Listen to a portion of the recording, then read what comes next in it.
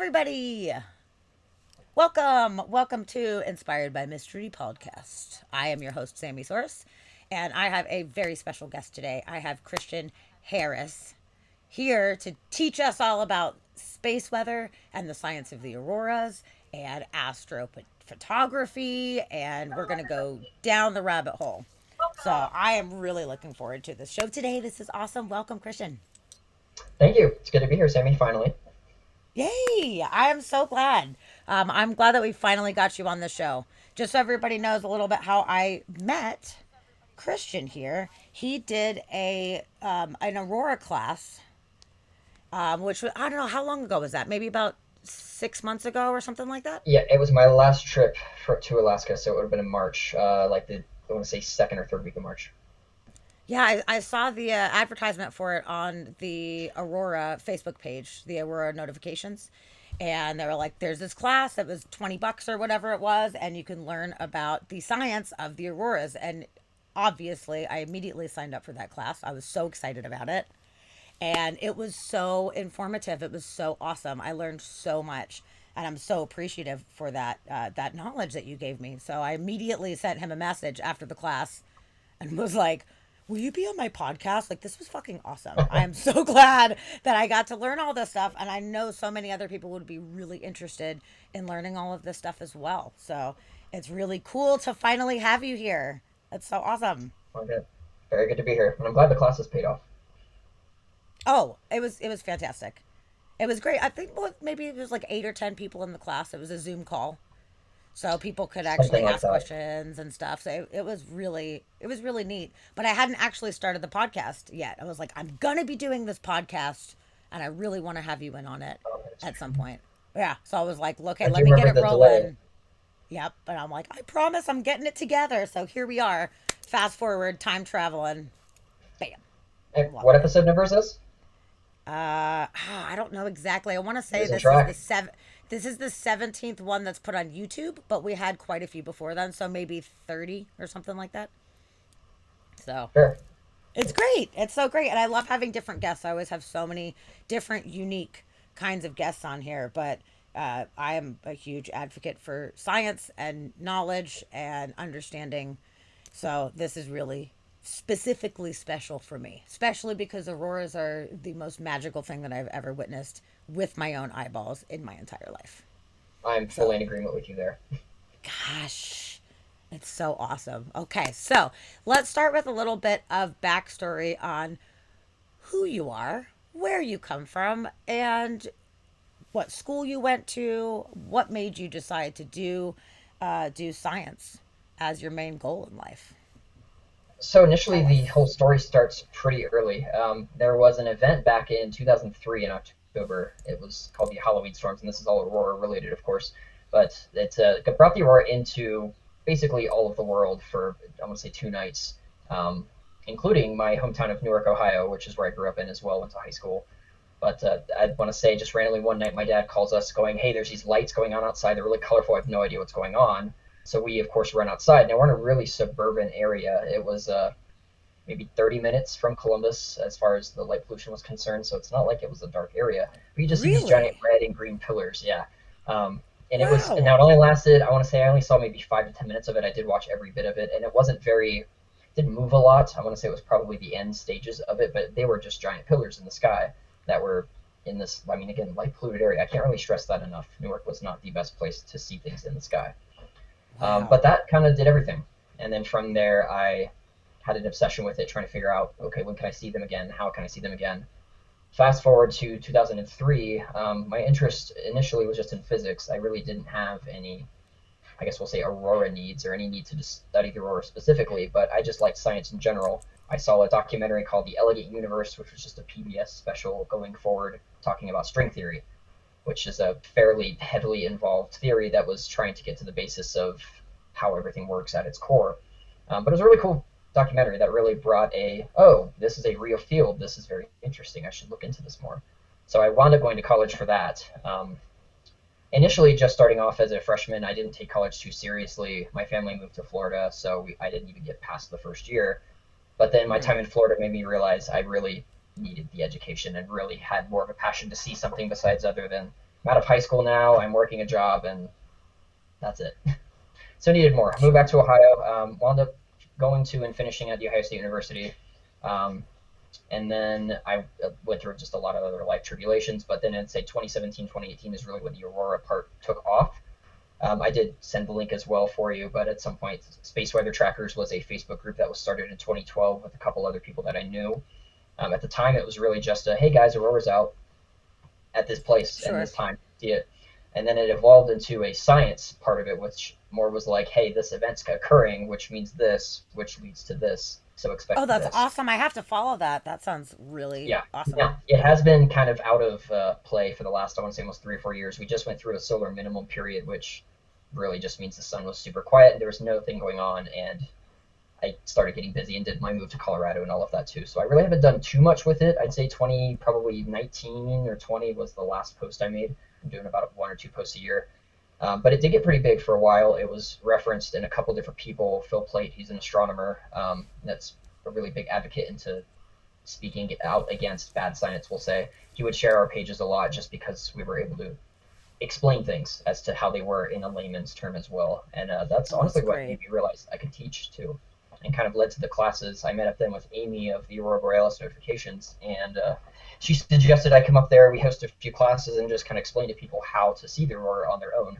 And then that really blew up really fast. Then we did like Anchorage, for example, the year before we did that online course, and that had, I want to say, 30 people to it. I did the Really? Aurora Summit Wow. in November. Mm-hmm. So it became a fairly big thing. In fact, we were trying to market more towards the Anchorage area because Fairbanks is nice, of course, and it's really good and easy to see the aurora there, but you don't really need much experience or knowledge to determine when it's out. It's so high up that odds are you're going to see some form of aurora in Fairbanks. Sure. Anchorage is a Yeah. If little you've more got clear sky, you're good to go for the most right, part. which, let's be honest, was a big gamble in Fairbanks as it is. Their clouds are pretty notorious with wiping out good shows, but if it's bright Ugh. enough, it pushes through the clouds anyway. Point being, though, Anchorage, you need more information. Now, usually, is it worth it to go out? There's so much light pollution in Anchorage, you normally have to drive an hour out of the city anyway. So, is that going to be beneficial? Am I going to see anything? Those are what we kind of strove to answer from there. Oh, that's And then the great. online class happened. That's so cool because so many people have so many questions. People that, have seen photos of auroras. A lot of people have no idea, which after myself seeing auroras and talking to a lot of people about it, I've noticed that a lot of people are like, okay, I've seen photos of it, but I literally have no idea what's going on. And then some people have a little bit of an idea. But to be able to understand what is actually happening, I think makes it so much more of a profound experience in my Yeah, personal experience. when you have the understanding and it leads to that. And I have a few photos saved of people that were in that Anchorage class that actually wound up going out maybe a night or two after the class. They said, hey, I was normally not going to go out. All of the soft serve news and the quick websites that are like, oh, the Aurora is going to be out at this time for this long, for this level. Those said don't go out because nothing was going to happen. But based on the class that they attended through me and then they got to understand the data, they looked at the data themselves, realized actually there's a potential here, and they were able to photograph the aurora for the first time. Oh, These that's were so visitors to Anchorage cool. as well. They were not actual, like, they didn't live there, they were just visiting. So this was a huge benefit to them. Oh, I And that's the love whole that. goal. That is so cool that you've been able to give that gift to people. So rather than just taking people's words for it or any of these apps or whatever, being able to know how to look at the data and to understand that the data that you're seeing is a half hour out also, because some people are sitting there looking at their phone right now and thinking that that's what's happening at this moment. But no, like you don't want to bail. You're like, oh, the numbers are shitty, whatever, and bail because something could be coming right at you. So Right. there's a lot of And not things only that without understanding that you could just miss. You could miss the whole show completely. and not only that, but some sources of the numbers, yeah, it could be ahead of time for the information, and then sometimes like the easy numbers, the KP levels that most people refer to are in the past. So if you say, oh, I've got a good level here now, well, you had a good level. That doesn't mean you necessarily have anything now. So the whole idea is Sure. self-sufficiency to avoid disappointment. Absolutely. Oh, so you love teaching. So that's like your whole goal in life is to just share your knowledge with others and inspire people. It very quickly became that. Really, the classes that we first did, and I want to say it was 2018 were the first few. That was more just an experimental phase. I hadn't really done any teaching. During my fourth and fifth year over at OSU, I was doing some presenting in grad level classes. My cat's probably Uh-oh. going to just disturb some of the stream, just so you know. She just fell off the window Well, and I have dropped the four computer. cats, and it's guaranteed to have cat shenanigans on my end at some point. So don't worry about Fair, okay. Just as a fair warning it. there. But yeah, so I never really had any presentation history or any ability to show if I liked teaching. I was able to take complicated subjects and explain them pretty well so that people could understand them, but I'd never really done it in the sense of taking something as a class, let's say. But So, then okay, yeah, so once that it being said, when evolved, you went to college for astrophysics, what was your immediate goal at that time to do with it? What did you want to do? Did you want to become a professor and teach eventually? Did you want to just work in a lab? Like, what did you want to do originally? it changed maybe four times, if I'm being quite honest. The first Yeah, two cool. years, I really didn't have an idea. I just knew I wanted the knowledge that of being a physics major involved. The third year, I really started getting a little more into the specialty where I found I was not only interested in, but better at the math and say quantum mechanics or looking into it, quantum field theory as well. Um, but then I hit my fourth year and I got my first telescope, which to be honest is what launched the entire astronomy bit. And I found, oh, it's not actually that bad to add the astronomy part to my major list. All I have to do is take five extra classes. Now that added a fifth year because a few of the classes were dependent on the time frame in which you took them, but so I had to like take one semester, one another. But the point is, it added the astronomy part to the physics, which gave you the astrophysics major. And then Well, from what a great there, that's year where to space just went. take space Yeah, classes for a fucking year. yeah. Like, oh darn, I think that's awesome. I love it. No, I can't say I complained really. The astronomy wasn't. It was basic astronomy, we'll say. Stuff looking at like Kepler's laws of motion, looking at basic algebra math. It wasn't anything too involved. Most of the specialty stuff I wanted to go into, which was a lot of the space weather stuff as well, was heavy on the math and was generally introduced on the grad school level. So I had to do some extra research on my own. I would be lying if I said it didn't interfere in my fourth and especially fifth year. It was a major distraction with trying to balance workload with school and then actually looking into space weather and studying that on my own and working on the page and making sure people knew what was going on as if it was my own obligation at that point. But yeah, I'd say my fourth and fifth year is really when the space weather aspect came in. That whole goal then was to either find a way to work for NOAA. They've got a space weather prediction center in Boulder, and that's another reason I was attempting to attend CU Boulder was just because you could go straight from grad school there to some sort of internship or working over at Oh, that'd be the space great. prediction center. Yeah, which is where we get all of our data too. They launch most of the satellites. Most of the information we get comes directly from them in some way. So that was the goal. But then once the teaching thing started kicking off, and then I moved up into the mountains on my own just to kind of get away from Ohio, I just started falling into the niche of I like teaching and going around. There's also an event, and this is kind of an advertisement as well, but called the Aurora Summit. It's just a gathering in Wisconsin once a year.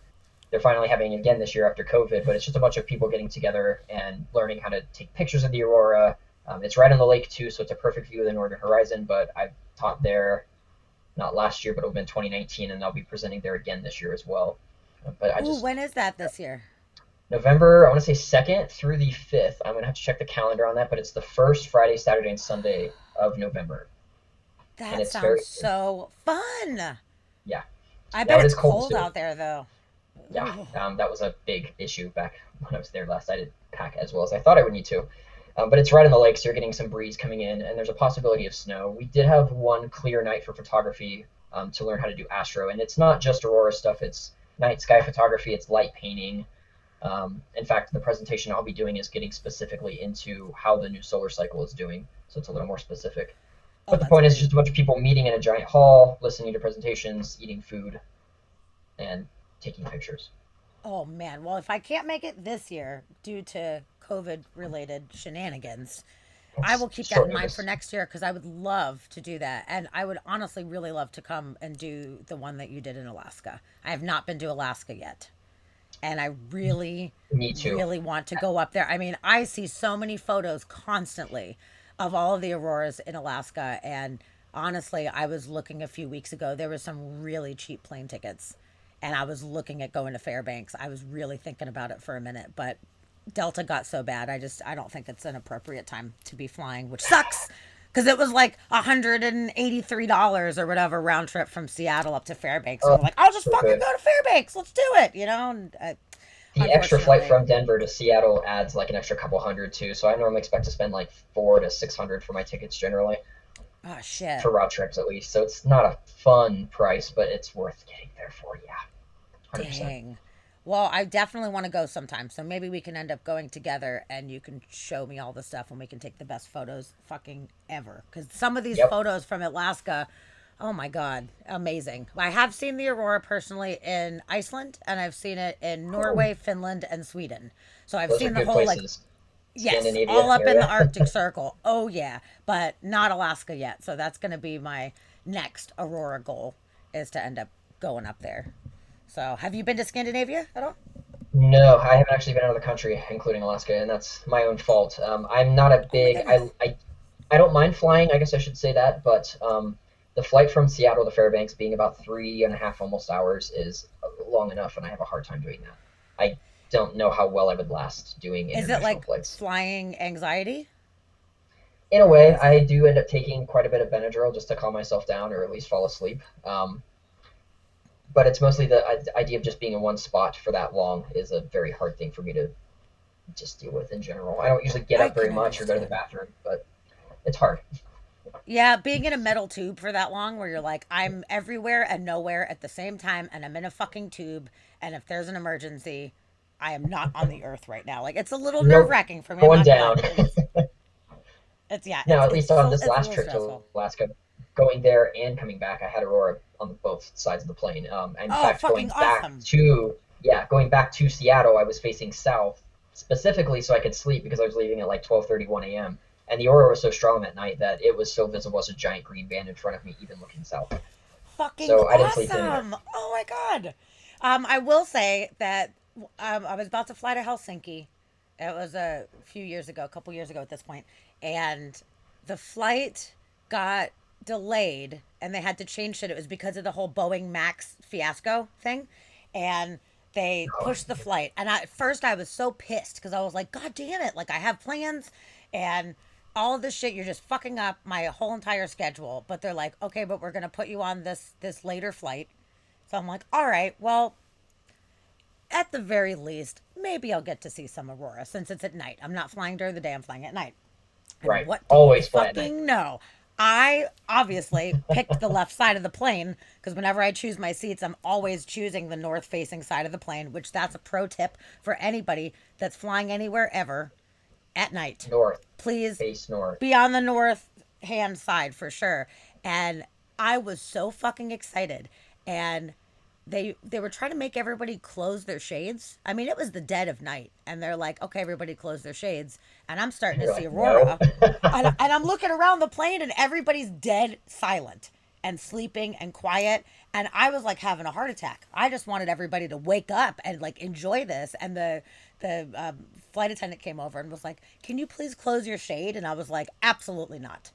I'm Did sorry. you see I what's will going on out absolutely there? not do that." Yes, there is aurora outside right now. And they're like, "Well, we need to make sure that they're up before the sun starts coming up." And I'm like, "You have my word. When the sun starts coming up, I I'm got not going to have you." anything to look at.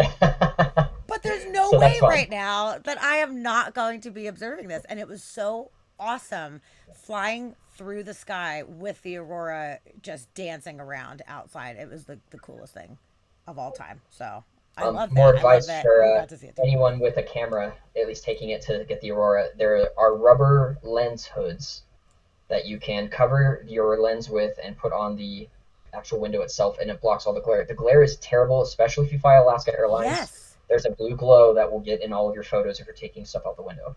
The glare, the actual hood will eliminate that. So most of the I photos I was able love to get out the window worked. Oh, I'm so glad you gave that tip. So I got creative. I brought a cloak with me. I have like a purple velvet cloak, and I just cloaked myself around the entire window Yep, that and works was too. like trying to take That's photos with the hard though. cloak. It was because I was trying to hold it up with one hand and then taking the photos over here. It was definitely not the best ever, but I love that there's actually a tool specifically to cut that out, and that is something that I I looked will this have time. to acquire. I love it. That's so awesome. Oh Haven't used man, it so since, fun. but it's worth having for that one occasion, especially if you get any aurora. Yeah. Oh, absolutely. That is so cool. Okay, so you have not traveled internationally yet. I Not cannot yet. wait to hear your tales when you finally get to go all the way up into Scandinavia, because shit, man, it's so fucking fantastic. I was in Lapland for 8 nights and I saw some form of aurora every single night. Yep, that's pretty And high up there. That holy would make shit, sense. it was really, really high up there. Which at one point we were in Andoya, which is in the north tip of the Lofoten archipelago, and I was like the person that like people were asking like, okay, well, which direction are we looking? What are we doing? You know, I had a couple friends with me, and they're like, which way's north? And I'm like, we are north. Every direction we can look in every direction. We don't have to be facing north right now because we are the north. We're so far up right now. It's any direction all around us, which that just felt so cool knowing that I was Yeah, that if far you're in the north. polar regions, yeah, you don't really need to look north necessarily. In any way Oh direction you're man, looking is going to be aurora there anyway. absolutely. And man, we had such varied experiences too. There was some nights where it was just a little bit. Some nights were really short lived. It was just some short bursts. We had a couple really good coronas that were just like real fast, but it was one specific night in Lofoten that we were driving around, and we saw the bands starting, so we knew that there was obviously activity happening, and we're like checking the numbers and everything, and like, okay, like we're staying on guard, and we are driving up to our Airbnb.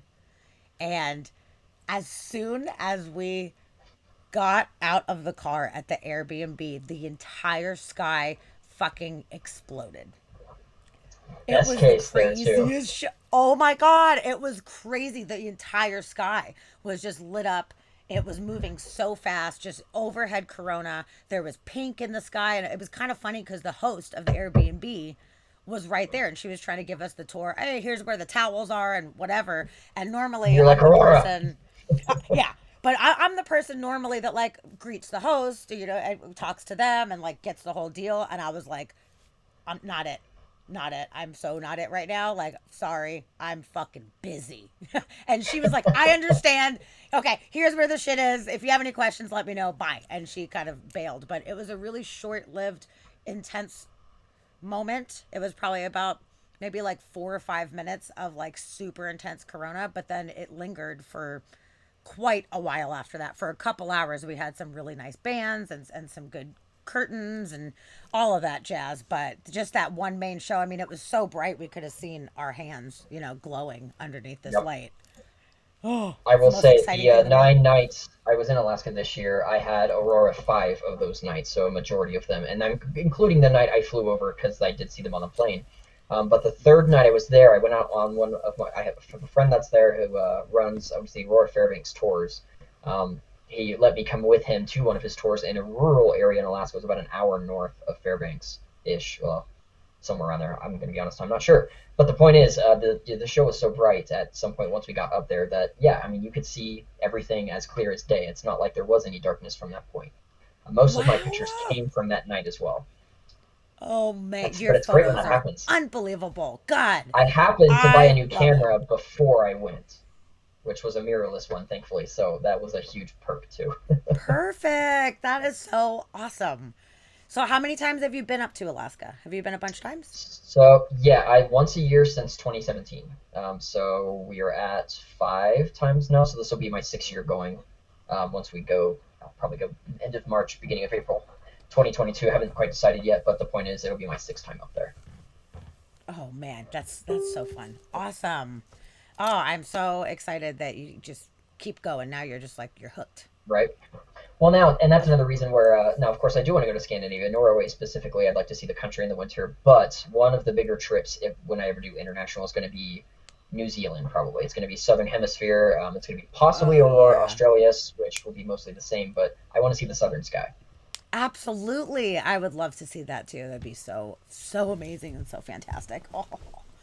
Oh, Yeah. this is it's just so exciting. There for all of you guys out there that have not seen the aurora with your eyeballs. I cannot recommend it enough, possibly. Well Especially when said. you get a really good like a good show, cuz I've seen like I feel like at this point kind of a whole spectrum mind-blowing shows where I'm freaking out and screaming and flipping out. Other ones that are really decent and it's super exciting. But I've also seen from here in Washington and from Montana where it's just the Faint gray the bands. faintest little tiny gray in the background. It's just like you know it's there, but it seems very anticlimactic. But it's Yep. still fucking Aurora, so you're still Yep. pumped.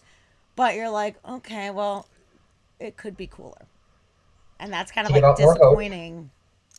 out of my 5 trips I've had to Alaska, the first 1, 2, 3 years I went. Now, to be fair, again, the third year I went in January, which isn't a great time for it necessarily. I can explain why later. But out of the 5 years I've been there, 3 years, it was either very faint, and I'm talking barely, can't really tell it's green. It's just a band, it's kind of moving. Photographically, it's there, but it's not as interesting. Fourth year, it was an actual show I could see with my naked eye, but it was just greens that were moving fast and then kind of disappeared. This year is the first time I had mind blowing. Just the pinks look like they were falling to the sky or the ground. The actual movement where it's like it's so fast and moving in every direction you don't know where you're looking. That all just happened this year. Out of the That five is years so I've been going, cool. So all of your training, all of this interest so long, this was the like the pinnacle of trip. that for Yep, you. I love that. one That's hundred so percent. cool. Oh man, so fun. So okay, speaking of being able to see things with the eye, having it appear gray, um, I know quite a bit. I've researched this because I did not understand at first how it works, how everybody's eyes are a little bit different. Everybody has different receptors, being able to actually see color or not. And I will say that we first really noticed this when the very first time I ever saw it in Iceland. So a friend of mine who he had worked on Arctic expeditions and stuff, so he had seen Aurora so many times. My friend from San Diego happened to be in Iceland at the same time that we were there, which was so random Wow. and awesome. Yeah. So we were hanging out and I'm checking the numbers obsessively and all of a sudden it's showing like KP4, which now I know there's more to it than that, but I'm like, But that's a "Oh good sign when you're shit." up that far. Yeah, and I'm like, "KP fucking 4, like what's going on?" And we go outside and I'm looking and I'm like, I don't see shit. And my friend Blaze, thank goodness for Blaze, because he was like, look, look at that. And I'm like, that is a very lame cloud. And he's like, no, that is the Aurora. And I'm like, what? That's the Aurora? Like, that is just gray. It just looks like a gray cloud. He's like, watch it real quick. Keep your eye on it. It'll kind of come and go. It's not an actual cloud, but it may as well look like a fucking cloud at that point. So I was like, Yep. wow, this is a fucking bummer at first, but I'm glad I'm seeing it. But I was kind of bummed. Dusty, though, was able to see green. And I'm like, you are seeing green right now. And he's like, yeah. And I'm like, what the fuck? Like, I have terrible, terrible eyesight in general. So I kind of chalked it up to like, my eyes are fucked. So maybe I just Right. can't see the color, you know? And he was really seeing the green. And then the storm intensified.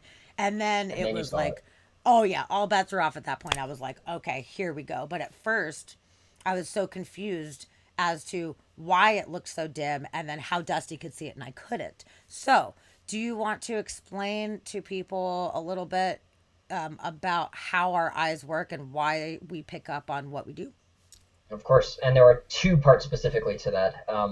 Because some of it is a knowledge piece as well. And I just know this based off of my own experience going up there since the first 2 years I saw the Aurora, it was just faint bands.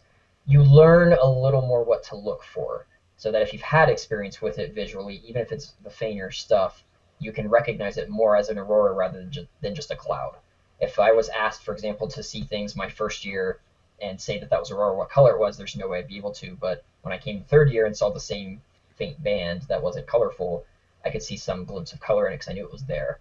So some of it's a knowledge piece, but and I'm not going to pretend to know the numbers, but because of your eyes and how they're set up, the rods and cones, you've got most of your night vision is in your peripheral vision or on your side, which you have a lot more ability to receive light and process it there, but it's not in color. It's all just more black and white hues. So in that case, the faint stuff that we normally see, say you have a faint aurora that's there, the camera is going to pick up some greens and maybe even some reds up top, but visually you're going to see just a gray band because A, there isn't enough of that light to hit your eyes to register the stronger part of your eyes that register color. Instead, you're seeing most of it with the sides of your eyes essentially that instead let you see the intensity that there is something there, but there's no color associated with it.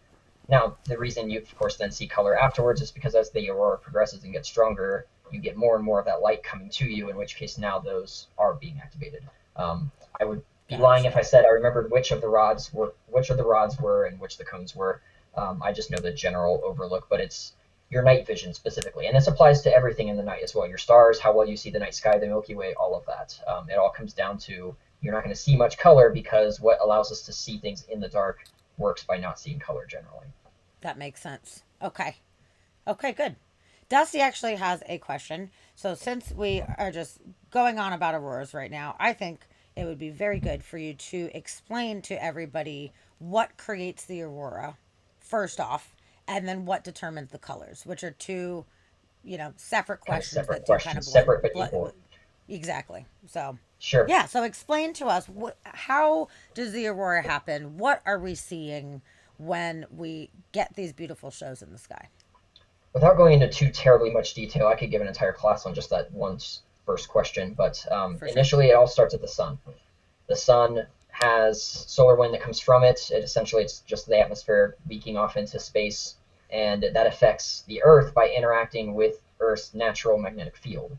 Now, there's a bunch of fancy stuff that can happen in that sort of interaction, and those interactions can be different things, different events can happen, say, from the sun that affect Earth's magnetic field differently.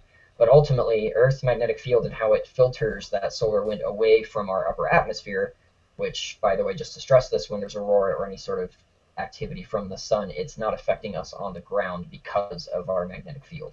It only gets filtered into the high upper atmosphere, shooting essentially electrons for the most part from the solar wind through our magnetic field and into the upper atmosphere. Now, those electrons are accelerated so heavily that they hit the atoms in our atmosphere, all the nitrogen, all the oxygen, there are a few other ones as well, but primarily those two. Then from that getting hit, let's say that a nitrogen oxygen or a nitrogen atom is just sitting there and it gets hit by an electron, it's going to cause a bunch of that energy from that electron to be imparted on that atom. That atom is going to wiggle and vibrate because of all that extra energy, which is going to cause its electron to move to higher energy scales, which atoms don't like doing. So then it makes it go back down to its original not energetic state by releasing that energy in the form of light. Now, every atom, every compound, every molecule, anything that can exist individually will let out specific frequencies of light. If we're looking at, say, just red light to purple light on the scale of the electromagnetic spectrum, every tiny little frequency that any different atom emits or any different molecule emits is going to be different. So you can actually determine, just based on what kind of light is released from a gas when it's energized, you can determine what its compound is just from that. There are devices called spectrometers, for example, that will look at that. But the point is, that's then where the light comes from. So the nitrogen ends up being a little more dense in the lower atmosphere. So as you are higher and higher up, you get just sparse oxygens kind of sticking around. And as you get lower and lower into the atmosphere, you've got more oxygen packed together, more nitrogen showing up. And then eventually, as you get lower and lower, nitrogen takes over as the main source of gas there. And that kind of structures the aurora so that you've got red light at the top, which is oxygen, green light in the middle, which is also oxygen, and there's a reason that they release the two different colors at the two different altitudes. And then you've got nitrogen releasing light at the bottom of that. So if you ever see a very, very, very bright show, which you have a couple different times, you're going to notice that there's pink all along the bottom edges of the green Yes. bands moving around. That's all nitrogen, and that's all signs of a heavy show. The green being the oxygen is the common one. That is always active. Even the faint gray bands, if you take long exposures of them with a camera, you're going to see the green.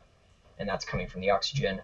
And then there is red light at the very top. And I mentioned that oxygen is less dense up top. In fact, as you go higher, it's less dense completely. But the red light that oxygen releases needs time to release. So once an oxygen atom is hit with an electron, it needs about I believe it's 2 to 3 minutes roughly, for that red light to then be released. As you get further and further in the Interesting. atmosphere, if that happens, the odds of another molecule or another atom hitting that oxygen molecule or that oxygen atom and taking that energy away is much higher. So you're not going to get the reds in that area. Green, on the other hand, only takes a few seconds. So it's much easier to emit that green light in a denser environment that oxygen kind of hangs out in. That But is that's so the main interesting. I didn't know spectrum. that. Yes. Red, green, and pink are the main three colors you'll see. Blue is another possibility. There's a different phenomena for that. And then there's different types of aurora as well. We could go into hours on that. I'm sure some people have heard of, say, Steve. the Steve Aurora, which Yeah. became very, very popular thanks to the Alberta Aurora people back in, I want to say 2017, 2016. That seems like something like that. But it's just another type of light that is emitted in the sky that's related to the aurora, but not directly caused in the same way the aurora is caused. But the point is, there's a lot of different ways for it. But if we're looking just commonalities, you got the red up top, you're gonna have the green further down, and then you've got the pinks at the base. So that's I kind was of what the wondering structure. about the pink because seeing that, I was like, why is it only at the bottom? Yeah, A lot of my photos, boom, there's pink at the bottom, but that's because it's hitting the layer of nitrogen right. that Nitrogen is the is dominant. lower. Well, it's a molecule at that point there. I want to say it's diatomic nitrogen, but the point is at that altitude, you've got more of that, and it's much more dense. And then the further you go up, that's where oxygen takes over. That is Now, so there's an entire cool. area of physics called spectroscopy where you can actually look into, say, stars. You can take light from the stars, break them down into tiny little, say, like spectrums, like a prism, for example, and you can see the lines that are missing or lines that are emitted, and you can determine what their composition is or what they pass through just based off that light. It's a very Sure. interesting area. Absolutely. Did you study that at all when you were in school? Like I did a few classes on it. specifics? A lot from what we did was we had these gas vials of, say, argon, and then one was nitrogen, and then one would be helium, let's say, and you put them on a tube and throw a current through them, and that current causes the same effect. Essentially, it energizes all of the atoms and molecules in there, or atoms in this case, and it lets them glow. And then you use the spectrometer to look specifically at that light, which then is filtered through like a prism, so you can see, okay, well, it's not actually a full prism, it's black, black, and then there's a big line here, and then it's black, black, and then a big line here with a different color. And based on that, you can determine what its composition is. So our goal at that time was to, okay, you've got this mysterious gas, you have the spectrum, you know what frequencies it is, now calculate what atom is producing this. So Which cool. I don't, that's about as much as I had from it. In my telescope, though, you can get filters that do that same thing. I don't remember what they're called. It's been a while since I've used it, but it's a filter you screw on a 1¼ inch eyepiece for a telescope. And if you're looking at, say, a star, it will give you its spectrum to the side of it, which then, if you've got a good camera, you can photograph and then load it into a system that will tell you, okay, well, we've got hydrogen alpha line here, hydrogen beta line here, and nothing much else. So it's probably a new type of star on a main sequence, for example. That's another Oh, fun that's hobby so that you can cool. just do as a citizen, really. Oh, I love that. That's so awesome. For us to be able to observe things so far away just based on looking at the light, like it's so magical that there's so much information available to us if we know how to look at it.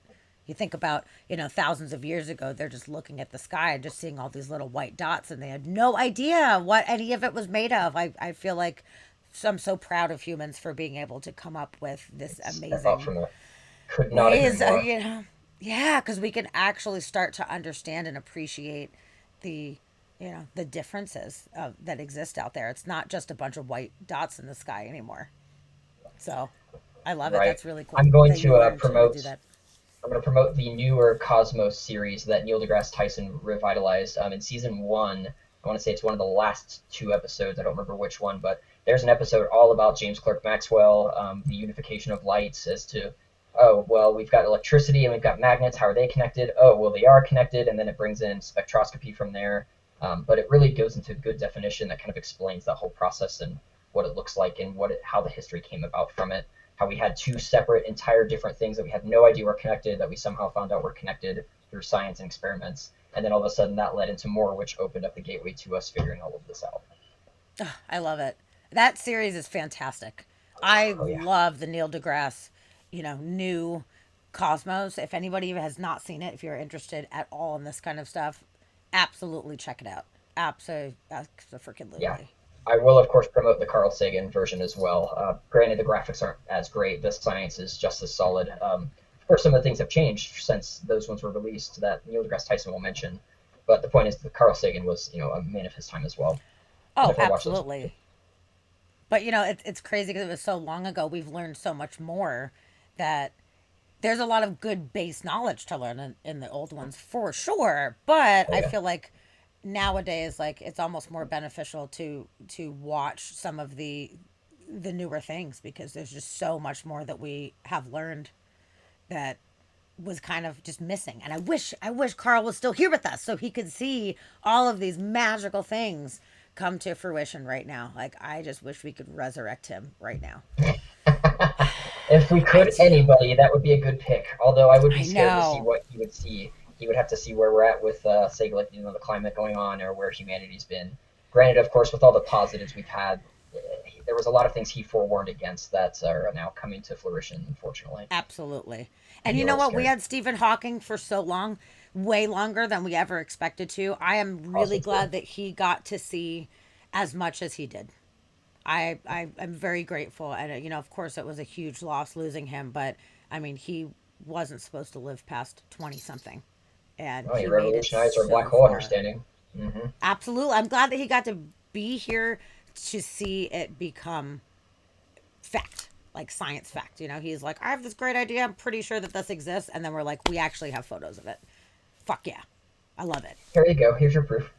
I know. It's so exciting. I remember reading, close to 20 years ago, The Universe in a Nutshell and the Brief History of Time illustrated version.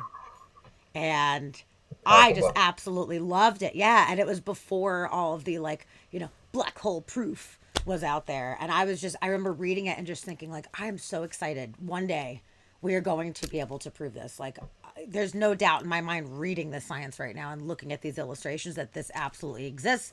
And I hope within my lifetime we are able to actually prove that. And now we have fucking photographs. That's I awesome. was, yeah, exactly. That was my next point. Let's talk about, we have a black hole photographed, like an actual photo taken of what the photo, an actual black hole would look like. And it's that idea that, I mean, it took me so long just to kind of grasp that that was serious. Like, is it a model? Like, are we interpreting something that's coming in and creating the photo? No, it's an actual put together photo of a black hole, our black hole specifically, It's or so not fucking ours, but awesome. yeah. Mhm.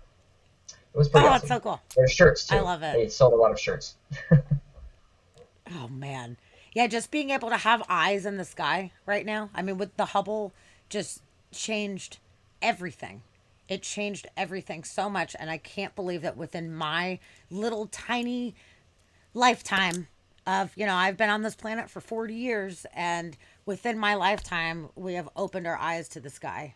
And now we have James Webb on Halloween coming out, which we've been waiting for like fucking ever. Like Years. god, we've been Oh talking about yeah.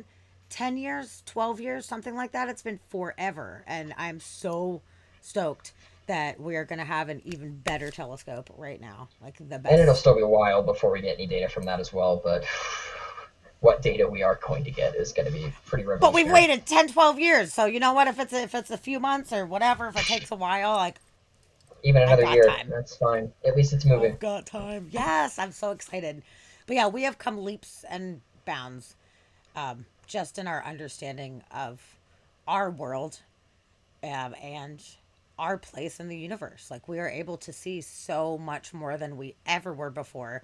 And kind of what we were talking about before is before we started the stream is that we are learning so much constantly all the time. And we do not have it all figured out yet. We have to keep an open mind and we have to keep striving to continue to learn and to keep asking questions and keep pushing the envelope because science is moving so fast right now. Anybody that thinks that we have it all figured out is cl- just closing their minds to these endless possibilities. Like we have found shit that we had no fucking idea could even possibly be. And that's just within like our lifetime. Like we're so Yep. lucky. And We're that's a so lucky. huge subject that's, I would say, mostly neglected nowadays. Not to get too, I mean, I hate that we have to say not to get political or anything, but then mentioning that with COVID. But the idea that, we've had ideas that we thought the virus worked one way, and then all of a sudden, oh, by the way, that's wrong. This is what we need to look at. And then we get people that go, well, okay, they're clearly lying to us, and that's all wrong. Why listen to anything that they're saying? Well, new information comes, you change your mind and figure out actually things don't look like they're working this way. It looks like they're working this way instead. So let's go to this instead of that's basically all we have to look at, especially with Sure. something so new. But I think that's a point that's missed a lot with most people nowadays, unfortunately, is that, you're not supposed to know it all. It's not supposed to be a fact and never change. It's supposed to change Yep. with new information. But then the people that are not as scientifically literate, they don't understand that. So they'll be like, well, you said with so much confidence, so now I don't trust you. There's all this distrust and I'm discrediting you science is discredited because of this. And it's like, no, this is what science is. It's about doing your best, making these observations, claiming it is what it is when you really feel that it is that. And then sometimes new information presents itself and we have to evolve. We have to. Right. So it doesn't discredit us. I Absolutely. think it gives us more credit by saying, okay, well, we were not correct about this, but I am going to shift my perspective rather than hold on to something for dear life. Like, be willing to die on this hill, just because you said one thing one time, now all of a sudden that is your entire reality. And that's not, I don't feel like that's fair. It's And not a it's good way not to live helping life. us. No, I mean, it's let's not. just look from a day-to-day perspective. How many things for people that go through just their day-to-day life, how many things don't ever change? And I'm hoping that no one's going to say me, like I can go through days without things changing because that I don't want to say that's sad because I don't think that's the word I'm looking for. But the idea is things change constantly all the time around us for no reason. I mean, whether we're looking at just the weather or ourselves or our own lives or things that we have, everything's changing. So why wouldn't Absolutely. our understanding of how the universe works down to the tiniest Absolutely. even virus work that way? Actually, on my podcast on Mondays, we do weird news of the week. And I am always looking for the weird, strange, bizarre news, but I also do a lot of science news. So any kind of, new developments or future type of developments, I like to talk about those too. And we were just talking about evolution that's being witnessed in certain creatures right now due to climate change. And there's a paper that was just Oh, put out that was showing that specifically birds are mainly the ones affected, but there are other creatures, moles and mice and some other kind of creatures in certain areas. They're developing longer legs, bigger ears. They're having different traits showing up fast because they have to regulate their body temperature better. So we're actually seeing this evolution unfold in front of us. So anybody that thinks that animals aren't changing, that we're not evolving, that the continents are static because we drew a map a few years ago. So this is just the way that it is. Like, it's not the way it is. Things are constantly in flux and right. shifting. And I love that fact. I think it scares the shit out of a lot of people because they want to Oh yeah, think like yeah. things are the way Well, they change are. is scary. People like, yeah, It, having I'm consistency in safe. their lives. It makes things easy. You can predict it. You can see what's coming forward. But nothing of the entire universe from any scale you want to look at works that way. I mean, if you want to be, I guess, simple about it, from our perspective and our lifelines, the universe isn't going to change at all. I mean, we're going to have the same star, the same planets, nothing really there. But if you speed up your timeline or looking at smaller things physically and looking at smaller time frames, everything's changing and nothing stays the same. But I would Absolutely. agree And that scares a lot that of that makes people. me feel happy and makes me feel a sense of wonder, which is why my podcast is called Inspired by Mystery rather than I figured it all the fuck Scared by out. mystery. I'm inspired. It inspires me the fact that there are so many unanswered questions, and as I go through my life, I am constantly trying to learn as much as I can and put the pieces together in the best ways that I can. So rather than living in fear because I don't have a structure and I'm afraid because I don't have all the answers, like it is an inspiring life to live. So Very Shannon much has so. some things, and I want to read it because I didn't have time to read this I'm while glad you chatting. picked that So up. I let's was going see. to say that too. Okay, Shannon, by the way, is one of my best friends of my entire life. We have Hi, been Shannon. friends since we were 14 years old in South Florida, and she is a Montessori teacher, and she also took astronomy classes and is very into science. So I'm really glad that she's here. I made sure to message her earlier, and I was like, "You have to come in for the show." So let's see what Good. she has to say. My professor a few years ago was so enthusiastic about the proof of our universe, and he explained the Big Bang as something we will soon not be able to see the evidence of.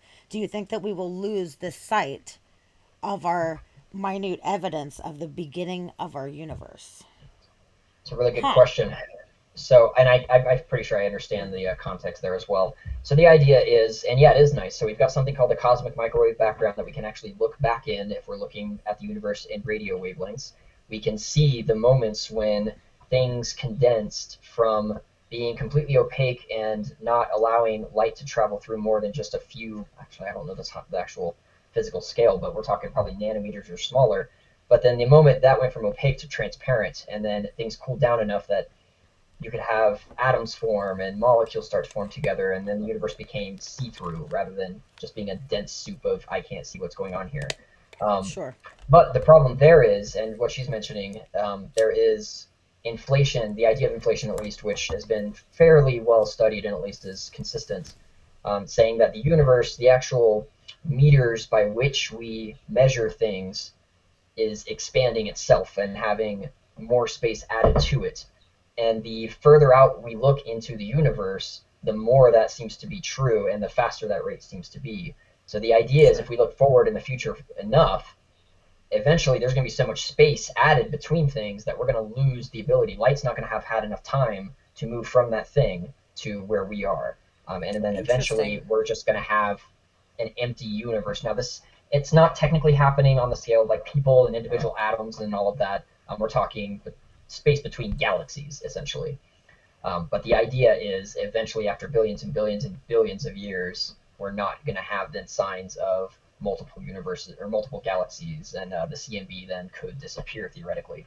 Not only That that, is but so then interesting. Huh. yeah, I never yeah. really thought Not only about that, that. but the actual cosmic microwave background is cooling as it stretches out as well, and eventually could then become an undetectable wavelength that we can't actually detect. So you've got a couple different things on there. But the idea is eventually that will happen. But we're talking it's going to be a long, long time. The sun will be long gone before we even get to a small period of that happening. We're Sure. So talking we on the don't have to time worry frame of about that. universes. Right. So it's called, there's Yes. a few theories of the universe ending, and one's called the Big Crunch, where it just comes back down and crushes itself together. The other one I want to say it's called something like, I know there's like the Big Freeze or The big the bounce. inflation, the big yeah, the big bounce being like if it comes all the way back down, it's going to bounce back up, and that's Hmm. what the Big Bang theory is. And there's a couple different steps here, but the idea is just going to inflate so much that eventually, if you look through hundreds and hundreds of billions of years, it's just going to be so spread out that nothing is going to be together anymore, including atoms, and then there'll just be nothing. Oof. So Eventually, we have to I'm heat up the curious. universe. There we go. I'm curious about your personal thoughts. Obviously, this is theoretical. Nobody knows. But as far as the big bounce, how do you feel? Do you feel that this is the first Big Bang that our personal universe has experienced? Or do you feel that this has happened an infinite or finite amount of times? That's deep. I know it's big shit. I know. Sorry. So That's what we I'll do. phrase this in two different ways. The first way, I'm just going to look at what data we have now, which shows that essentially the energy density of the universe is more likely going to just continuously expand for infinity until nothing's left. So if we're looking at that, the odds of something of happening beforehand, probably not. This might just be the first and only iteration of our universe. Maybe universes just come into existence at certain points in a multiverse scheme, and then from that expansion at that one singular point, they just expand until they're nothing, and then that's the end of that universe. Um, but theoretically, then, if we are looking that of a bounce being possible, I would still say just looking and just being an empirical person myself, looking at what data we at least have, I wouldn't quite rely on that being the case. But assuming that we can just humor it for now, because I like that possibility, yeah, why not? Why would this be the first iteration of our universe? Why wouldn't this be the billionth or uncountable number? I mean, there's literally no way to even trace or detect what number iteration this could be for what universe we're in. I like to think Yes. of an infinite universe existing infinitely more than, oh, we've only got this time frame for one universe, and then once it's done, it's done. I don't think that makes sense personally. But we could be living in some sort of hierarchy multiverse situation that maybe there are multiple universes born in instances, and then those universes die out and other ones are born, and same way, you have a star that's born from the conglomeration of just a gas cloud, and then that blows up to then fuel other ones. So why wouldn't our universe be something similar? See, and that, thank you for saying all that because that was going to be my next question was what you thought about multiverse theory.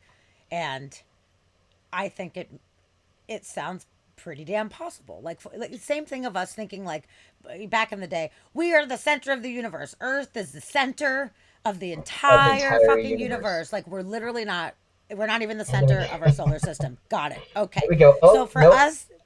for us to think that we are the only universe out there, I feel kind of equates to that same kind of mentality to some degree, although we have no way to observe outside of it, so there's no way to fucking know. But I just think thinking Nope. about it like logically from the outside looking in, I feel like it would make sense for there to be many big bangs all over the place, and maybe little bangs and maybe medium bangs or whatever, like I have a hard time believing that this is it.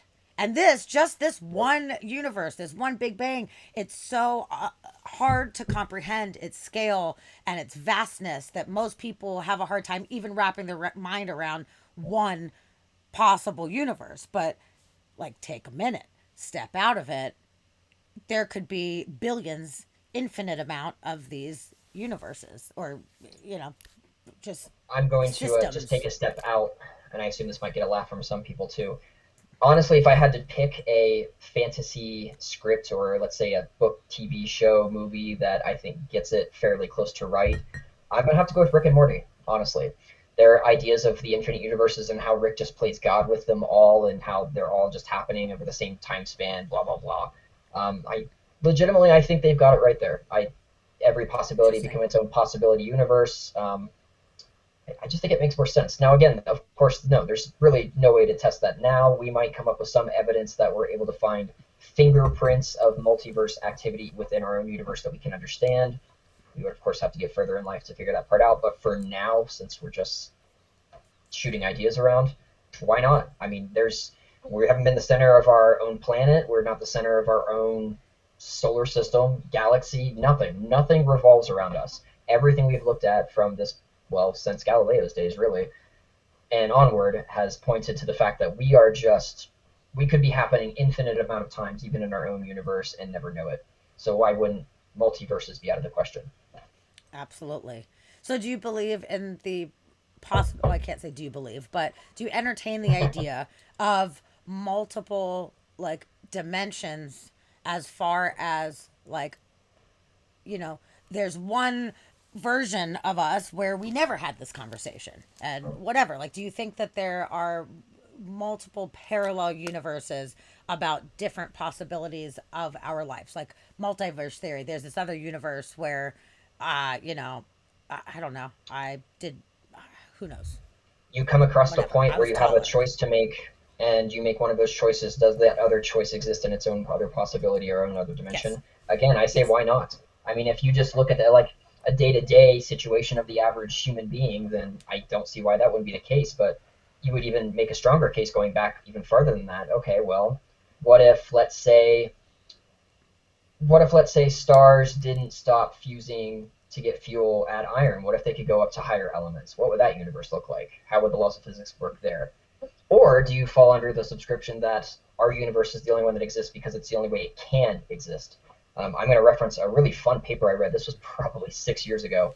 But they looked at the idea of the mathematics of how a universe would work with multiple time dimensions. So essentially, that's, if you think about it conceptually, there's not really a way to work your brain around it. So don't try doing that. But the math really doesn't care about how many physical dimensions or how many dimensions of time or how you do it. It's just numbers on paper.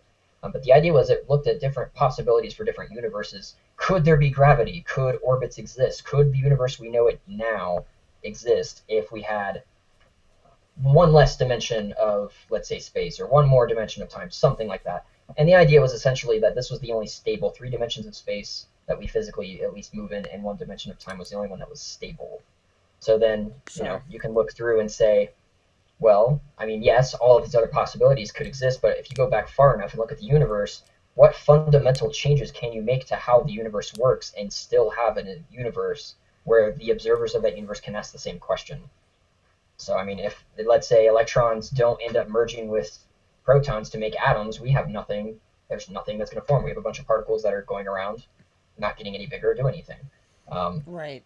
so I think that's where people think like there's an infinite possibility for things, looking at our own lives and our own experiences. But looking farther back and more fundamentally, how far can you take that before that argument breaks down? I know I kind Sure. of twisted that a little bit, but I'm going to say so for my personal belief, or at least my thoughts to amuse. Sure, I don't see why what we do couldn't create another dimension or another possibility somewhere else, but if we go back far enough and assume that the laws of physics are the way they are because they have to be that way, are maybe is all of our possibilities go back to just one single point. So in Man, that case, that just not infinite, but who the fuck fun to think knows? about. There's so many options. There's so many options, and I love just trying to figure out what the options are. And there's going to be new ones that just keep popping up all the time. But that's the Oh thing, yeah. nobody fucking knows. It's the most humbling thing to think on this big of a scale, because whatever we think we know, we have no proof of any of this stuff. So we're doing our best to try to figure it out. And we're starting small. We're starting in our little galactic neighborhood trying to figure Right. out what the hell's going on. And moving But on one from of the there. interesting things that I have thought about is, if there is multiverse, what exists between the different universes? Is it just complete empty vacuum of space? Is anything even Mm, remotely present? Like, what is the in between? It's like, if it's like soap so bubbles, there's something in I'm between. right. So the analogy breaks down there when you think of that, and like let's say the gravity analogy that so many people know. You've got a sheet here. When you put a ball on it, it bends down. That analogy breaks down if you try to take it literally, because that sheet still has to fold into a higher dimension, in which case you can't really visualize that. But the idea is, if we have a multiverse, who's to say that multiverse doesn't run in higher dimensions? A, so we're talking higher physical dimensions, and B, what would keep, I guess, why would there need to be something in between? What if it's just one shape? Let's say we're looking at something in 10 dimensions, which sounds crazy, I know. But technically, you don't need stuff in between. It could just be one thing that when you break down Mm, into smaller fragments of dimensions like R3D, you have stuff that's in between. But I would be willing to bet, interesting. Okay. if we have two multiverses, the stuff above that is going to be other dimensions. It's not going to be anything we're akin to. So we can't say, vacuum of space, because that's our idea of a vacuum is a three-dimensional area with no particles or anything in it. Well, does that apply to something that's higher dimensional? If you're looking at, say, flatland, let's go to a two-dimensional regime just to make the simplification easier. If you're looking at flatland, and then you've got one sheet here and then one sheet above it, you don't have anything in between there except the third dimension, up and down, which you can't comprehend in those two planes because you're flat. You don't have a third dimension. So the concept of in between the universes, you just can't really. There's nothing there. Uh-uh. We can't No, but at least that's call it interesting. If something it's else. if it's different, like almost like stacks of paper, basically. Yep. So that So it's we're kind looking of at, like no matter what a you do, notebook. those two pieces of paper are still separated by some distance in the third dimension.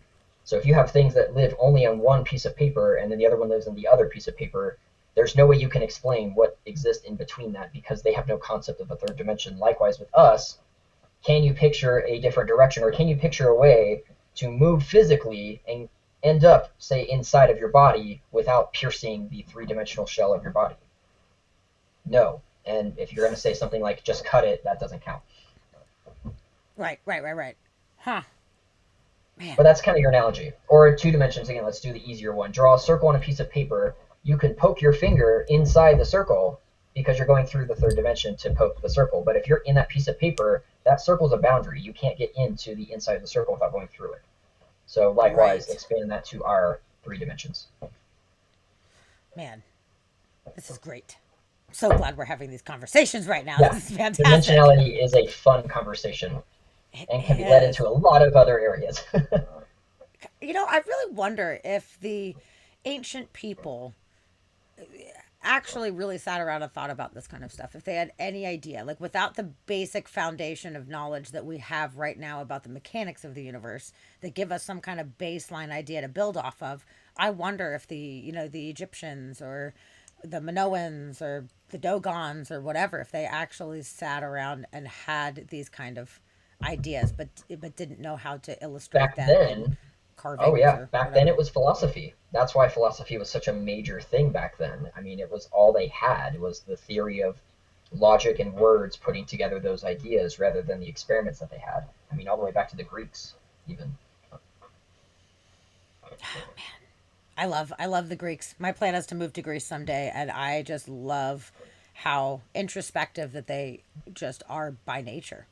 They are Yep. the first ones to ask a lot of these questions, which is why I think I feel so drawn there. I think it's one of the reasons why I feel so drawn, because it's not a bunch of plastic surface shit like we have a lot of times out here in this fantastic country of the United States of America, where there are a lot of very introspective people out here, but the general consensus, people are seeing things from a very one-sided view of things. It's just like white picket fence and, have a nice car and then that's success, and that shit doesn't fucking matter to me.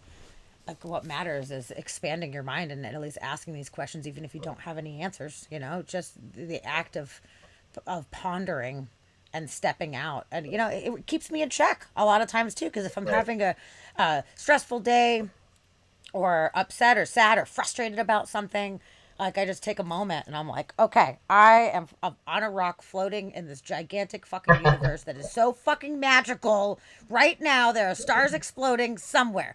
Right now, there are huge, like, nebulas giving birth to baby fucking stars. Like, stop stressing about the dumbest fucking thing. Like, it really does help keep me in perspective. So, do you feel like it kind of has that effect on you as well? Do you kind of find Oh, that comfort in the vastness? 1000%. But like Cool. all things, you have to be cautious with, I mean, not to say your perspective specifically, but I've had that perspective as well since being a teenager for the most part when I started reading into it and understanding where we were in life and our position as humans on this earth. The idea is it can lead into very quickly a nihilistic viewpoint instead that nothing matters. None of this is like all of this is happening on a tiny time scale. Nothing we do in the long run is going to end up mattering. We're all going to be just space dust in the next 4 billion years. The universe is going to go on for billions of years more after that, and we won't matter. So it was, I won't say a source of depression necessarily, but it was absolutely, it led to a nihilistic viewpoint that I had a very hard time getting around. Now, I did become a very big fan of the Doctor Who, specifically like the US series, I want to say 6 or 7 years back. And that perspective really helped enhance things too, because it did honor that idea of we are pretty small, but it allowed the idea of that doesn't mean we can't be great still, which was a very much something that I needed Absolutely. to continue on in life, honestly. Well, if this is all we've got, if we've got at maximum, 90 years or whatever, which is like, I mean, some people live longer than that. It's rare, but let's just say like average of 90 years. 90 years is nothing in the big cosmic scale, but based on our perception of it, it's everything. It's forever to us. So, regardless of whether we live on after death, regardless of whether there is a soul, any of those things, like they don't really matter because now is the time that we have. We have this time. So, sure, in the big, giant cosmic scheme of things, it doesn't matter what we do. It doesn't matter if we trash the fucking planet because the planet's going to be gone in a few billion years. No big deal. The sun's going to eat it. Doesn't matter. Let's just fuck it up. Like I don't choose to live my life like that because I want to do my best with the time that I have here and I want to feel honorable in my choices and what kind of contribution that I leave. But in the end, it doesn't fucking matter, but that's what makes this matter more, in my personal opinion. Like it, 100%. 4 billion years from now, 12 billion years, that's neither here nor there. Like we are so lucky, really. I'm not gonna say blessed, but fortunate. Fortunate is a better term. We are I like very, fortunate very better. Yeah. fortunate to be alive and to have the kind of brains that we do to be able to live the kind of lives and ask these kinds of questions. And, regardless of whether people think that that was, predestined or just Whatever they randomly want to put fucking there. happen or whatever, like we're here, we're doing it right now, and we have this moment. And I think that what we do with it makes things matter. So we give our own meaning to everything that we do. So I want to be a I good mean, person. I want to leave the earth better than I found it. That's just my meaning of life. let's push the optimism even further than that. I mean, you say names like, again, Galileo, Albert Einstein. I mean, we have names that are flowing through the centuries that live on because of the contributions they've been able to make, which you could argue extends their lifespan even beyond an average. Like, yes, they're not here to see this necessarily, but everything they were and everything they worked for is now pushing us and guiding us as we're living our lives today. I mean, and again, Definitely. that's why I like Doctor Who so much, because then you can look into it as if we pushed enough, could we get to the point where could we get off the Earth? Could we become not only, let's say, intergalactic creatures, but interuniversal creatures? Could we continue to live amongst stars and figure out ways around different galaxies? Could the human race become something greater that would survive the worst area of, say, the Earth dying or the end of our galaxy, anything like that? I mean, granted, I feel like it's a pretty heavy optimism. I don't know if it's necessarily even bordering realism, but it's a nice thought knowing that, there is that single possibility that humanity could maybe come together, maybe find ways out. I mean, we've done it before. We found our ways out of different tragedies and still managed to survive on this planet. Could we do that to get Yeah. off of the planet and survive outside in the stars? We're working on it. I mean, think about it. What year was the first plane flight? 1910 or 12 or something, right, brothers? I think we just Like, have the 100. We had the 100-year thing something, a bit yeah. ago, so that sounds about right. But, like, dude, out of the amount of time that humans have existed and that this planet has existed, in about 100 fucking years, we had the first plane flight that people were like, there's no way that humans can fly. Well, guess what? Yes, we can. Now we're doing, thousands and Commercial thousands of flights flights to every space. fucking day. And now today, for those of you that do not know, today was a very historic day. SpaceX launched the very first all civilian flight into space today. Four people, not billionaires, not astronauts, went up to fucking space on the Falcon rocket. And here we are to tell the tale. This is a historic thing because fast forward, I mean, I don't have a lot of hope in humanity making it that long, but let's say theoretically, 2,000 years in the future, if we haven't totally destroyed everything yet, humans are looking back, and space travel is just common. It's just like the huge. When they're doing their history books and they're talking about the history of humans and everything. It's a very important thing that we are now able to send people to fucking space. And we're about to start to colonize Mars. And I mean, we're just breaking records left and right. And the space race, I think, is fascinating. There's two fucking billionaires. Well, three. You got Branson too. They're like just duking it out. Before it was like Russia and China, the United States, and now it's just like Right. some rich One dudes company. just People who are ready to tired fucking of roll. government getting in the way of the progress, and they're doing it themselves. Touche. I'm actually going to steal Scott's comment on here too. Only Yep. 66 years in between the first flight and the first man on the moon. Let's just think about the time scale Fuck. involved in that. That's Wow. nothing. 66 years. Okay, so 1903 was the first flight. Got it. And then commercial airlines didn't even become commonplace for many years after that, obviously. And then all of a sudden we're on the fucking moon. 66 years. How fast is shit evolving right now? Oh my God. So exciting. I'm excited. And I mean, let's look what we have now. So, I mean, just as an example, let's look at phones and how quickly phones have been changing and how rapidly the price. If I remember right, $1,000 phones, the first time one came out was about 3 years ago, and now we've got phones that are commonly $1,000 that can do every bit as much as any of the laptops that we used to spend 1,600 to 2,000 on. We have Yes. mini computers that now can fold up in our pockets. I mean, it's It's advancing crazy. even on a time span of a year. We're having just giant jumps in all of this. I know. I mean, me and Dusty, my husband Dusty, we met 13, we're going on about 13 years in November. And Oh, that's a pretty good long time, but in the big picture of things, it's really not that fucking long. And I remember when we first met each other, we had those like shitty tiny phones where you did like he did use the T9 or whatever on it, quick and phones. yeah, like stupid shit. And I remember when smartphones first started to become a thing, I didn't jump on it right away.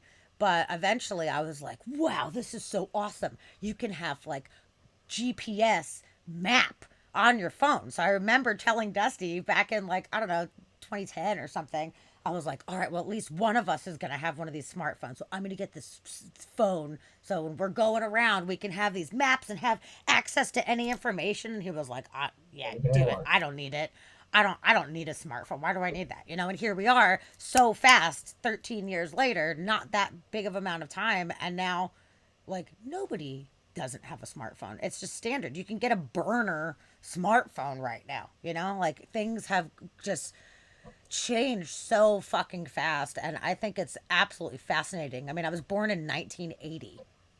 We got a microwave, and it was like a huge fucking deal. It was a giant microwave. It was like a $200 microwave, and they're like, don't stand in front of it because you get fucking cancer. Like, they hadn't figured out how to do the mesh thing yet, or whatever, you know? Like, it just come so far from a microwave being the most amazing technology. Mind blowing. And now I've got this Now we're kind of fancy, like gigantic disgusted phone. almost if they're not in, like you go to a hotel even, oh, they don't have a microwave in my room? How Yeah, common is that? Yeah, yeah. And you that's can how get them spoiled we for are. $29 at Target or whatever at this point. You know, it's just so interesting how fast that things are moving. So that brings me to what we were talking about before about science and us exponentially learning more, but at the same time having it opening so many more questions that it's almost overwhelming. It's like the Pandora's box. We have opened so many different Pandora's boxes that now we're like, fuck, okay, where do we even start? Okay, particle colliding. Got it. We're gonna build this giant thing. We're just gonna smash the We're particles. We're gonna just gonna see smash what protons happens. into each other, going at Yeah, 99.9998% the speed of light. Like, yeah. Why not? Let's just see what happens. They're like, it might create a fucking like space time hole, and there might be a fucking wormhole. We might just blink out of existence. We're turning it on anyway. But you remember when oh, people that's were worried right. about that? That was a legitimate Literally. fear for a while. People thought a black hole was going to start. Now, I remember reading the paper that for that initially too, saying and I mean, it was a minuscule percentage of a point. We're talking point zero zero something something. Point being though, yeah, people were legitimately concerned about it. Then the media picked up on it. Turning on super collider could cause Earth to fall into a black hole. Sure, and that worked out pretty well, clearly. Probably not. Yeah, yeah, yeah, yeah. That was so funny. I was like, you guys, who is coming up with this? Like, was it the scientists that were like, actually, we're a little concerned, or was it like random people that are just like, we're going to make a black hole and disappear? Like, I don't even really know where that theory came from, to be totally honest with you. It's always the common case, unfortunately. It is scientific information that comes from possible theories or information that is then misinterpreted through, say, scientist talks to somebody for a news article or something. There's a giant gap between what they actually meant and what was heard or perceived or understood, which then causes the theories to roll off. If you look at, say, theories now, for example, too, or even just let's look at space weather, going back to that, there are plenty of articles that come out anytime the sun has an eruption, whether or not A, that eruption is close to us, or even aimed at us, or B, if it's a severe one, or even if it is relevant as far as time frame, you're always going to find articles that go, giant storm coming from the sun, it could knock out the internet, and like just a bunch Oh of yeah, fear mongering, solar essentially. tsunami. I've just been hearing this like recently, like solar tsunami. I'm like, are you guys just making up words right now to try to Next time make you it see make that, sense? find the event they're referring to, and more often than not, it's going to be an event that not only happened several days prior, but had already either come and gone or has not is not going to affect the Earth. It's almost always incorrect, and I have But several different subjects I could lead into that with, but agreed. But I will say that I have seen a bunch of articles popping up recently talking about solar tsunami and talking about like this could knock out the internet and it could take all this time. Yada, yada, yada. I've seen multiple different articles about this, and this is not new information. We have been talking about this for so fucking long since we had communication satellites, since like forever.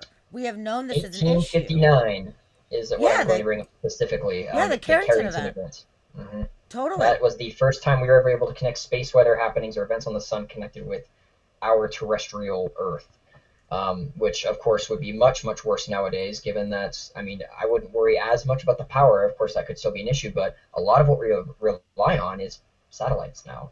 And if we get an Absolutely. event that's bad enough, that's going to expose the satellites to the solar wind with, say, Earth's magnetic field getting pushed back that far, which can happen, they're going to get fried, and we're going to be left without it. So Absolutely. Starlink, all of the wonderful satellite internets we have, gone. So it's a Yep. real threat. It's not like it's, an Absolutely. incredible threat, but No, it's not over dramatized. It's under fucking dramatized right now, in my opinion. It is a serious situation. I remember quite a few years ago, Michio Kaku was on some kind of like main news, it was CNN or whatever, and he was talking about this exact thing. And he was like, listen, this is very important. I mean, this was on a major news thing, like to the masses, like we need to protect our satellites. This is not an if, it's a when. We are going to lose everything that we've worked for. Everything would shut down. This is so Billions of important damage. that the new satellites that go up, we need to invest our money and time into protecting this whole infrastructure. And, people kind of laughed it off. They were like, okay, crazy, silly theoretical physicist guy. Like, we hear you, but we don't want to be the ones to invest in that. And Like, cool that story. I'm gonna go back to my scares the shit regular out of me. life now. Yeah.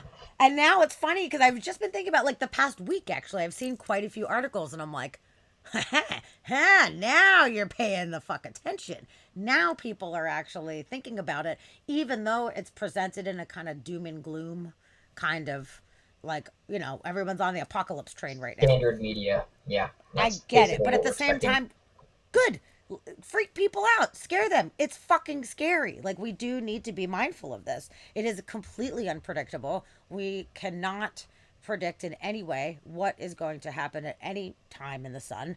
Approaching solar maximum, like, yo, shit is completely unstable and we are not invincible at On all. that note, So, yeah, I can go into a fun kind of, well, I'll say story there necessarily, but there's a common way that most of the scientists, especially the ones that are on the panel to decide where each cycle is going to go, basically stating that the solar cycles will more than likely appear to be getting weaker and that we should be going into some sort of minimum, a long-term minimum, which in this case, there's things I really? call the Maunder minimum, the Dalton minimum. There were periods where sunspots were not seen on the sun for anywhere from 50 to 100 years. So we're talking 2 to 6 different cycles that the sun could just What?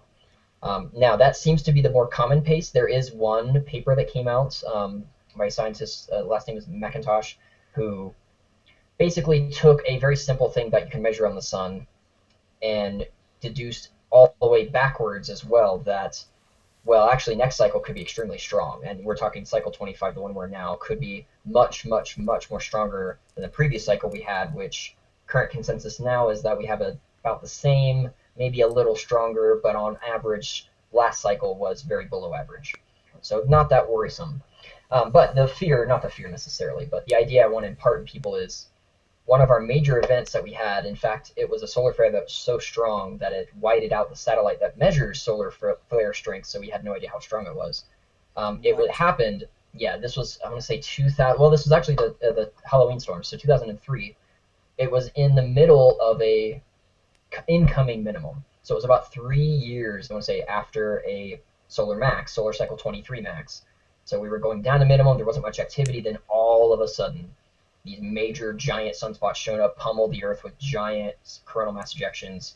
That's when, again, I saw the lights as a kid as well. But the point is, Gotcha. that came during a minimum period, not the minimum of the cycle, but coming down. So even if we abide by, maybe the cycle won't be that bad since we're coming down, and maybe next cycles won't be even as bad, even more.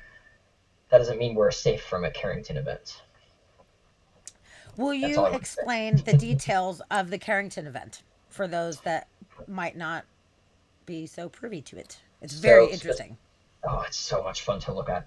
A lot of stuff has been written about it too. So back in 1859, there was an astronomer named Carrington who was studying the sun. He had a way to project the image of the sun onto like a piece of cardboard, I want to say, and he was drawing the sunspots that he saw on the sun that day, or at least throughout the years. Now, at one of these days, I don't remember the specific date of the Carrington event, I just remember the year, but he saw a solar flare occur on one of his drawings, or as he was doing the drawing, he saw one of the sunspots brighten up. Now, in visible light, solar flares generally take place in ultraviolet light and X-rays. There's not a lot of evidence generally to see a solar flare take place visually if you're looking at the photosphere of the sun, the actual surface of the sun.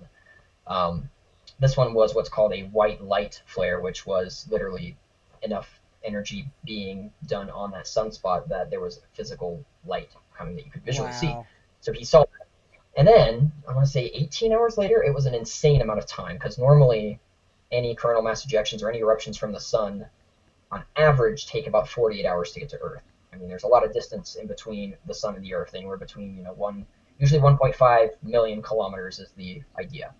150 million kilometers is the actual space. So there's a lot of time for things to move through that. It was like 18 hours later that this cloud showed up and would have wreaked more havoc, but the only real damage that they saw was there were auroras, and I'm talking Colorado coal miners in the middle of the night came out from sleeping because they thought it was daylight because the aurora was so strong in Colorado. Wow. So that was one of the events. The other major one was this was around the time telegraphs took place. So they had these long, long wires that went across the entire U.S. that they were able to send signals through a telegraph. Um, well, problem is the coronal mass ejections that come and hit the Earth cause and induce giant electric fields on around the Earth, which can then be conducted into the wires because they're long and they're very good at conducting electricity. And it got to the point where it was blowing up and causing fires on the other ends of the telegraphs because of how much extra current was running through them. They unplugged the batteries from these telegraphs and were still able to send signals just based off the energy that the coronal mass ejection has caused It's fucking from crazy. the. So not only did they have major auroras, but they were sending signals to each other across the nation without any power from batteries at all, just from the natural electric field that was being produced from that eruption that hit Earth. Fucking A. That's some Tesla shit right there. Now, if it happened nowadays, we'd be done. It would have caused excess voltage in almost any power supply anywhere. So we're talking especially northern latitudes, so Canada specifically, Alaska, but it would overload those power supplies and things would blow up. And I want to say 1989, this actually happened in Quebec. There was an event where Quebec lost power for 9 hours because of a solar event or a coronal mass ejection that hit the Earth. So it would ruin all of our power supplies. Now it wouldn't be like cell phones or batteries on the Earth or like tiny laptops, something like that. We're talking giant things. But the point is, we would lose cell phone service easy because we just wouldn't be able to utilize the towers. We wouldn't have power. We would have Aurora, is the good news at least. But I think That's the that's good at news. least personally good. That's about the But only basically, good news. We'd have a nice show. yeah, that's true. Actually, no internet, nothing like that. We'd be very much in the dark. Nobody would be able to put Literally, on literally. Instagram all their photos of their auroras. And that It'd be would be so terrible. sad. As long as you've got your So memory card and batteries charged, though, you still be able to take pictures. true. So, um, what was I just gonna say? I was totally about to ask a question, and I Didn't mean to completely blow your mind. forgot. Oh, no, no, no. Okay, so based on looking at like the molecular structure in rocks and whatever, we're able to figure out like the poles have shifted based on the polarity in the rocks, whatever. Can we tell from any like physical features that we have how often we have had these kind of events? Is there anything physical proof that tells us like, okay, this happens every so many years?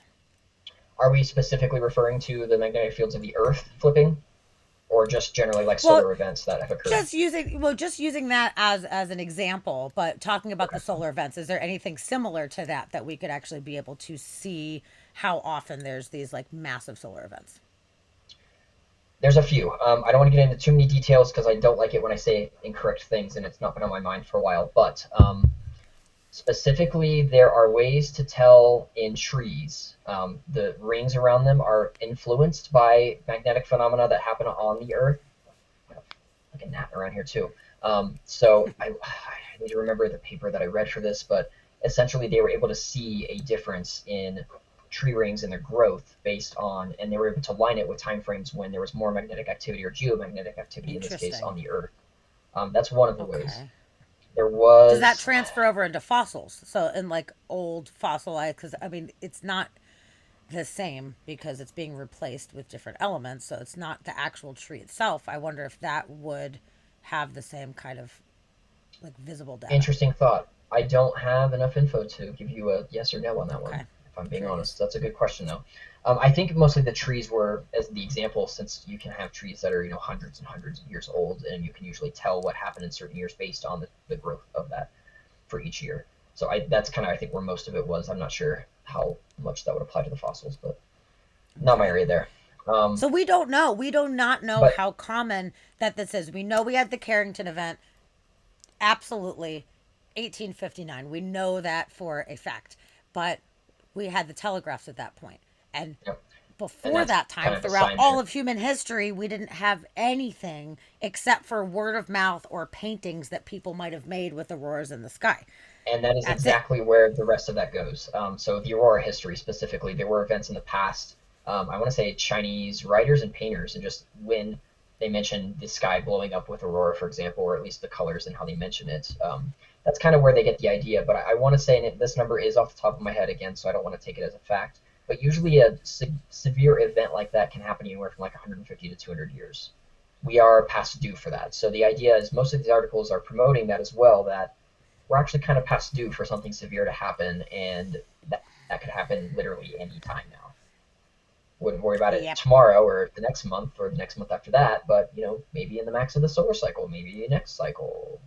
But we may We as don't have well enough worry about knowledge. it. It would just as equally happen this week, really, as it could happen another time. I mean, yes, there's more activity during solar max, so we have more potential for disaster.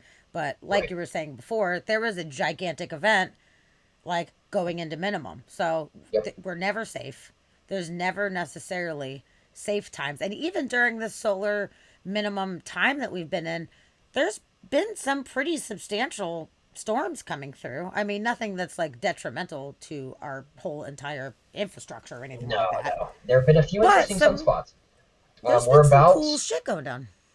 20, I want to say solar minimum officially hit or peaked, we'll say crested maybe, as of November of 2019 or 2020. I want to say maybe 2020. And these numbers are not very good for me tonight in my head. But the point is, it was I very think it was soon. before that. So I want to say 2019 at the very earliest for sure. Yeah. But the point is, we're coming up now into a solar cycle, the next one, 25, in which case, hopefully, we have more. But it has been, I mean, active. There's been some interesting sunspots that have arrived. Things have gone a little faster than initially predicted, but so far the trend does still look to be roughly the same as last cycle. So we'll see how that ends up playing out. You never know But what's going to happen. It's just like a crapshoot all the time. It's just until like we have more the sun's knowledge, rolling that's the some whole dice and it's idea. like, caca, like what's going to happen? Nobody fucking knows. It's so exciting. I think it's And great. that's half of my interest in the field, at least, because there absolutely has to be some sort of pattern. Now, granted, this pattern could be embedded in several different patterns that we're blinded to or don't know about. So maybe there's more we need to figure out before we can even plot out the sun's, say, history or even the sun's future as to how that's going to act in each cycle. But until that happens, we're literally just on a guessing game. We used to have satellites even that were on either sides of the sun. So we had one looking directly from the Earth, and we had one on the side about 150 degrees to the side, and then another one to the side of that. So we had a full picture of what was going on in the sun as far as what sunspots were showing up, what events were happening. Since then, we've lost one of those satellites that just died, and the other one has drifted so far that it's basically giving us the same angle that we have on Earth. Hmm. So we have no idea what's going Okay. on in the backside of the sun anymore. I would say it's not necessarily a dark time for space weather, but we have less ability to make successful predictions now than we did last cycle. If that's my Okay. opinion personally, but we're losing equipment. So Dusty just said so the peak of solar max is going to be around 2030, give or take. So it's Sooner than 11 that, years actually. in, right? So the 11-year cycle specifically is the time it takes for it to go from minimum to max to then back to minimum. And that can be anywhere from 8 years to 12 years for the longer ones. It's kind of a I thought it 11 was average. 22. It's not 11 up and 11 down. It's not 22 as a whole. Right. It's 22 as a magnetic cycle, which means that now the Ooh. sun flips poles every 11 years. So at max, the North Pole turns into the South Pole and vice versa. So if we're looking at the magnetic cycle for the time it takes for the magnetic polarity to return to the same orientation, that's 22 years. Gotcha. But the Gotcha. But max, the the solar actual min to max is cycle, about 11. So I believe that is very 2023 interesting. is the rough estimation. In fact, max is supposed to be around the same time as the next U.S. solar eclipse, which is April of You know 2024. what? I'm glad you said that because I was just thinking that when you said 2023, I was like, oh, okay, 2023, 2024. I just thought about the eclipse and how ridiculous that would be if they were in any way I coinciding. mean, the Amazingly. 2017 was a pretty good eclipse. I wasn't like professionally into photography at that point, but I did have a good telescope, and we did have two good sunspot groups that were on the sun as it was getting eclipsed. Oh Now, the idea man, would that's be so fucking having an cool. eruption. This is the goal: having an eruption occur while the sun is in totality, which is about a 3 to 4 minute time frame. And by Yeah, occurring within that you 8 would see hours, it but you could see visibly. the corona being affected by that moving coronal mass ejection. Yes. Okay, so we all need Right. to activate our witchy manifestation powers, and we need to make the sun do this for us during this time. Make it. We need to, force it. I'll Exactly. bargain with you. Oh, that would be so fucking amazing. Oh, that'd be so cool. And just to Anybody agree with in the Dusty, chat? Does anyone have any questions right now? Throw out some questions. What were you saying? yes. So once solar max hit, that's one of the major characteristics of solar maximum is the migration of the polar flux or the magnetic flux, as we're going to call it, goes across the poles. Solar max is kind of defined as when that changes in each hemisphere, and it's funny. The northern hemisphere can change to the other polarity at a different time than the southern. So, like last year, for example, the northern hemisphere was much faster at changing, and then the southern hemisphere changed, which led to two peaks. So, if you look at solar cycle 24's history, you see it goes up and then comes down a bit and then it goes up higher. One was the northern hemisphere peak, the other was the southern hemisphere peak, but the idea was the sun changes its polarity then during those time periods. So it flips pretty frequently. Earth doesn't do that once every Wow. 50, 60,000 years, I believe, but the sun is pretty consistent doing it.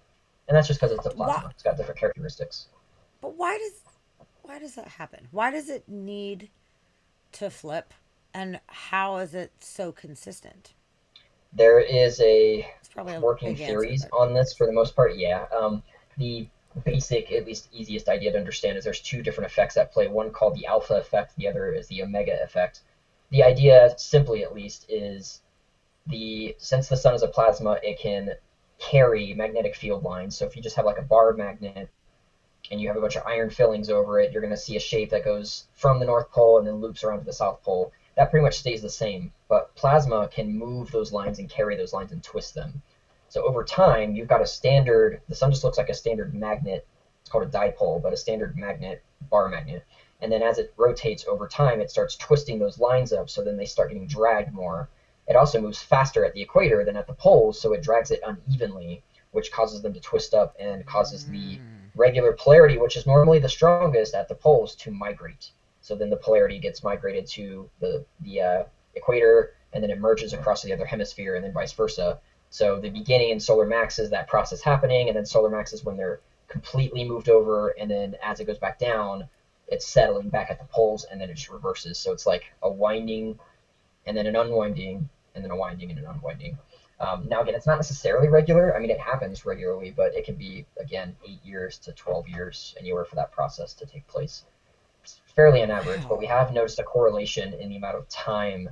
So let's say a solar cycle is really long, it usually can mean the next solar cycle before it is not going to be that strong, or vice versa. If the solar cycle before it is very short and gets back from maximum to minimum and then starts again, the next one's probably going to be stronger.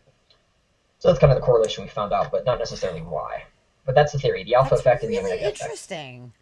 I did not know that, which is very cool. Because I was like, A look, lot of why? fun, Why did you just flip? Why are we flipping around? right? Same thing with the reversing of the poles on the Earth. Like, why is this necessary? And that's You flipping know, for an like I entirely just different reason. don't understand. Why is the Earth poles flipping? The Earth is more so just because the core is the hard core is rotating over or the like liquid is rotating over a solid core. I won't pretend to know the specifics as well as the sun, which we don't know the sun as much, but it's a different type of mechanism that causes it to mix more, to flip more, and then it's a little more of a, I won't say drastic process, but a more sudden process. So eventually, the North Pole just flips and becomes the South Pole, and vice versa. It's Um, fucking weird. it would be, That is a yeah, weird thing. it would be very weird. Not only that, but for our data's sake, there's a number we look at, which I know you're familiar with some of the data, but a number called the BZ number, and we need it to be in the negative orientation for any good aurora outbreaks to happen. If the poles ever flip for the Earth, that's going to become a positive need for that instead. Oh yeah, So it's going to that's be gonna even be weirder in so our sense. weird. Yeah, Ugh. there's a positive Oh, okay. BZ. Everybody get Speaking out for of aurora. right, that'd be so weird. Speaking of numbers, though, I would love for you to share some details on the important numbers to look out for anybody that is going out and wants to do aurora hunting. If you can explain a little bit about what the numbers mean and what to look out for, or what, Just give us a kind of overview of how this whole thing works, if you don't Sure. mind. Sorry. So specifically for at least the data that we look at, and I usually just tell people to Google this because it makes it much easier. But if you type in SWPC space RTSW, which is a Space Weather Prediction Center, and then real-time solar wind, basically it brings up a chart that has a few different graphs on it, and it's all just data taken from spacecraft that's about 1% the distance to the sun from the Earth. So it's out way farther than any of our other satellites. And it gives us about a 45-minute forewarning of what's coming. But the idea was it can measure the speed of the solar wind that's incoming, as well as its magnetic field orientation, which is kind of the whole point. There are numbers on there, and I don't want to get into it too mathematically, but there's a number called a BZ number, or it's the Z component of the solar wind's magnetic field. That axis is specifically aligned with Earth's. So if you say have north to south as a line, then BZ is the component of the solar wind's magnetic field that is aligned with that direction. And the idea is we want it in a negative direction. So if you ever see BZ is south or BZ is negative, and I believe on the chart this is a red line.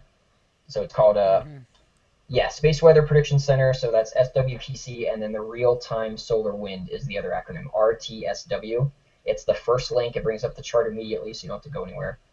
But we're looking at the top one. There's a white line, which is BT. That's just the total magnetic field strength. And then there's a BZ value, which is the red line, which is the orientation of that magnetic field strength that is in the direction of Earth's poles. And the point is, if the numbers are in positive numbers, then the solar wind that's coming into the Earth is reinforcing Earth's magnetic field and is causing the solar wind to basically fly around the Earth completely unaffected, or unaffecting the Earth. So there's no aurora. Interesting. If it's negative, it's partially canceling out that field. And I do mean partially. The strength of the magnetic field coming in from the solar wind is usually measured in nanotesla, which is about 1/1000th of 1 Tesla. Earth's magnetic field strength is usually in microtesla, which is about 3 magnitudes stronger than what the solar wind is. So when I say partially cancels, I mean tiny, tiny, tiny bit cancels. So it's not like Earth's magnetic field disappears or anything. But moral is, and thank you for the links there, I appreciate that, Dusty. Point is, if it's negative, partially some of that is canceled, the solar wind is then allowed to funnel in to the Earth's magnetic field, and all of that gets funneled into the poles because that's where the magnetic field terminates. So that also answers the question as to why is there aurora generally in the polar latitudes? Well, this is because most of the area of the poles, the magnetic field of the Earth terminates there. So that's where all the solar wind ends up. The more solar wind that gets in, which can be represented by a lower negative BZ number, then the more gets thrown into the atmosphere, the more that aurora can spread as well to the south, and the brighter it will get. So for just the briefest overview, you want to look for negative numbers for that red line, the BZ. And again, we're talking for in Fairbanks, Alaska, let's say, and it's at -3, -4 for an hour. Time matters as well. Then you're going to have at least a little bit of a show. But what you want for, say, the states, let's say Seattle, Oregon, the U.S.-Canada border, you're going to want something like -10 for a couple of hours and a fairly decent solar wind speed, which I want to say is either the second or third panel. It's a yellow line, but that's measuring how fast the wind is coming into the Earth. Average is about 300 to 350 kilometers per second. Anything above that is a little above it. For events that, say, cause really bright aurora, you usually see about 450 to 600 kilometers per second for that. There was a paper release that was theorizing when the Carrington storm came in what the values would have measured when they came in. I think solar wind speed topped out around 1,400 kilometers per second, and the BZ number was like -80, -90 nanotesla. No way. Numbers that I have never seen before or even get close. Since I've been studying space weather, since I've been studying space weather since 2012, the strongest I've ever seen was back in 2017. We had an X-class flare hit us, and I want to say it hit -25 or -30. Only for a few hours, though. But it was a very interesting negative experience. 13, I think, it might have been 15 actually, was the lowest that I had seen. And I thought my mind was blown. That it was about, I would say maybe 2.5 years ago or so. And me and my friend Tavia, we were actually in Eastern Washington, And I was just always checking the Aurora numbers just to, just to see, like, okay, Sure. we're near dark skies. Like, what's it looking like today? And holy shit, I was driving like a bat out of fucking hell. I was driving like a psychopath. Get I up have a there. fast car. It worked out. But as we're driving, I'm like, oh my God, it's -14. Like, we gotta fucking go. And the KP, at least on soft serve, I know you hate it, but that's what I was checking at the So time much. before I took your class. Everyone It was did. at 7.64 KP and was at like -14 for some time. So I was fucking stoked about it. We're like, oh, we're gonna go. Okay, Moses Lake. There's a lake. It's not a Find a dark fucking area. lake. It's a giant. Well, not giant, but it's a fucking city. I didn't know. So I was just That's driving. rough. I just saw the word lake. I was going to a lake. It's a friggin' city. So we get there and I'm like, what the fuck? And I just start driving north. I'm just driving. I'm like, I don't know. We're just going to drive that way and Don't hopefully care. it Just get gets up there. dark. Did you Whatever. see anything? And I saw a little bit. We saw a Okay. couple pillars and a little bit of ribbons going on. It was not, super bright or anything like that. But we did see something, which was good. But honestly, considering the numbers, like, the KP of almost 8 Right. and You should then have a seen a bit negative more. 14, I was expecting like something amazing. And it was, Or you it was came at the better than wrong time nothing. and missed it. I will Might say have. that is, and I should have honestly added this at the beginning of my intro, that kind of also led into my knowledge, or at least need to have knowledge for space weather. In 2012 of March, we had an X-class flare that did launch a CME towards us. I was completely oblivious to space weather numbers and what they meant, and I went only off of the KP values, which 85% of sites, I am throwing out a random statistic, but most sites end up using for their gauge on whether or not you should get out. Problem is that number generally reflects a past value. And if it doesn't reflect a past value, it's a guess as to what it will be and can change frequently based on the data.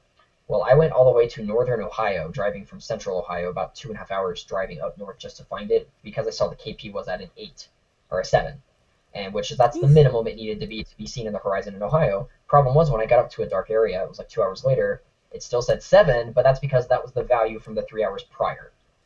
In which case, then I saw another one, it was a 4. So none Damn. of the time I was driving or even got up there did I even have the chance to see them. So my whole passion and Hmm. the website was born out of trying to prevent that disappointment because it hurts when you go out to see Aurora and think you're going to see it. Yeah. It hurts. Well, talking about the with soft serve definitely does the like, okay, right now KP is This 3.33 level, and in 20 minutes it's going to be 4 point whatever, like it seems to, from what I don't know, I'm gathering from it is it's trying to take all the data and is trying to make a best guesstimate into one guess based on, number. Yep. yeah, so it's like, okay, these satellites got this information 30, 40 minutes ago or whatever. So we're going to say that in 20 minutes from now, it's expected to be this. But you seem to not trust that information at all. Oh, I think my battery died on my camera. Oh, I just lost. Ah, shit. It's okay. I can still hear you, though. So feel free That's to good. do whatever, do So, whatever you well, I got. guess in the meantime, while I'm fixing this part, yeah, let me grab another battery. So, that's Hey, the whole Walt. point is just to Welcome in. avoid that disappointment. All Sorry. right. Go ahead. Go ahead and ramble though. I go to the other room to grab a battery. Give me just a minute. Okay, for sure. Walt, I am glad to see you pop in, my friend. I know you're heading to bed, but thank you for coming in for a little bit. And I'm glad that you found the YouTube. That is awesome. We have been putting up all the episodes for the past couple months, so there's some good archived stuff. So if you're only able to pop in a little bit here and there, you can catch the full episodes, which is awesome. So for anybody else out there that is listening that did not know that we have a YouTube channel, we in fact do. It is the same name, Inspired by Mystery Podcast, on YouTube, and all of the archived videos are on there for your viewing pleasure. And here on Twitch, the videos stay on my Twitch page for 2 weeks, and then unfortunately they get taken away. So yeah, so definitely make sure that you check that out. We're also trying to get our Discord going right now. So for anybody that wants to help us actually pay attention to our Discord, that would be great. So exclamation I am back. Discord, and it'll pull that up. Awesome. Welcome back. Perfect. Thanks. I had extra batteries nearby, thankfully. Oh, good. Good job. Very smart. Very smart. Okay, so what were we talking about again? So numbers, disappointing numbers. Save the Yes, yes. disappointment. Why Let's does the get to our KP suck? Yeah, tell me why yes. does the KP suck? So again, general at least explanation. The KP is technically called the planetary K index. It's an average of many, many different numbers that are called K indices. The K indices are also translated from complicated numbers to just a single number in order to kind of generalize things. But essentially, a K index can be anywhere from 0 to 9, and it is latitude and longitude dependent. So it's dependent on where you're measuring it, and it's determined by these devices called magnetometers. They literally just measure the change in Earth's magnetic field at that location, which they have to be put very far away from any technology so they're not affected. But the idea is once Mm. geomagnetic activity occurs that then causes the aurora, these devices measure that change. Problem is, the devices that are up at northern latitudes oscillate way more frequently and way more harshly than the ones in the equator. So then you have, say, 6, 6, 5, 5, and then down at the near the equator, twos and ones. The KP is an average of all of those numbers from select areas over a 3 hour Gotcha. time span. So when you see the KP, like if we're looking at NOAA's chart, the KP is this. It means from this time period to this time period, a 3 hour window, the maximum the average K indice across the world was this. It's Now a the 3 hour sites try to estimate average? that. Mhm. I didn't know So the that. websites try to guesstimate what it's going to be based off of those numbers, but the problem is they just fall short. They're simplifying something that's also been simplified again. So when you try to simplify something that's already simplified, you're losing a lot of the critical data that you need in there to determine if this is going to be accurate. Now, I'm not saying it's not Gotcha. worth looking at. If you're in, say, Fairbanks and you see it's going to be a KP 5.6 soon, that's a pretty good sign to get out and go. But the problem is, if you're in Washington, Seattle, on the border, you need very specific numbers and information to determine if this is accurate or if you have a chance to see something. That's why you want to see Right. the data for yourself. You want to see what is actually going on with the solar wind so that you know whether or not this is going to be something that actually is worth going out for. Okay, so we know that we need to have the BZB south. So we know that much. What are the other elements that we need to be aware of to know if it is worth going out? So, what would you tell Aurora hunters that are asking, is there going to be any lights tonight? Or what about right now? Should I go outside or whatever? What's the best I things to didn't give look them out a for? list. The BZ is the priority. So if as long as the BZ is south, that is primary. If BZ is not south, and we call negative numbers south, just to make it easy. South being it's pointing in the southern direction, and Earth's field goes north, so they cancel. But BZ being south or negative, if you hear that, that is only the preliminary part. So then you're going good, okay, possibly there. If it's not south, it's north or positive numbers, forget it. Don't even look at the rest. It doesn't matter. It's going to block anything from getting in. The other thing you want to look at is how long has it been negative or south? Is it oscillating between southern and northern numbers so much, or is it consistently just south? Because anything that's consistent means it's going to build up and it's going to cause a better show ultimately. So that's number two. How long has it been in the negatives? Number three is what's the value?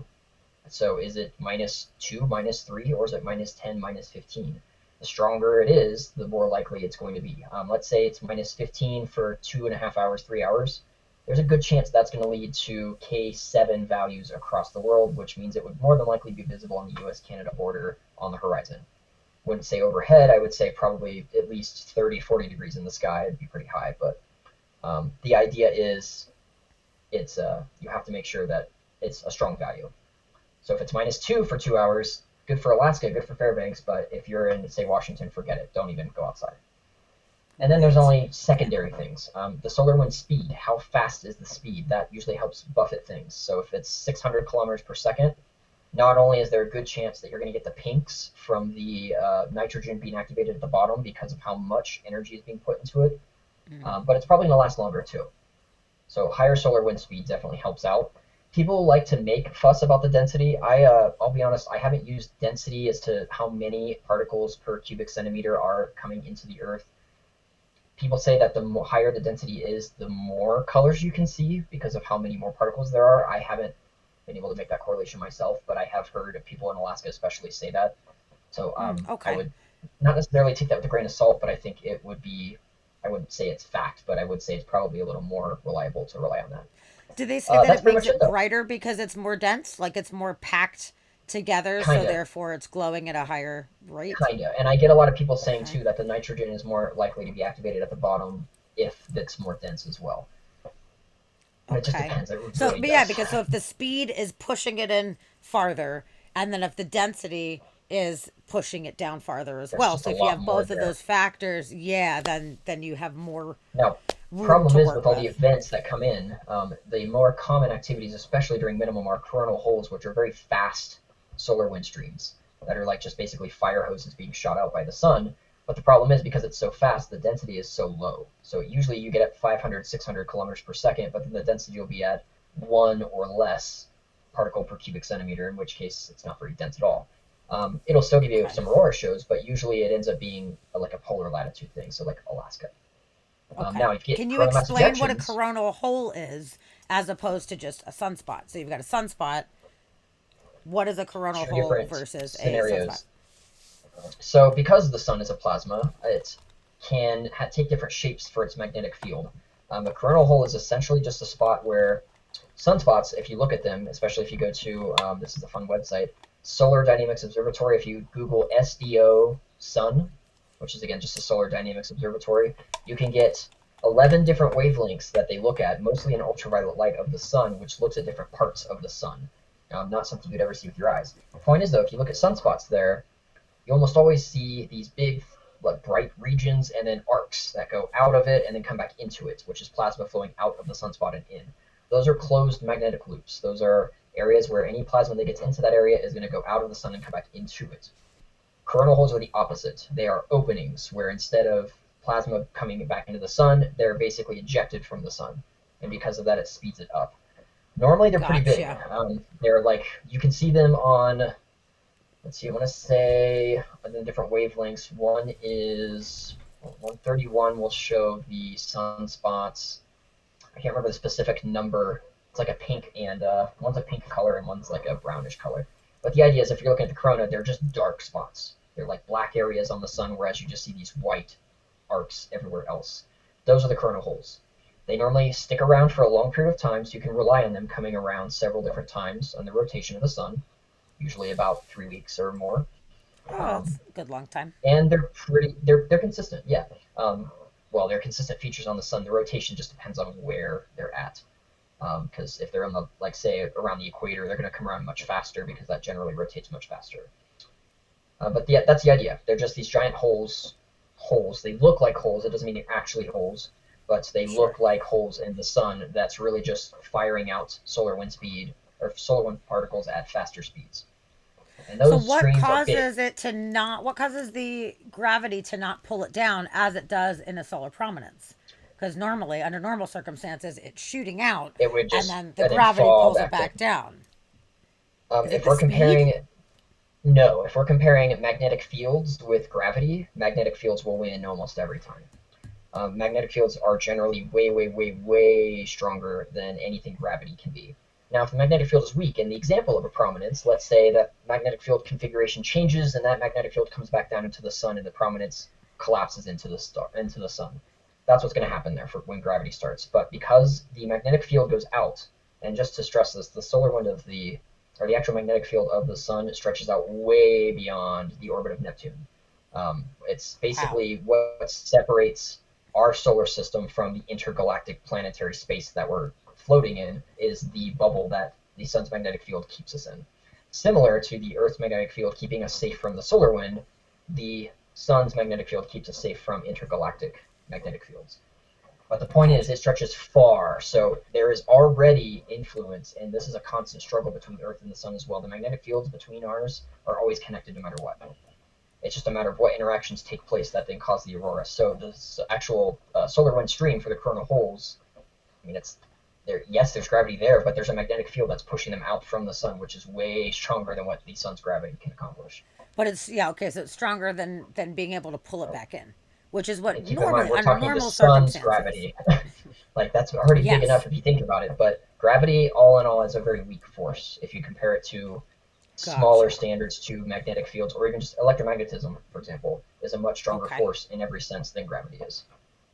So then that compared to a CME or a coronal mass ejection, that's when the prominence breaks off and it's actual tangible thick plasma that is actually shooting towards the Earth. Yep, that's one example of it at least. So yeah, you can have just the arcs of plasma that are anchored to the sun, and some magnetic field part of it changes, which causes it to just launch out into the, say maybe the Earth or just in interplanetary space.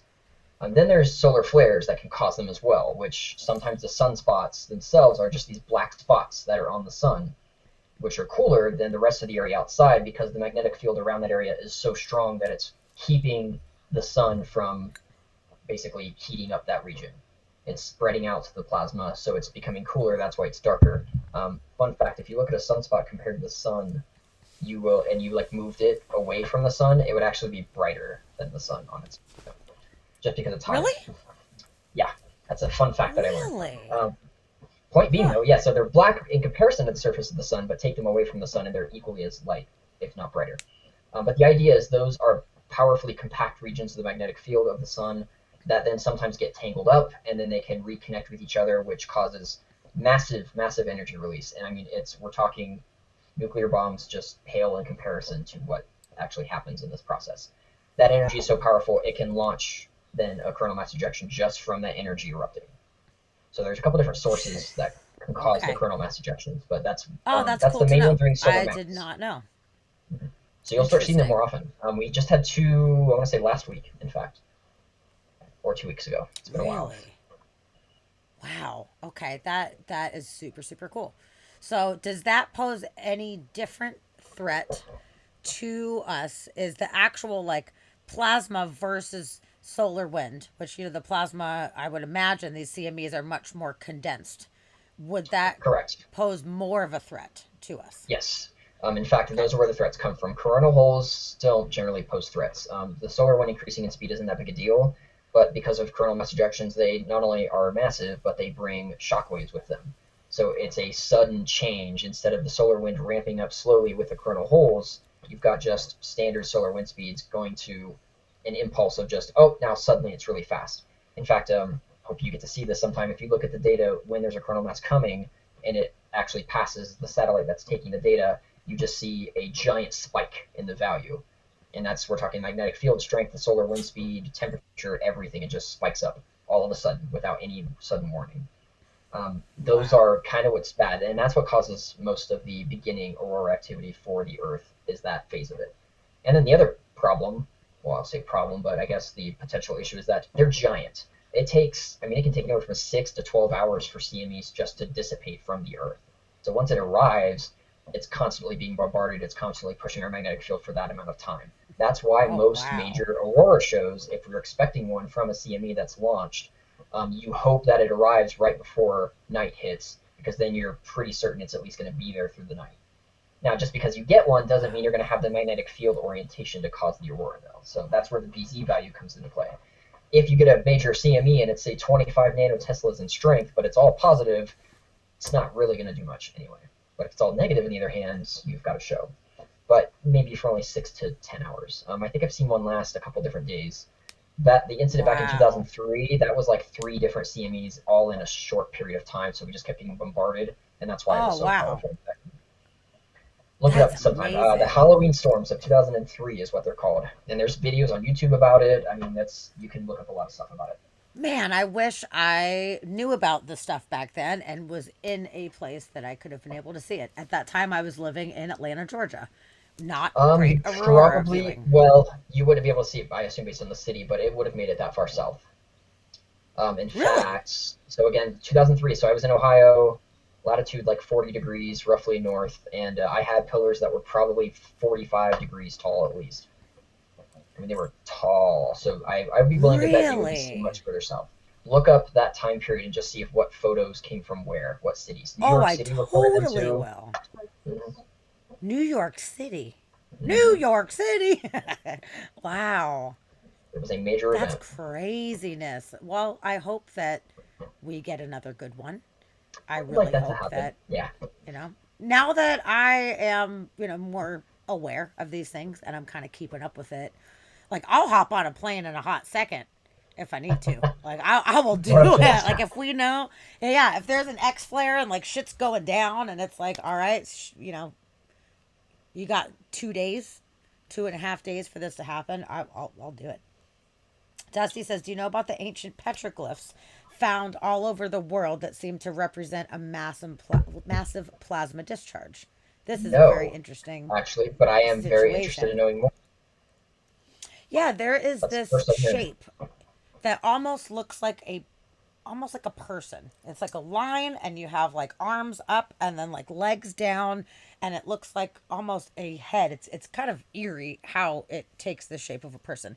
But there's been petroglyphs and different cave drawings that were seen in different parts of the world, and the theory behind it is, from what I know, I mean, there's probably a lot more to it, but just the gist is that it was so strong of a solar event that when apparently when this much energy gets put in where it's like maxed out, that it snaps into a shape, that rather than having it be like Huh. wavy type of things, that there was this like shape that was snapped into the sky. So they were thinking that these ancient populations were actually observing in the sky these glowing shapes. So I I mean, will I have to do don't some know. research into that. No, that's the first I've heard of something similar like Actually, that.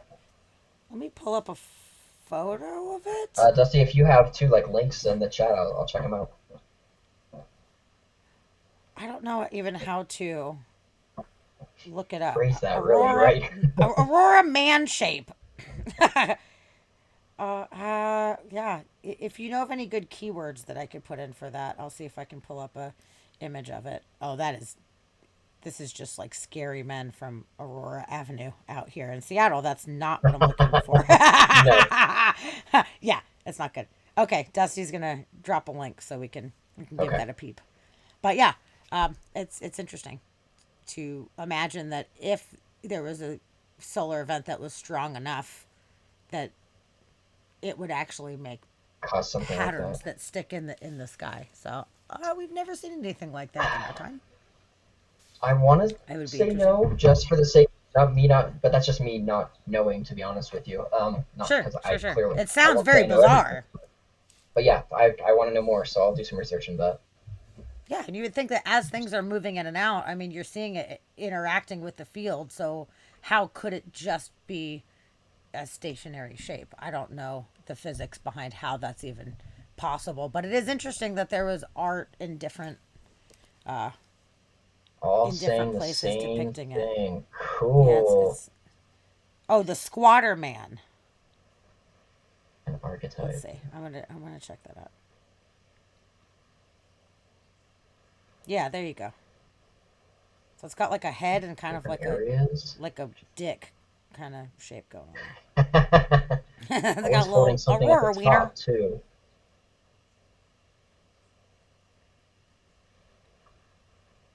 But, it could have just been people, drawing people, but it's just interesting that there's so many similarities between that. So, yeah, who knows? Cool. Yeah, squatting man petroglyphs high energy plasma discharge event. So that'll take a little bit of looking into I'll have to do later more just to research get a into little that for more. that. Yeah. Yeah, that'll be fun. Okay, so switching gears a bit here. Before we started this podcast, we talked a little bit about your inward journey. So we've been talking about looking up to the sky and your outward introspection, but inward introspection via the tool of psychedelics. I would love to hear some of your stories and your insight on what you think is going on with this. Tell me some stories. It's a fun story. As just an empirical person, as I mentioned before, I won't pretend that I have any explanation or reasoning for it all, since it is, of course, all internal.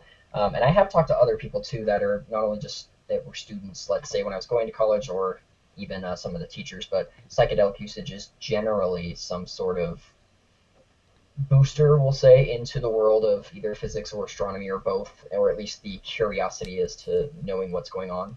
But I will say I've had plenty of experiences as a mostly 19 to 22. I would say I did a lot of, I won't say a lot, but enough to get the handle of LSD and DMT both. DMT had been something I had been wanting to try for a long time. And to be quite honest, the two substances even came about only because I learned about a phenomenon called synesthesia, where you could have your senses mixed Weird. up and you could, yeah, exactly, you could see sound or, touch, taste, something like that. But basically, the wiring's getting crossed. And granted, it wasn't a lot of stories, it was a few, but people would talk about psychedelics sometimes unlocking that for them or having them experience something like that. So that's literally where it all started for me, was just that want. And that was when I was a kid, 16, 17. Hmm. I didn't Interesting. ever even try to do any of it until later on in life. In fact, I did LSD for my first time at 19, and then DMT when I was 23, I want to say. It took a lot to get just a handle on not only what that was, but finding it. But the idea was like, yeah, I wanted to see what the idea was, or what these hallucinations are about. Is it just, your mind's changed and how you see things looks different, or are these actually things that you're going through? Um, Most, I would say, of the LSD trips were just for fun. Of course, you're in college. I wasn't a huge drinker, so I didn't really like getting drunk as much or going into bars or anything like that. So I had to Same. have a Same different for me. taste of things. So it was always smoking stuff, and then, we got a lot of marijuana and then LSD for that. Yep. But there were a few occasions where I was able to dig deep enough, for anyone who has experienced that and had gone through, say, ego death, the idea that eventually you're so, and I have no idea how LSD does it, but you're just stripped of everything you are physically, mentally, your likes, dislikes, thoughts, anything you could think of that would connect you to you, stripped away from what you are, and you're left with just pure consciousness or pure being. And I will never forget this. And you normally forget most of your trips too because of how different your brain is wired when you're undergoing that process. But this experience was really something that I don't think I could ever forget. But the idea is, once you're stripped of all of that, I was able to, it not only exist as that just consciousness or that being, that sense of self. Well, it's not even self. There's no I, there was no ego. It was just existence without form, without shape, without anything. But then you also see it in every other living thing. It was like the veil was stripped from every other person and every animal and every plant or anything that was around me. And it was all just one consciousness being emitted through different forms physically. I mean, I came out of it. I mean, I was thankfully in my bed at this point. It was probably 3 or 4 hours into the trip, and I was just home. I had my roommate home just in case I needed anything, but I usually just would play music and just lay on my bed and let my mind wander from there. But I remember coming back and very strongly remembering not only the feeling, but the idea, how it felt. And then once I finally registered, oh wait, I am a person, I am me, I am in this body. But keeping the idea that underneath it was all the same thing for all the other different people. And really, it kind of eliminated the fear of death for me. I'd always been kind of fearful of that, or in a way, wanting it to come faster just to get over and have it happen. Um, Knowing that, okay, maybe possibly after death, maybe all we're stripped of is everything we are, but that existence, that thing, that entity is still there, and then you just take a different shape and a different thing. It was pretty powerful. And I How would many say hits that were you on during this specific it's experience? not very much. I was two of some really good stuff. I wouldn't normally do more than Wow. three at most. Drugs always hit me. I was a very sensitive person, so like stimulants usage and all of that, or opiates, I never really got into terribly too much because it just a little amount would throw me off too much. Sure. But Well, for three at least hits is a acid, pretty reasonable amount, especially yeah, if it's on the stronger side. Like one will do you good. yeah. Three. So, I okay, would this was normally do about a like two. one if I wanted to go out and be tripping at the same time, or maybe 1.5, and just put a new perspective on things. Two or Sure. more is normally where I'm like, I'm going to be introspective here. I'm not going to go out and physically rely on myself to do anything. I'm going to just sink into my head. Yeah, it makes it a So lot that was, harder to go be a person yeah, on two of because them then you for sure. see everything for what it is. And I mean, especially I accidentally have done it. I'm sure we all have, at least that experiment with it. I've done it 2 or 3 different times where it just wasn't the right time. I shouldn't have done it. Like at a party, for example, at my house, I was tripping once, and there's a lot of people, and trying to socialize with them, you just see like all these people are drunk, and you see how not only fake it is, but how Yeah. away from themselves they are. Alcohol being just removing them from themselves further, and you're seeing how far removed they are, and you're almost feeling like you're talking to a half person rather than an actual person that's just drunk. Totally, Not a totally fun experience. understand. No, which is honestly why I do not prefer to trip in public. When I was younger in high school and stuff, we'd go to the mall and we'd trip and we'd go out to a cool band or whatever. But the older that I got and the more introspective that I got, I was like, that is inappropriate. Like, I want to be like in an environment with I want to. people that I feel really comfortable with, in a spot where I can just kind of like just chill out and just be in that zone. I don't, to be honest with you, I don't like having people in the environment with me that are not also on psychedelics when I'm tripping. I I can see that. personally like, because I don't know, I'm not a drinker, but and the times that I have drank when I was younger, whatever, it's interesting because I get really quiet. Most people they drink and they get all like woo. I'm woo Yeah, anyway. So when I am drinking, I get very like I'm like, oh my god, I'm gonna sound so stupid. I'm gonna say something weird. ridiculous. That's the I exact don't want opposite to. effect I it's don't supposed want to to be have. that guy. Yeah. So it absolutely has Right. the opposite effect. So if I get fucked up like that, I get a lot more quiet, and I just kind of like trying to hold my shit together because I do not want to be one of those, wailing woo people. That is not me. So with psychedelics, I feel so much more comfortable when everybody's on a similar wavelength. Because if there's one fucking person that's not tripping, Gonna throw you and I'm off. like, oh man, like, oh, blowing these bubbles. I'm cracking up and all this dumb shit. And I'm like, they are not tripping. And they're looking at me right now, thinking how Hmm. ridiculous that I am. And it takes the magic out of it a little bit. So that's why I really prefer to be in that kind of environment that is like set up for that. So I completely understand going out into Yep. public Yep. and then observing other people and then doing that kind of like the judgment thing that, you know, none of One us want hundred to be percent judgmental judgment. people, but it is But that's what judgment in that happens. time. And It again, does. it really depended on the amount. So like if it's just one hit and it was a light one, and it's just enough to get you like some blurry effects, maybe the walls start moving a little bit, but your mentality is not as affected as much. Sure. Then it's kind of Yeah. fun to add that little perspective to it. But generally, and I didn't necessarily need other people to be tripping. In fact, I think I only tripped with other people, and it was only one other person once or twice. Almost always when I did it, it was Really? just me. But it had to be around people I could be completely vulnerable with. I could be like either comfortable not speaking because there's of course many times where you just lose your language abilities and whatever's going on in your head you can't speak it. With people that you just know are not going to judge you whatsoever, going to go just cool, just chill, it's fine. Those are the people that really make the trip good because then even if say something's going wrong they can get you out of it, or if it's going well they know to just leave you be. Sure. But and then trying to hide it is the other part. So that is a terrible It's the idea. Thinking that fucking you can just go worst.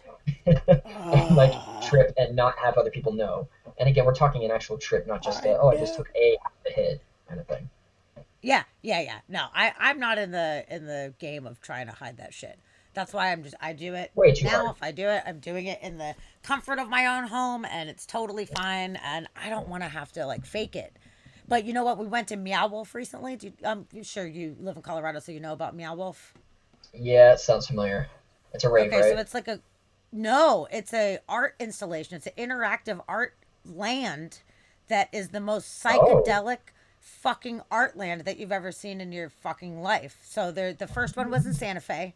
They opened one this year in Vegas and they either just opened, I think they literally just opened in Denver. You have to look Wow. this up. It's a Okay. bunch of different artists, and it's people that have obviously done an extreme amount of psychedelics that made the trippiest universe of all time. So I That just sounds recently awesome. went. It was so fucking awesome, dude. It's so cool. I just went to the Vegas one last month, or maybe a month and a half ago, and I know some friends that have gone. They're tripping, and in my mind, I immediately was like, "Oh my god, public! I don't want to trip in public. There's like people that work there. Like, I don't want to do that." But Hmm. upon walking around and I was looking at all of the employees, dude, all of the employees were like young. First off, they were like in their 20s. They obviously work there because they fucking get it. So I was looking around and I'm like, you know what? If I was actually on a hit of acid right now, I would not feel judged and I would not feel like I had to like hide it from the employees because they get it. They totally work here because they get it, you know? So I was They like, get huh, that style. you know. Yeah, oh man, it is some of the craziest shit. When the one in Vegas, they made a fake grocery store with fake labels on everything, and there's like this overarching story that it's like these greedy Oh, corporate assholes that are controlling the minds of the people through the products and everything. And you go through a beer cooler, you open a fucking beer cooler, and that's how you get into the psychedelic exhibit. that sounds extremely familiar now that I think about it. I'm okay. I'll look. Maybe you I saw a just video noticed or something. Man, it's Dusty so just fucking posted a cool. link, so I'll check that out. But that sounds very, very, very familiar. That does sound like something I would go to, though. Oh But yeah, that it sounds totally nice. sounds right up your alley, especially if you like psychedelic stuff. And even if you just wanted to do a little bit, half a hit or something like that, just to get a little sparkly, and then Right? go And it all into this depends like too. crazy adult toyland. I I fully believe that, of course, people know when they're done with it for the most part. I did. I mean, the last time I did LSD was late 2019 September. It was a little after I moved here, and I did it mostly just because I was used to doing it once a year. Well, this trip was like a closure trip. It was more like a you're doing all of this because it's the last time that you need to do it. Now, of course, I could go do it again, but it was a really Sure. good way to close things. I basically just feel like I don't need the I don't need to do anymore. There's not really a purpose. I've experienced what I need to. I got the message that came through, and that was kind of my goodbye from that land, which it was a very peaceful thing. Granted, I love the mindsets. I love thinking about it sober still, but I haven't really felt the need to have to go through that. Now, again, I did have You know another what? 2 year I stint to get you. DMT. That was its own Yeah, thing. when I was younger, I did a lot of acid. I was pretty consistent with my usage of it, which was so fun. And then I went many years. I went probably like 12 years or so without even touching it at all. And I did like a half a hit when I came back because I was like, okay, for some reason now I have like anxiety towards it, which I never did before. I was so excited about it, but it affected me differently. And actually, it was since the pandemic, it was in 2020, is when I was like, all right, we're trapped in the house. We can't go on a trip. Let's go Let's on do a it. trip. So Yeah, let's fucking do that it. So I now yeah, it done it a few that makes times more and I'm like, sense. this is cool. Like I'm into it. But yeah, like I for a while there I felt like, okay, I've done it so much, like I don't know if that's something that I need to do. But I kind of was just inspired where I'm like, you know what, I kind of miss that land. Like even if I'm not going super deep with it, even if I'm not sitting there having this whole introspective experience, man, it is so fun. It's And still I'm a fun area to go laughing. to. We are laughing. Actually, we invented a fun thing that we call bubble mancy. So we have Interesting. bubbles all over our house. We're all about bubbles. And when you blow the bubble from underneath it, if you're pushing the air, you can control where the bubble goes based on moving the air. And Sure. I gotta tell you, we're badass. We're fucking badass at doing these bubbles, and we've like perfected like blowing the perfect size bubble for this bubble mancy, and we'll do it for fucking hours. We're just like laughing and have like cool trippy music on, and the lights are all neat, and we're just sitting there playing with fucking bubbles the whole time. So it doesn't have to be a super deep like Oh introspective no, not experience, at but all. man, I'm It's having just the super best fun. time. Like it's fucking great. It's so fun. That's essentially what my last one was. There was no introspective to it. Well, very much, but it was mostly just where I was at, what I was doing, and where my life had taken me at that point. So it was a Which very has nice value as experience well to end because it. it's really enjoying that moment, You're like, wow, seeing through the veil a little bit and just being able to exist in this super fun moment. It's awesome. But It is a nice change. DMT is something I Yeah, have now let's go to never that. done. I I want to I don't know get to because I am talk. terrified of it You and I need should to be. know. I I know, don't I talk know. to many I've been people that had it, and okay. I'm confident. It's been long enough that I can just kind of explain it. So I legitimately well, I learned at least how to maneuver through like the dark web, how to maneuver bitcoins and tumble and all of that. I did that whole thing so that I could then have it mailed to me because I couldn't figure out anything else Oh, as far as how to get it. It oh took a man, long time. I could have hooked you up. I mean, So what? this is a I side. didn't say I that mean, fair. publicly. This is a sidetrack. But in 20, so by the time I was done with everything, I want to say in that private wallet I had, it was like point three or point four bitcoins still that I just didn't use because there was nothing left to use it on. Back then, that was when bitcoins were about $17 per. Yeah, Motherfucker. I don't You're have access to that bugged wallet, nor could out I, right but now. I could have had thousands of dollars out of that. So that's just my rant for that moment there. Damn But it. the Oh, experiences I I had feel so with fucking it, bad for you on that. that's okay. I try to pass it off as just something like it was never meant to be. essentially. But it's hard to think I was that close to having that much money now that Bitcoins have been a huge thing for years. Yeah, my brother Um, had 2 bitcoins back in the day, and he bought weed with it so I from the never dark understood web. He that. didn't I know. He didn't never know. ever understood that. Well, mostly, why would you buy weed with it? I feel like that was For easy enough whatever to get out of reason, the I don't know. My brother grew weed, but he needed like a bunch of it for whatever reason that he needed a bunch of it for. I don't know. And he ended up buying some fancy kind of weed and literally had 2 bitcoins and would be really pumped right now if he didn't spend it on that. So Yeah, I bet you would stop there's working. that. Yeah. Anyway, But we're off anyway, topic on so that end. please carry on. So, in going through the whole process, I managed to secure 2 different times about 1.5 grams of DMT. Now, just for Okay. the sake of knowing it, the average dose, if you're trying to break through at least, the max generally you're going to use is about 50 milligrams. So, 1.5 grams was a decent amount. I mean, I had about 20, 30, 30, 35 different trips. Most of it was just figuring out what I needed to do. As terrible as it sounded, I can't believe I showed like 2 people this, and I can't imagine the response. But I used like just a standard like crack meth pipe, a freebase pipe, technically as it's called, Sure. because it was much easier to control the temperature. And then you have to use a torch lighter because if you use a lighter, there's DMT melts insanely fast and at low temperatures. It was crazy how fast it happened. And not only that, but you can burn it very quickly, which kills it. So you have to have a good median source to control the heat. So a torch lighter. Um, First few experiences with it, I were barely. I mean, I'm even having trouble just coming up with the words for it. It was insane just in the beginning doses. If you just take barely enough, like we're talking small hit at the end, immediately within the first couple seconds, things start ringing and vibrating. And I mean, it's like a vibration that's breaking through your physical reality as you're looking at things. And then you can start seeing some shapes fly through. But how much have research, I guess, or have you looked into like other trip reports to see or heard about, like, say, the chrysanthemum wall or anything about breaking through? I have been present while other people have Oh, gone on wow. these journeys, and in my household, it's definitely a very big topic of discussion. So I'm pretty well Okay, versed in it. okay. I just haven't physically done it. Fair. Okay. So in that case, I can use good terminology. Most of the trips I had at the Yes. beginning were just like getting in the waiting room, we're gonna call it. It was having the vibration start and then seeing the cool shapes, but never getting past the shapes. I don't Okay. remember how I did it one day, but eventually I just did it right. And the whole idea is to not only can you inhale it as much as you can, and it's kind of hard to hold down, but then you have to be able to get a few more different hits. But you've only got about 15 Right. seconds from your first hit, as you see people Sure. just go into comatose very quickly. So once you get into enough, you literally just leave your body. It's a that same vibration, but it gets so fast and so insane that you not only you lose the ability to determine if your eyes are open or closed. First off, so you don't know if you're thinking this in your head or if you're feeling it. But then you're actually there. You're physically like I could look down and look at myself, and oh, it's me. I'm looking at my legs as you're flying through this tunnel, and then it's literally a breakthrough. This the wall you see that's normally there. You go through it, and when you do that, you're there. You are physically there. There's nothing about it being not you.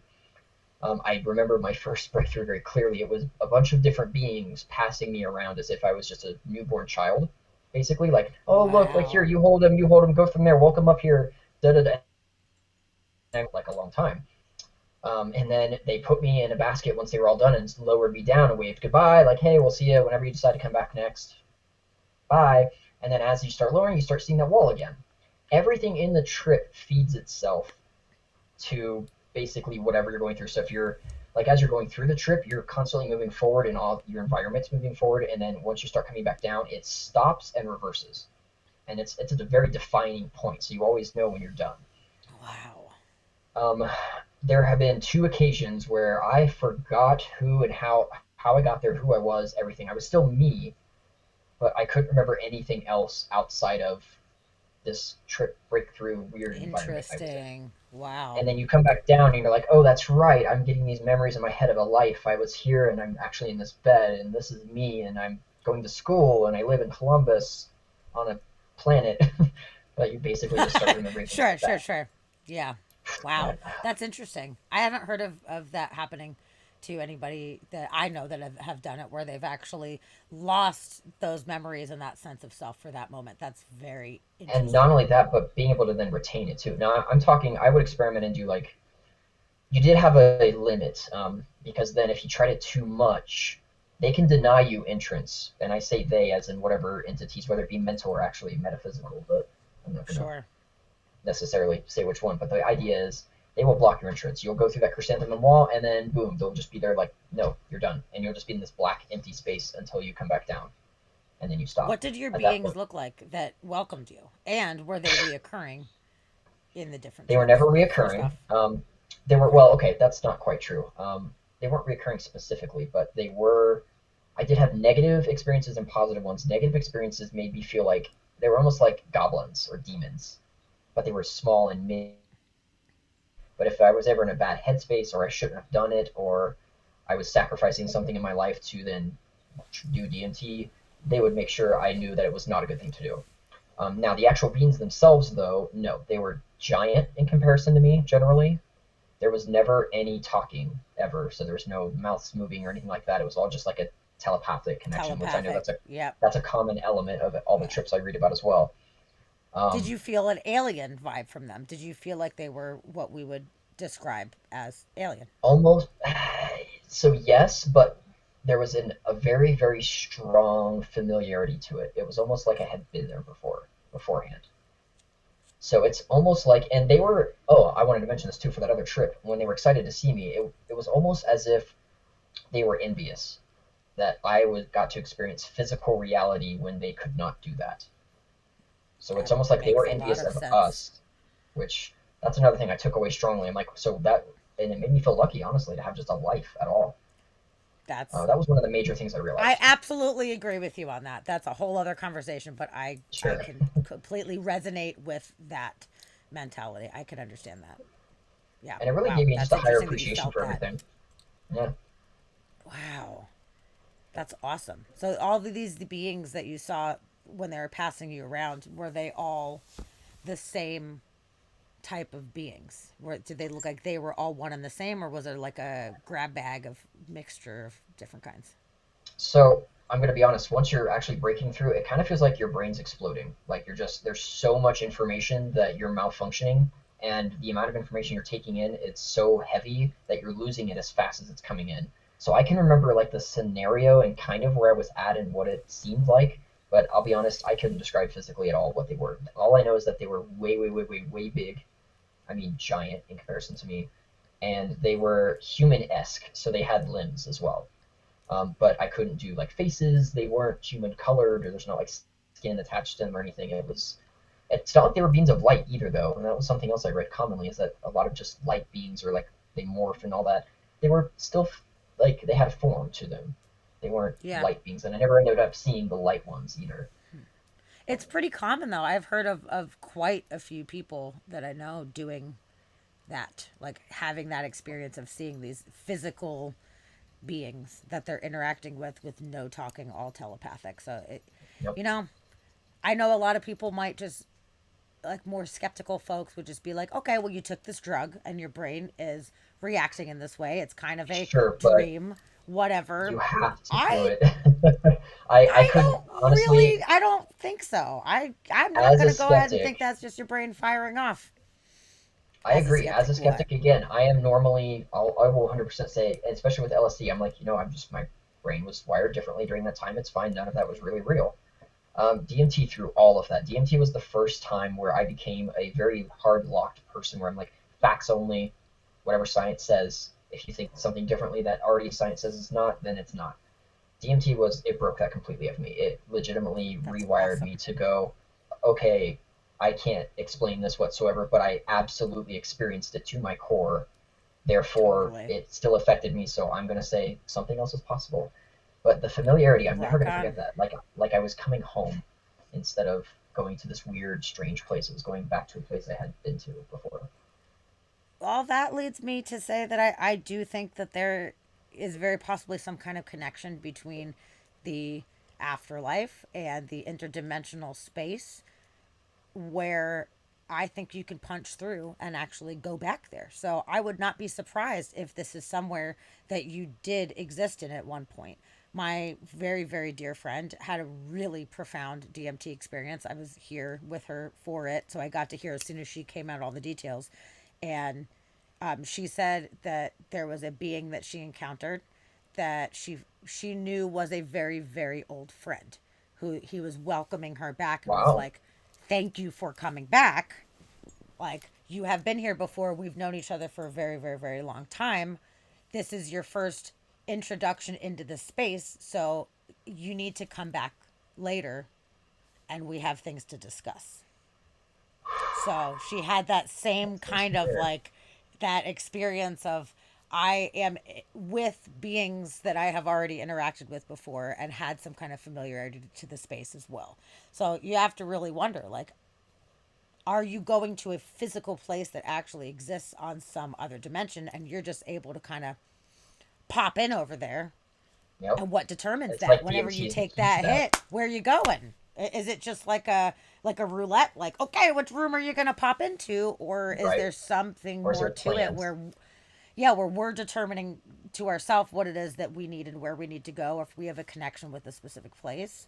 Or is something else kind of waiting and watching? And they're like, okay, he's almost there. And then as soon as you go into that space, yoink, Well, let's nobody go fucking deeper than that knows. even. Do we, once we go back there, so as a preface to this story at least, I was raised as a Christian in a Christian family as well, so the standard heaven, hell interpretation, all of that. My one major issue with thinking that if I was saved and did all these good things and going to heaven was that I would eternally be worshiping a God as me, which I could never really figure out why it sounded wrong, but it just sounded wrong the whole time. And the idea then came later on to where I'm like, after death, especially after the acid trip, and I had that really, I got to see the source of just existence. Do I want to be me for eternity? If I die, do I want to continue being this person that I am in whatever other realm we go to? So then if we go into the DMT, or is it that these beings, let's say, exist already and we just get sent into like some sort of human physical form and they get to experience physical life that way? Or are we set people that, or not even set people, but set beings that once we die will go back as the person or the existence we are and what we've gathered here? So do we take with us what we become on Earth as a physical life, or are we always a some sort of outside existence that just is here temporarily as a ride and it goes back to where we came from? Sure. I kind of Well, like then you that have to think about alternative too more. if you have the reincarnation theory where we've done this many many many different times and there's different aspects of our personality and our being that comes from all of these different physical experiences. So maybe when we go back to that place ultimately, like you're a physical dude doing the thing, visiting. You just have like a visitor's pass. But when we go back Yep. for real, maybe we retain all of the memories of all the parts of us that have recycled through.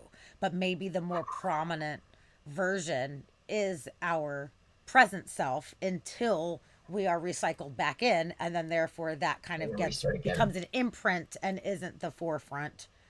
Like that kind of feels right to me when I say that. It Yeah. feels like that would Let's make sense connect because it I even further. So, like, let's say, going back to the one universal conscience thing, we're all just the same. All, at our core, our existences are all the same thing, just being emitted through different physical bodies. Are we on the same journey? I mean, ignoring the fact that I 100% believe time is not linear in that sense at all. So, like, to us, it is. But let's say, maybe Albert Einstein, for example, is one of the way later billionth iteration of that universal consciousness, and that's why he was able to determine so many good things. So is each one of us just one single journey, but obviously, not linearly through time, but one single journey of that one consciousness? In which case, what would those other beings be? Why would there be more of those beings? So I like the idea of us being one universal entity, one universal consciousness, as just that's all we are. But then trying to like mesh that in with what we experience through DMT is kind of difficult. I think that But maybe it's kind of like a pool. Okay, let me see. I'm coming up with a sure, you're metaphor good. real quick. So you got a big ass pool, and it's all the same water. It's all the same. Uh, you know, there's X amount of chlorine that is distributed throughout this entire pool, what have you. And then somebody comes and you take a cup of water, and then somebody else takes a cup of water, and then maybe it takes 10,000 years of scoops coming out of that water, but it's still the same water, but everybody has a different part of it.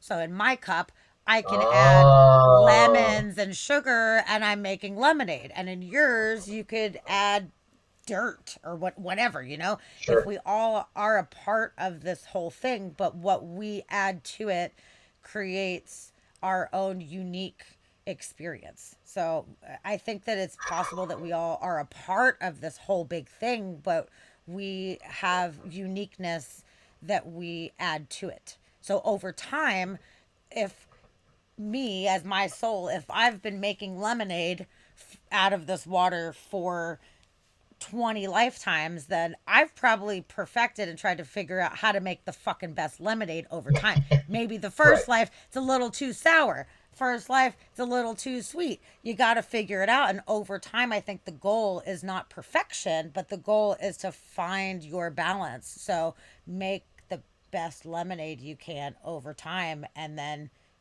hopefully that means that it's time to move along and then go to another A pool different type of experience. elsewhere. So then, I mean, like looking through time, all the people that made changes. So again, going back to like Galileo or Einstein or anyone else throughout that timeline that made big changes, that being several iterations later of that same cup of water being distributed, but it being part of the same thing still. I like the idea of that being the case. Just all one thing, different parts of one thing, and then in Yeah. multiple different times in multiple different forms. But ultimately, the idea is just to experience and balance out the physical life. Yeah, because I do feel connected to everything I do, but I also have a very distinct sense of self that I have been born with and was extremely aware of from a very young age. And not to Agreed. try to say that I'm better than anybody or, I'm Trust so me, I much more agree with you. evolved, whatever, like I feel You just this have an and I intuition of who felt you it. are, right? Yes.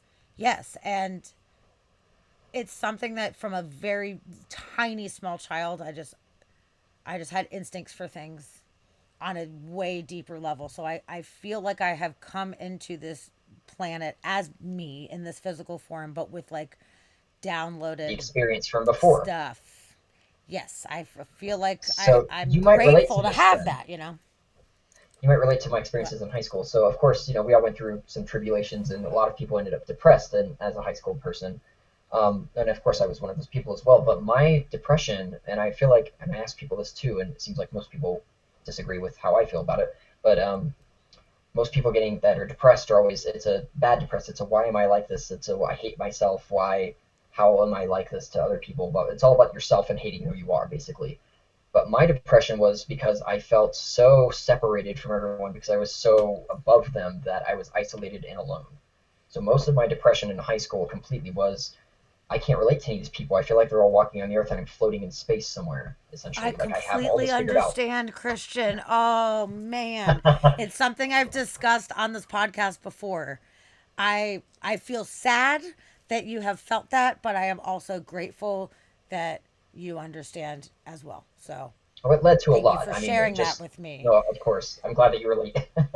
I do. I That really, helps. really genuinely do. I've always had so many friends and I'm always so social.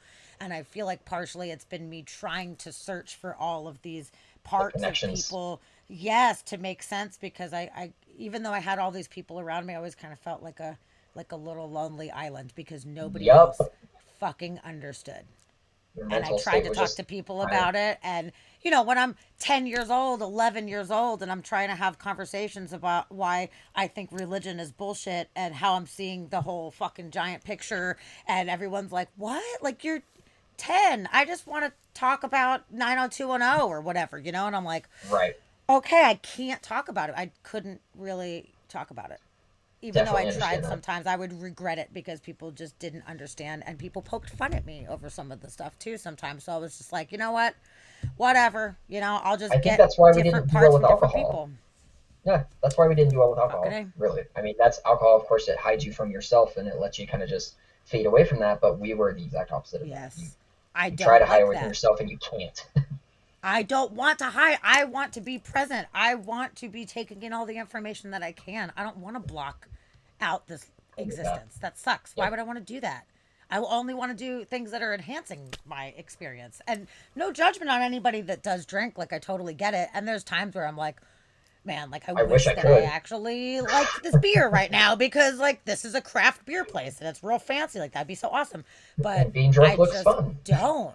Yeah, but it's so not fun to me. So you're right. Maybe that has something to do with it, where we were just too too introspective to handle that being shut down in us. Yep, You might I be think that onto makes sense. something, sir. Yeah, I've also been the mama bear too, where I always feel like I have to be watching everybody and or making the sure everybody's caretaker. safe and okay. Always, always, I ever was the since advice like person as that long as I people went to can. in high school.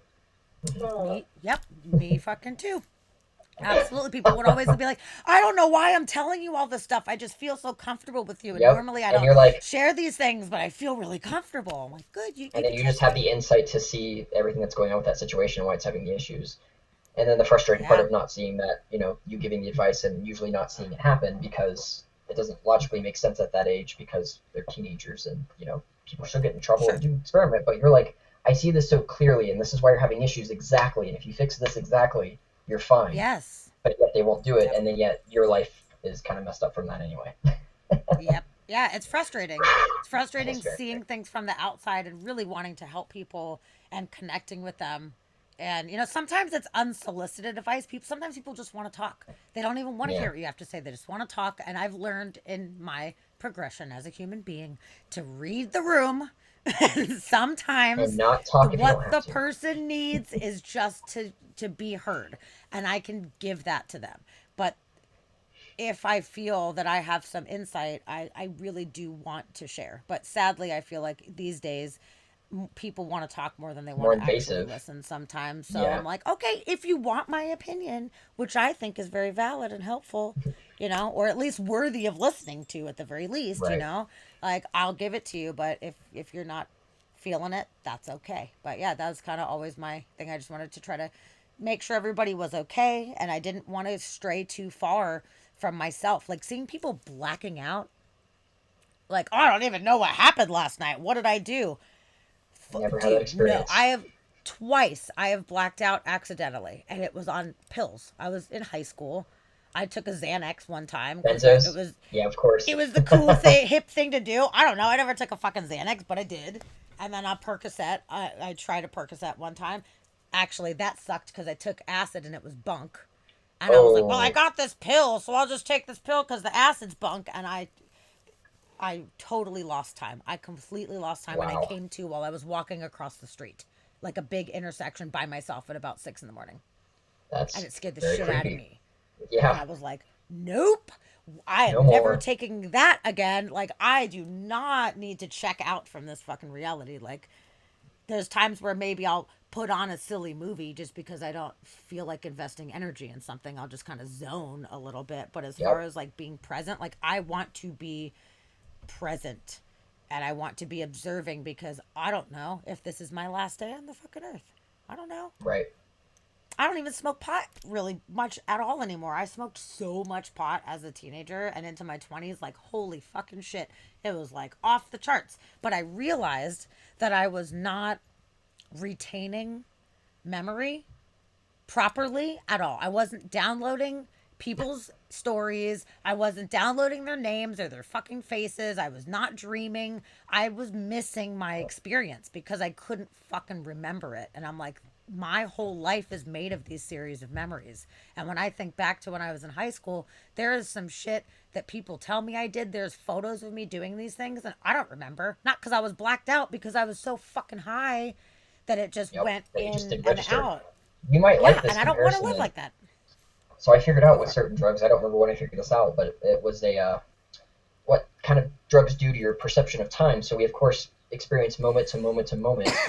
Weed or alcohol prolongs the time in between that, so you experience less, you skip over more moments. So you're missing more and more. Whereas, say, acid, shrooms, DMT, it increases that, and you're actually experiencing more and more and more moments in a smaller amount of time. So, like, if you ever say, you're tripping and Ah, you're like, sure. why has only 20 seconds gone by when it feels like I've been thinking for 10 minutes? You're experiencing so much more. Whereas, weed and alcohol, you're skipping over those time periods, and that's the whole Well, idea that is to makes not to deal with it. sense a lot. Yeah, it's like when you Yeah, fall asleep and you're asleep for 10 minutes and you have this dream that feels like it lasted a million hours, everything's more yeah, squished together. That's very interesting. yeah. That's at least it Mm, was a way for me to justify each drug and what it did to me, at least. that makes a lot of sense. Yeah, I prefer things that tend to speed up time, I guess. I want to be more present in it.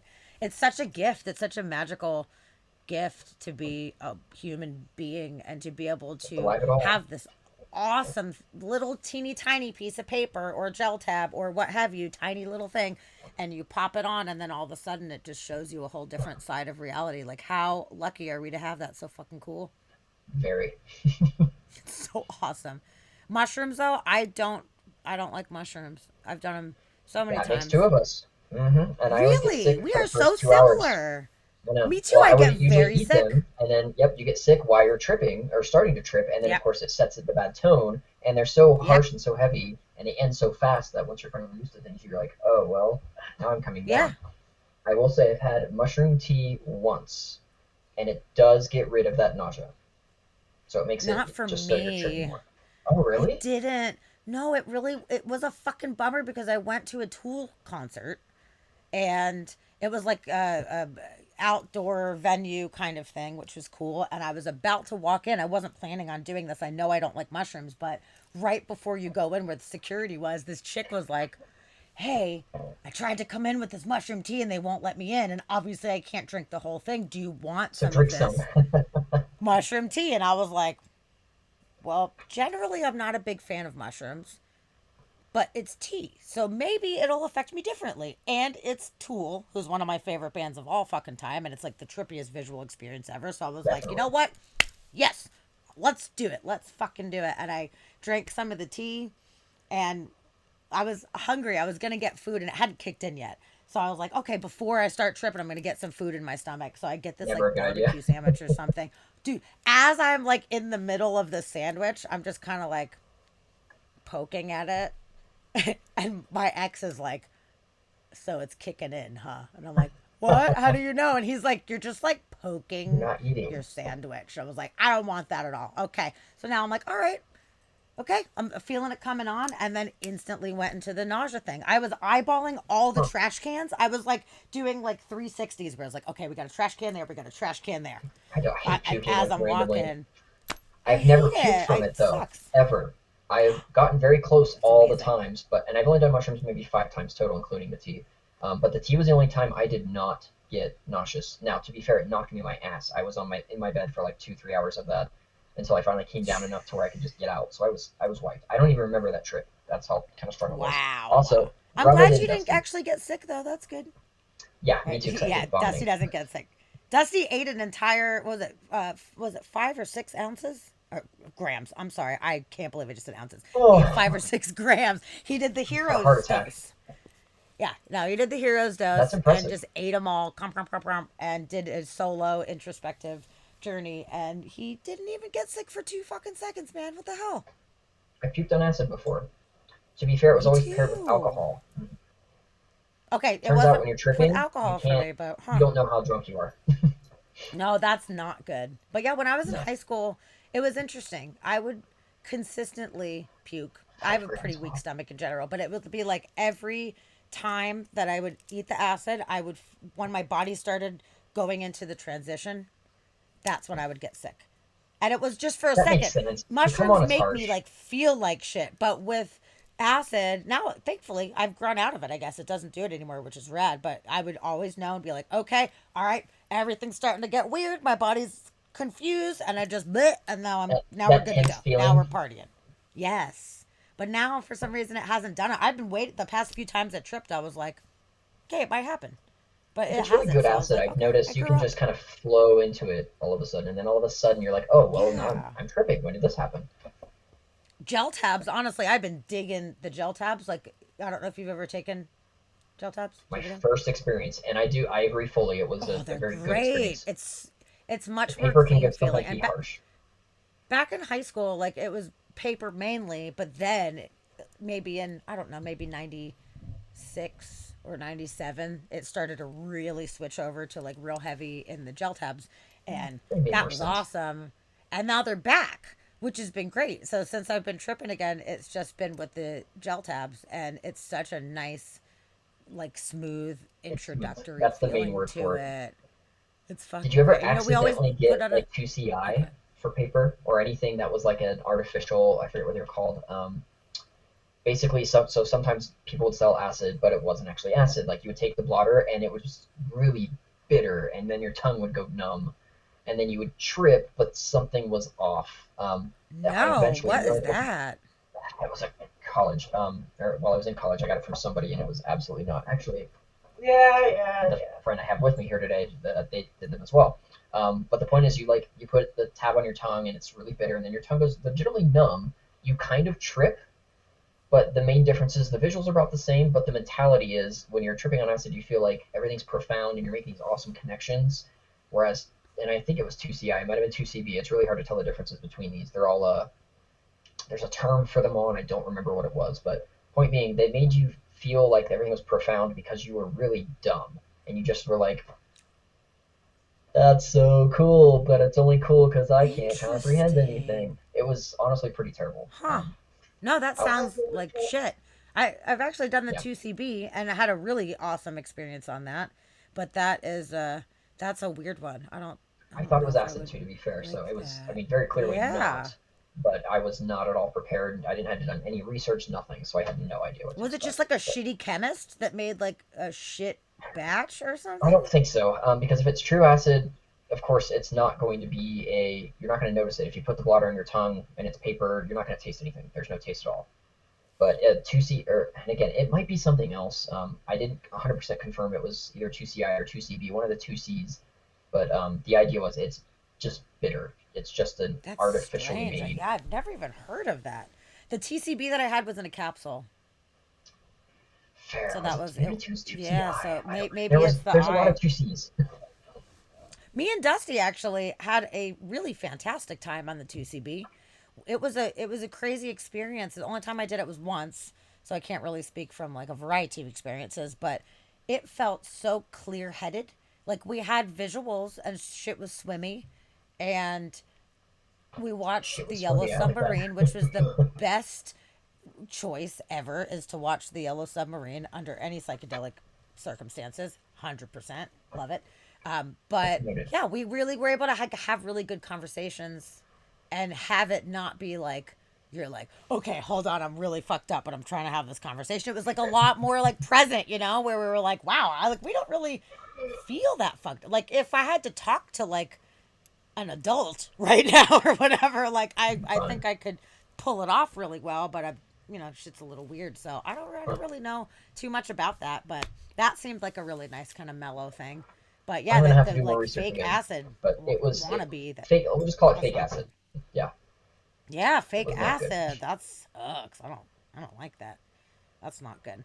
But yeah, that's the thing. You never know what you're gonna get with some of this shit. You just never really That's know. And another I've reason had I've some mostly slowed really down. strong acid. Like, man, my first trip that I ever took, like, that was the best acid I've ever had in my life. And I don't know if it was just because it was the first time and I pried open my third eye for the first fucking time, or if it was just that kind of acid.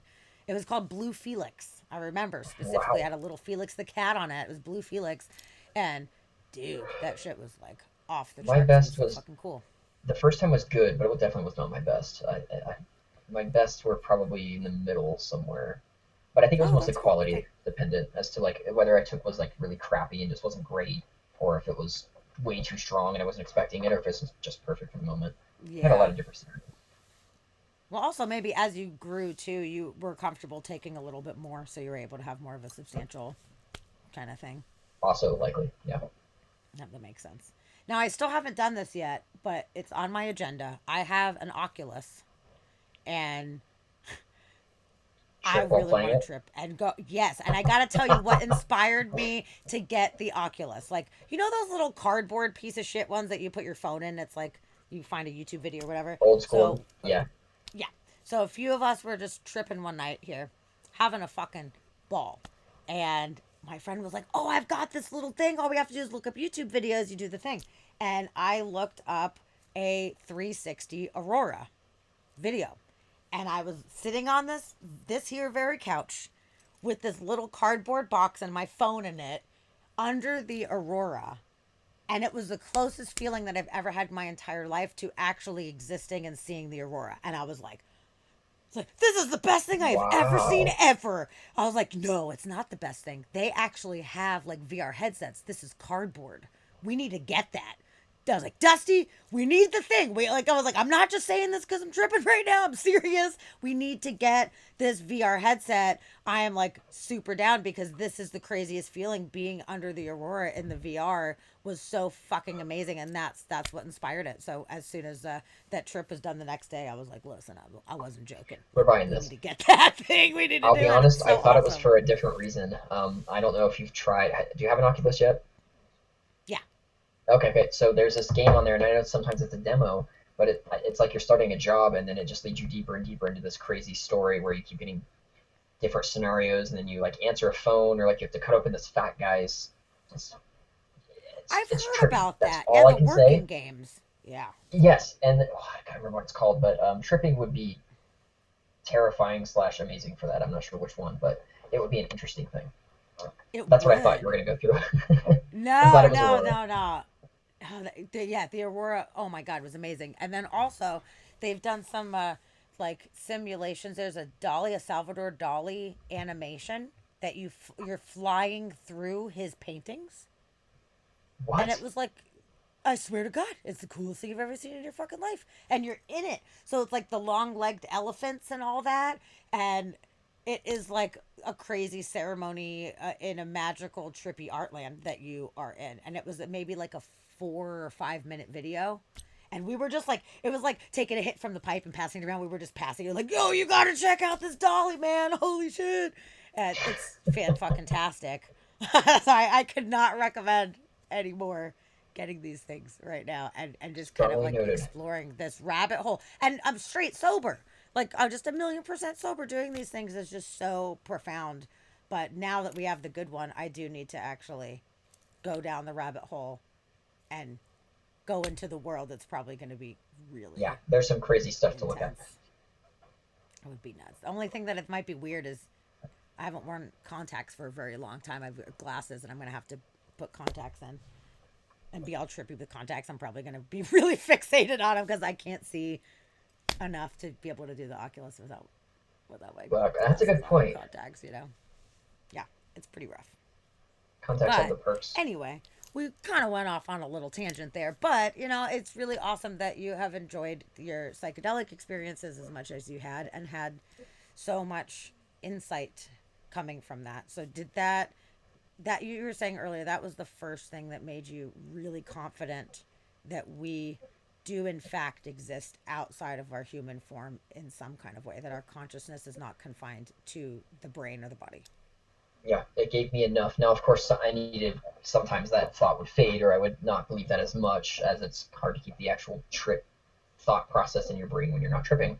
But yeah, it was the mentality that I needed that allowed me to at least hold on to the idea of, okay, well, maybe there is more out there and I can just enjoy it. Now, of course, I could never, growing up in a Christian household, I could never go back to like the actual structured religion.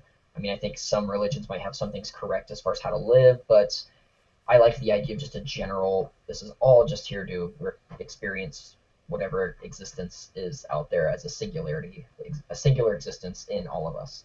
Yeah. And that was the first time I was able to just go, oh, you know what, I'm cool with that. That's fine. It Did gives it things meaning. It's not all feel, nihilism. was it hard though? Was it a hard change since you were so like strictly skeptical previously? Did it feel like you had to really fight that, or was it like in that moment you were like, okay, never mind, we're just going in this direction now? It was an epiphany, especially that ego death trip that I had. It was just night and day difference from that experience that I couldn't deny it. It was basically like someone doing something in front of me and saying, now tell me I didn't just do that. Like I really can't because I just Gotcha. saw you. I Yeah. just had the experience that it just happened. So how can I say that? So it would be Yeah. just if I fought against it, it would be more so denying everything I went through, which I just couldn't do anymore at that point. Yes. And it's crazy because with these experiences, a lot of times there's not words that can explain unless somebody already has been through and they understand.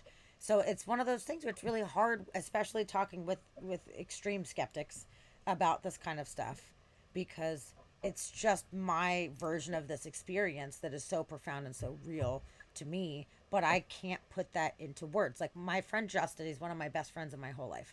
He is the epitome of the opposite end of the spectrum. He is not metaphysical. He's very skeptical, claims to be open minded to these things, but he's had some experiences that he just dismisses because then he'd have to dismantle his entire reality around it, you know? That's So the it whole makes it point, though, is to hard. dismantle those buildups. Your preconceived notions of what your reality is, or what are keeping you from experiencing the truth of it all.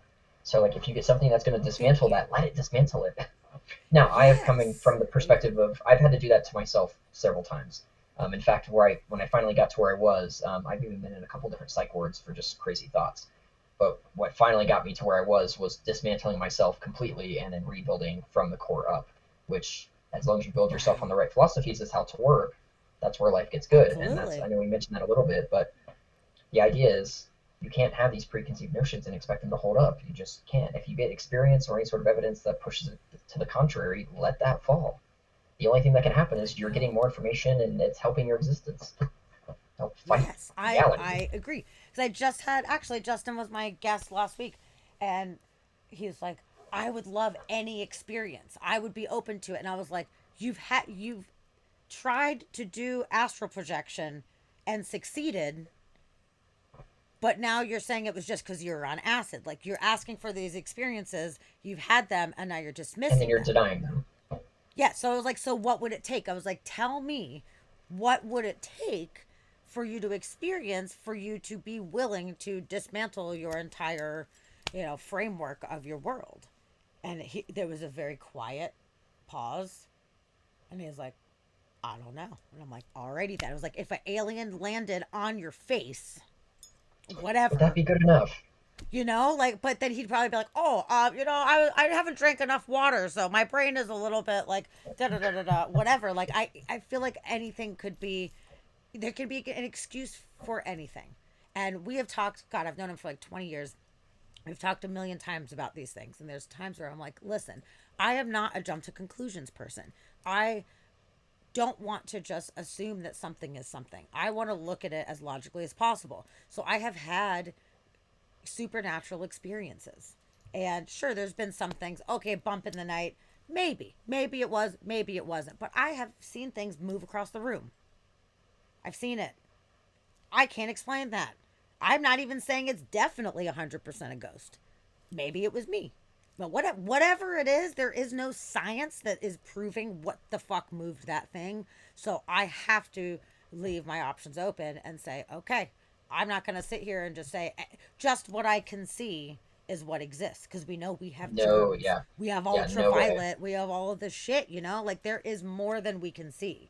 So I mean, in some a of lack of us evidence-based experience it. areas, that's where your subjective experiences come into play to then make sense of things.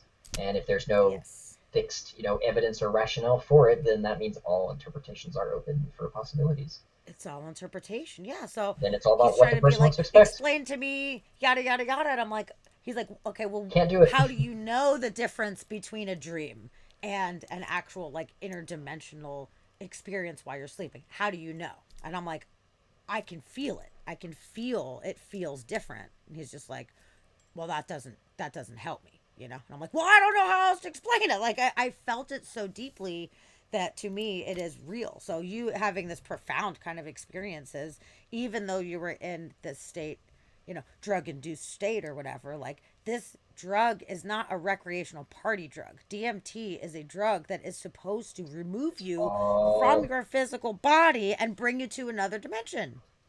yeah. Ta-da! You don't do that for a party gift or a party activity. No, absolutely not. Fuck Now, I did no. shaman Oh a my few people when god. I had my No. supply. That was fun. I never got Cool. anyone to break through, but I wanted people to experience it Oh and just at shit, least get the really? feeling of it. Because it's very euphoric. If you don't end up breaking through at all, it's just a bunch of euphoric in colors, basically. So it's a very Dusty's easy tried thing it, to convince people. and he was kind of in the first phase. He did not break through, but he was in some kind of like really trippy, psychedelic, colorful, geometric room, and he Yep. still really enjoyed that experience for sure. He Oh, still really needed even it. that experience, I mean, even if it's not the whole breakthrough experience, the waiting room on its own is, I mean, it's still revolutionary. It's still, again, like you're euphoric. I laughed every single time I ended those trips and was finally convected down. I would spend the last 10 minutes just laughing, basically. And And almost it every sucks trip I ever because took was by myself.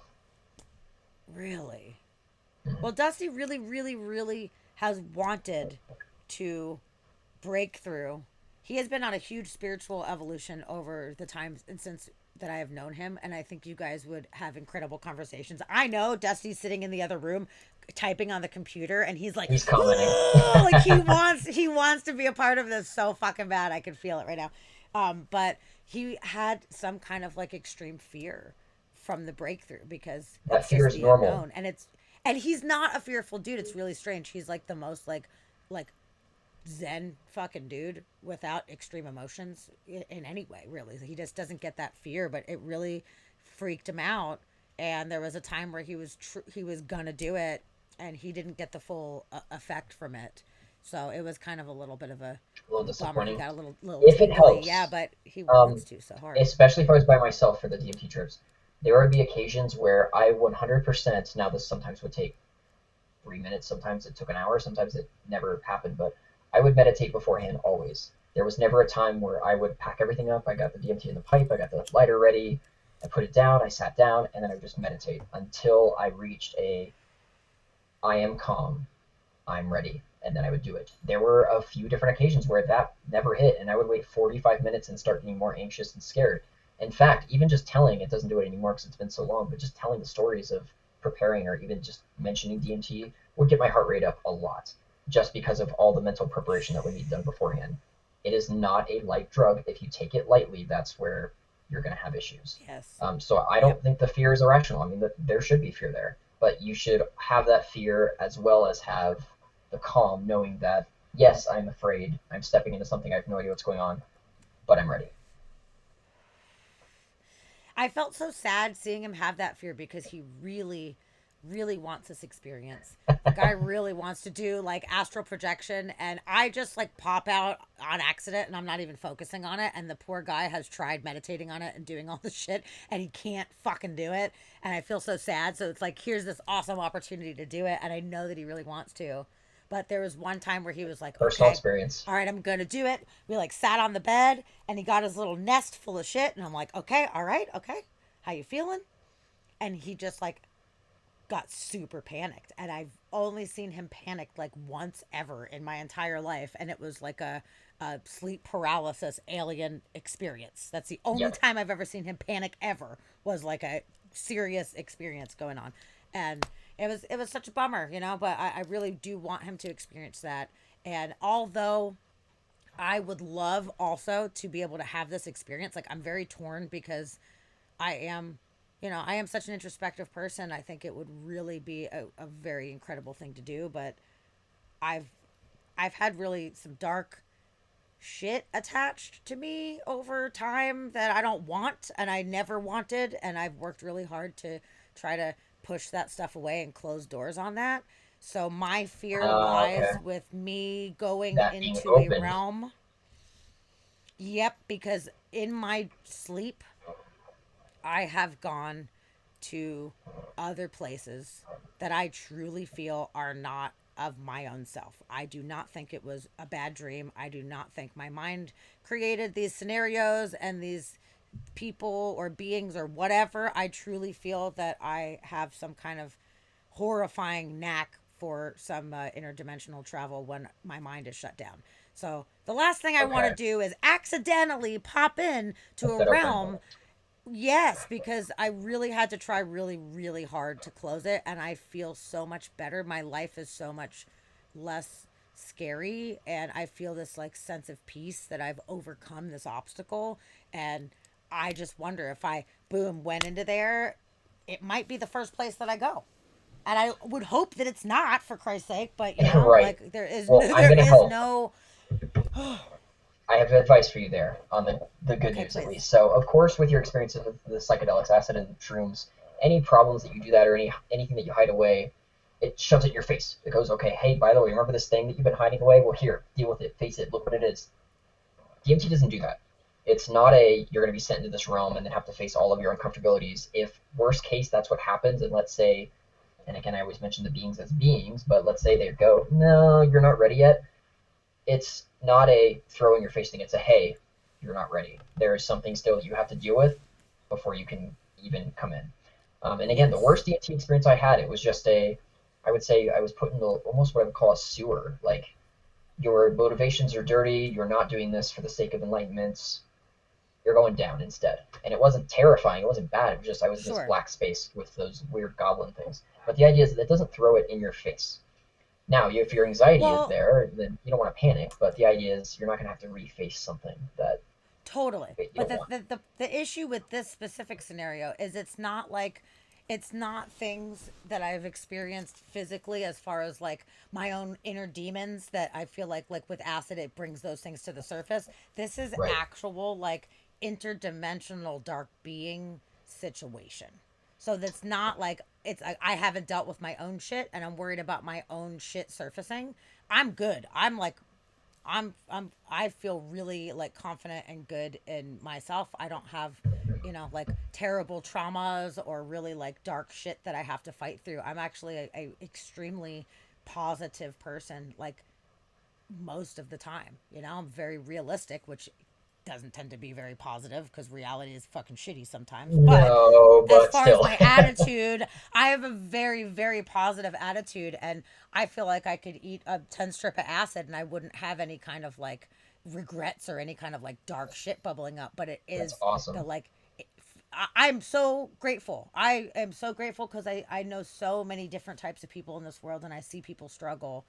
And it's hard for me to understand empathetically from that place of like I know how you feel because I don't know how people feel with having a lot of that deep shit that like eats them up inside. And you know what? I got to totally be honest. I think that it is a direct result of me from a very young age seeing the big picture all the time, like the biggest of pictures, and me realizing that I could die at any moment. I'm extremely aware of my mortality. So every day I try to make choices that I'm proud of and that I feel like I have, value in what it is that I do. So I've just made a choice to try to not have regrets.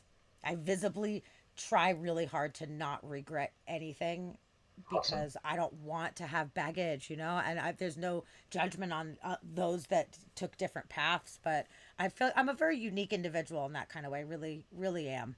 But which is why it extra sucks because I am this like light being person who's just like happiness and joy and love and all this shit and reality in there. Sarcastic reality Right. definitely exists in there. I'm not optimistic, but I'm But you're positive. real. But then I've had these like dark experiences in my dream world where I'm going to different realms and it sucks. And of course, I don't expect everybody to believe this necessarily. There might be a healthy level of skepticism behind it, but it's similar to you experiencing these beings and that feeling. It's like I feel it.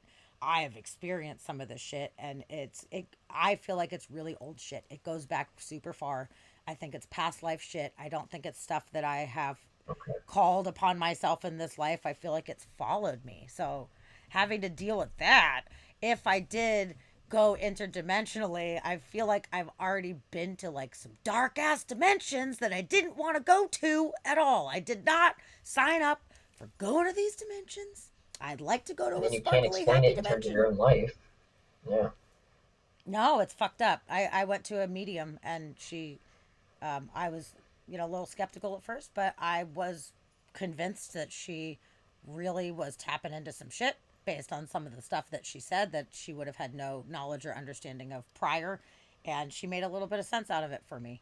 And it's like old, old, old imprinted stuff, is what Just I always felt. But she kind of like confirmed that. And I was like, okay, so fair I enough. didn't do that. I didn't So this is nothing you did, want but this in this life. No, it's not anything that I did. It's brings just up it was plenty of old me. philosophical questions then. Like how do you It then does. overcome that as your current self?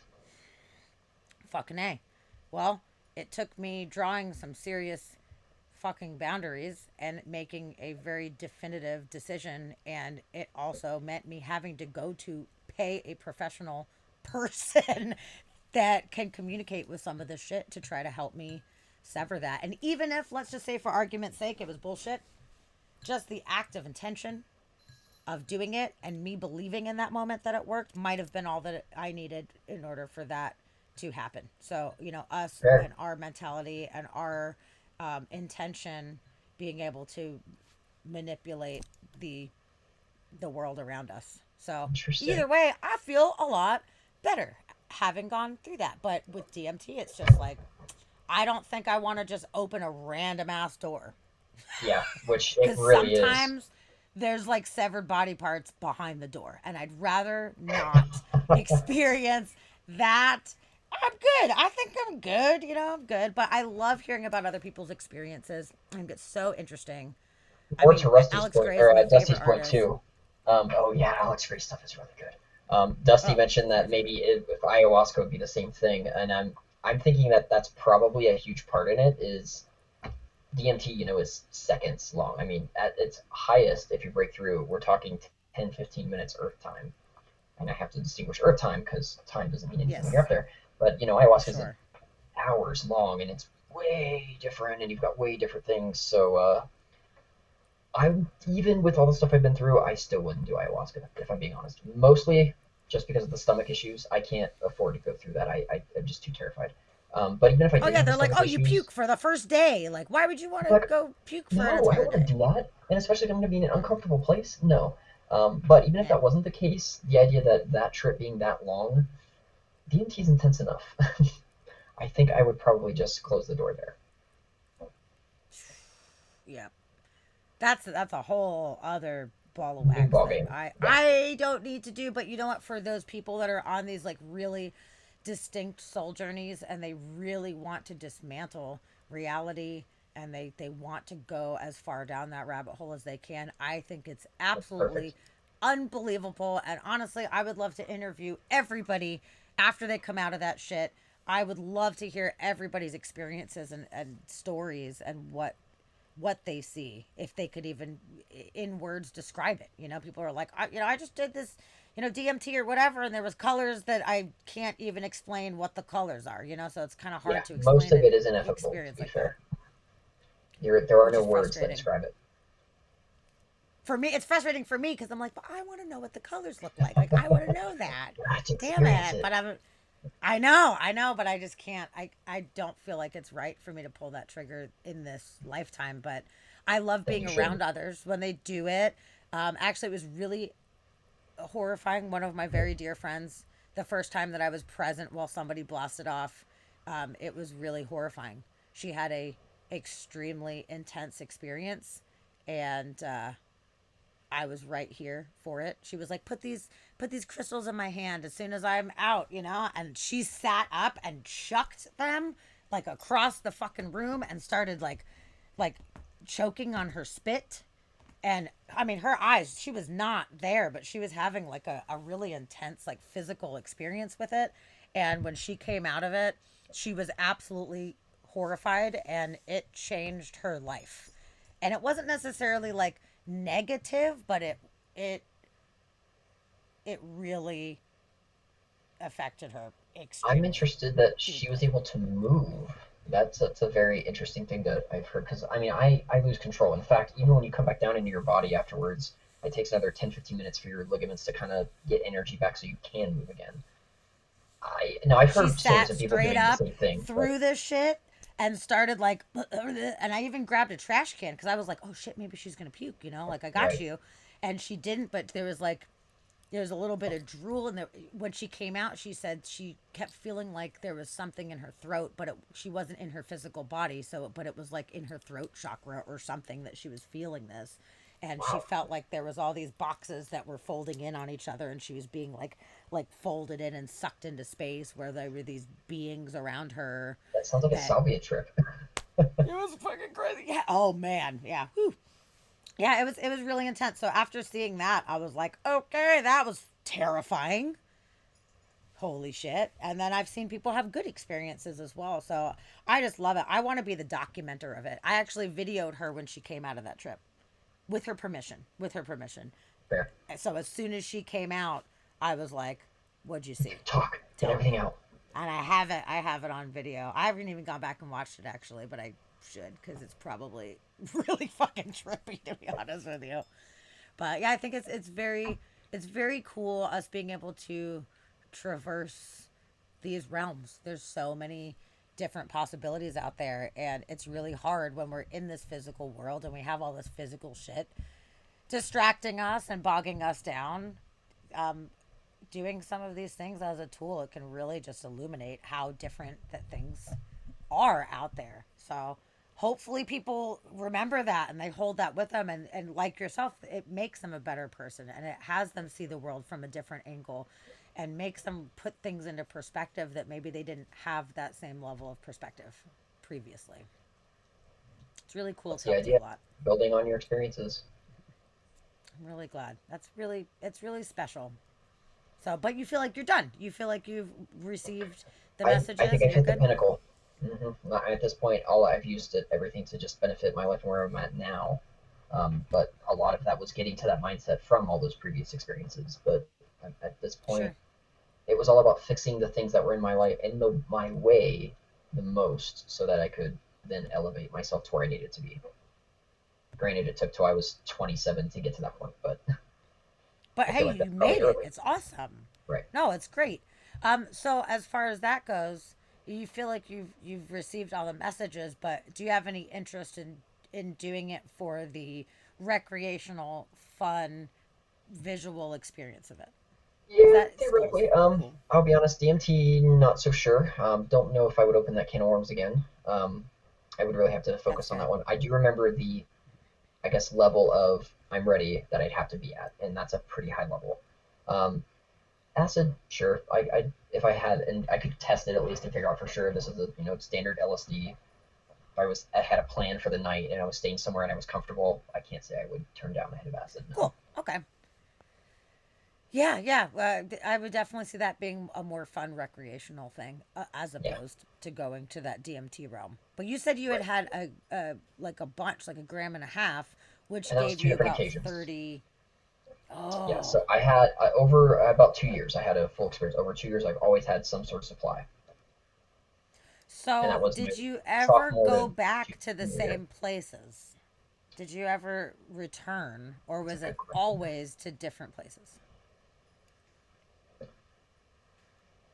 I legitimately don't remember, to be quite honest. And I mean, I think I Hmm. probably had 100 trips, if not more, for the DMT part. But the only ones I can actually remember are the first breakthrough I had, and then a few after that. But Wow. Well, what kind of honestly, I don't profound think. stuff stuck with you after all of those? Like, that's a lot of times to be busting out of your body and breaking through. Like, what, I mean, Well, obviously, if you don't don't get me remember all the wrong. So I details, but should. what stuck? I'll be specific with that. So out of all those, let's say 100 events, nine, maybe 9 to 12 of those were breakthroughs. Most of them were Okay, either dabbling or like just in the waiting sure. room of the wall, something like that. Breakthroughs were pretty hard to get to regularly. Not only just for the effort to spiritually want to do it, but then actually achieving the right amount to hit and then get enough in your body so you could. Um, but most of it, especially imagery, is me looking down and seeing myself flying through this place. Just it was slightly darker, but it looked like a city, maybe in the year like 12 billion, of just a bunch of shapes on the very bottom. It looked like kind of a planet. It wasn't really bright, but it was just a bunch of shapes and well, I'd say almost buildings, but flying through really fast. But then I'm just looking and I see my body as I would now. And I mean, it was exact to a T. And that was Really? because then I couldn't That's tell where I weird that was you at. saw your body. Like, why was your body even relevant in that realm at all? DMT, at least in most of my experiences, you take yourself with you. It's not a, like acid where you break down and go in all the way. It's you, as you are going to this place. So In your you're always aware in physical, some way. okay. Right. Now again, there have been times where I forgot how long I've been there or how I got there, but I was always me, at least. There wasn't like a ego death situation from that. Okay. So, what kind of things did you feel like you were gaining consistently to keep you so entertained or Interest. intrigued that you were going back, yeah, over and over again. Just the interest, and I mean legitimately that was enough. Just the experience, just the idea of if I do this, I go into a different realm. And I mean it would be enough for me. I would close my door and like again meditate, get things quiet. I did find if you ever get to the point where you want to do it, music always hindered things. Never, and I found some It's pretty trippy music, distracting, but huh? never it is so distracting. It keeps part of you connected to where you're at. So I ended up just starting it with nothing. And I mean, even sometimes fans, Yeah, if like a fan or an AC on, then that was even Some distracting white enough. noise, yeah. So the idea was you want Wow. silence, nothing. You want to be as clear headed as possible so that you can hear and feel and experience everything that you're going through. That And like, totally of course, makes you know, sense. acid and shrooms, you want music. It's awesome. But DMT, anything that held you down, even a voice. So like if I had people waiting with me, I would ask them to be absolutely silent, no noise whatsoever until I came out of it and started talking. So even though you weren't in your body and you were elsewhere and you were seemingly lifeless on the chair or the couch or whatever, stimuli in the present room you were still somehow aware of. You were still connected, even for breakthroughs. There were only two of these I remember, but even with a few breakthroughs, the breakthroughs themselves and the environment you were in were tied to either noises you were hearing or like okay, this is also another one I noticed. Lighting specifically. The lighting that you experience, even though your eyes are shut, if you had overhead lighting, the lighting in your situation in your trip was different than if you had, say, light from another room coming in or just sunlight, for example. The lighting definitely influenced the feel of Weird. things. I am surprised because from what I understood and just observing some of my friends, there was like zero. Like when my friend Stephanie sat up and she's all "Ugh," whatever, she had no recollection of physically moving when she came out.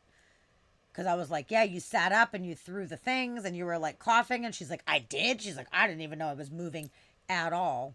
So that was interesting. She was real deep in that shit. But then my friend Tavia, when she was doing her trip, I thought she was like totally out. Dusty was only like halfway there, so he kind of went for a second and came back. And I don't remember. I said something to Dusty, and when she came back, she's like, I heard your voice. And it reminded me because she thought she fucking died. She Yep. legitimately was like, Oh, I yeah. died. I like made peace with the fact that I am fucking dead. And I thought about my family and friends and how they were going to miss me. And then I just let it go. And she heard my voice and was like, Yep. oh, there's That's Sammy. right. I There is a gotta connection. go. So that's really And interesting note, that she still said I wow. as well. That she still had the awareness that she was still herself in this other realm. I like bringing that Yes. point. But yeah, the Yeah. idea was at least in all my experimentations, you had still physical. That's why the best situation is to just when you're doing it on your own with no connections whatsoever, so no noises, nothing. The more That isolated you can absolutely get, the better the makes experience sense. was.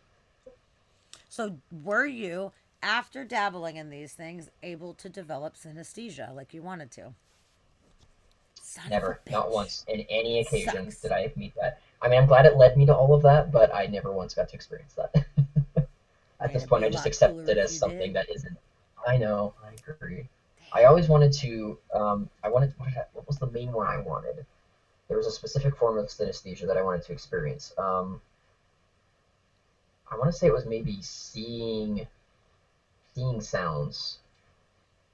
I can't even remember. That was so long ago. It was either seeing sounds or I know I had to do a sight, so I'm pretty sure that was it. But Okay. it was Yeah, a lot like of a people visual form, associate, yeah, colors to things like being able to see right? music or whatever. One of Right. my buddies has the kind where words and names are Are all associated with colored. a taste. No, it's a taste. Oh, So it's interesting. His name's Chet Zar. He's a that is artist, interesting. famous artist guy, and he has a million fans. So on Facebook, he posted it up one time, and I think he probably regretted it because there was like 1,000 people were like, What does my name taste like? What does my name taste like?" And he actually answered a lot of them, and some of it was kind of like it made sense. Like if somebody's name was Christy, let's say, oh, Rice Krispies. You taste like Rice Krispies or whatever, you know? So it was Interesting. Okay. stuff. But then there was some where it's, okay, their name is Paul. You know, what the fuck does Paul taste like? I don't know. Paul tastes like a an orange Julius or something like that. Like he had these tastes attached to names, which I found such a bizarre That is thing bizarre. for The only your real brain to awareness just I like have for naturally. it, the artist Lord, her having synesthesia, so she sees colors for when she hears words. Or basically, she tries to picture things Really? in her mind. She sees colors from that, yeah. And I think it's influenced a lot of her music as well, and you can kind of tell in some scenarios. But she's the only Oh, person I know that's existing really that I follow that has that as well. interesting. Okay, so now I have a additional question. This is something that has been a huge topic of discussion in my life for the past couple years. My household, we've talked about it so much. I believe it's come up on the podcast at one point as well. But aphantasia versus hyperphantasia. I've What? spoken a lot about this How do you subject. see? Really? Oh, good, because I'm super jazzed on it and I'm mind blown by the way that everybody sees things so differently. So please tell me, what do I you see? didn't know aphantasia was a thing. The idea that some people can't visualize things in their head is very odd to me. All like for Me example, too. my entire Instagram, all of my astrophotography, those shots are planned out mentally beforehand. I get exactly what I want it to look like, how I want the focus to be. All of that is planned out ahead of time. Now sometimes I get something random and I just don't expect it, but most of what I plan is all mental. I can I can hear Cool. things in my head. I can hear entire songs. People's Me faces, too. scenery, whatever you want. Basically, my mind has it all. So then I talked to somebody that I have on as an Instagram friend who doesn't have that ability, and she says she thinks mostly in feelings, which is Yes. It's a so very fucking bizarre weird. thing to hear. Yeah, Dusty has aphantasia. He can't see images in his fucking mind. And he is an incredibly amazing artist. My friend Stephanie, who I was just talking about, she is a brilliant fucking artist. Aphantasia. She has only had one dream where she actually had visuals of a dream, and it's because she was on psychedelics. And she is an avid, like super avid psychedelic just person. to add fun to that, I cannot draw. I am not a very good artist. I can't. Even my handwriting is terrible, but I can visualize it Oh, all. But really? it's like the connection. If I think of something that I want to draw, the connection between my mental image of it and actually drawing there's no connection there at all. Okay, so I agree in some ways that I have a similar type of thing. I am an artist, but I absolutely cannot take the image from my mind and properly turn it into what I want if it's in any way realistic whatsoever. If I see a cartoony thing, okay, I can create the cartoony thing. And I have a really like fun, bright, cartoony kind of art style, which I just finally had to accept because I was pushing it and I was pissed off that I was a shitty artist forever. And then I realized I'm not a shitty artist. I'm just not a realism How you artist. do it? But I see Sure. things so detailed in my fucking head and I try to make it come out, and there's a disconnect there. And it's very frustrating. So I just morphed my art style to reflect how What you not can good do. at things. Yeah. And see, I don't have that So disconnect that's in fine. everything. So like if we look at say singing for example, so I can not I can hear all the tones in every song in my head and everything, but I have a very good ability to. So if I can hear it, even if I can't hear myself, I usually can stay on key because I'm not singing based on what I sound like. I'm singing based on what my throat feels like, which is how the song sounds in my head.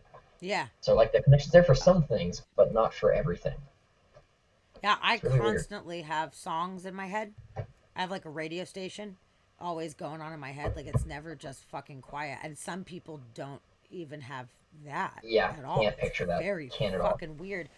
But not being able to see, like having the mind's eye of seeing, I did not realize that that was the thing for a very long time. And it was I actually learned when, I don't recently. know, 10 years ago or something like that, me and Dusty were living in Colorado. And I remember because it was really weird. I had had some kind of like I guess like a psychic image come into my head because Dusty randomly was like, "You know what I was thinking about?"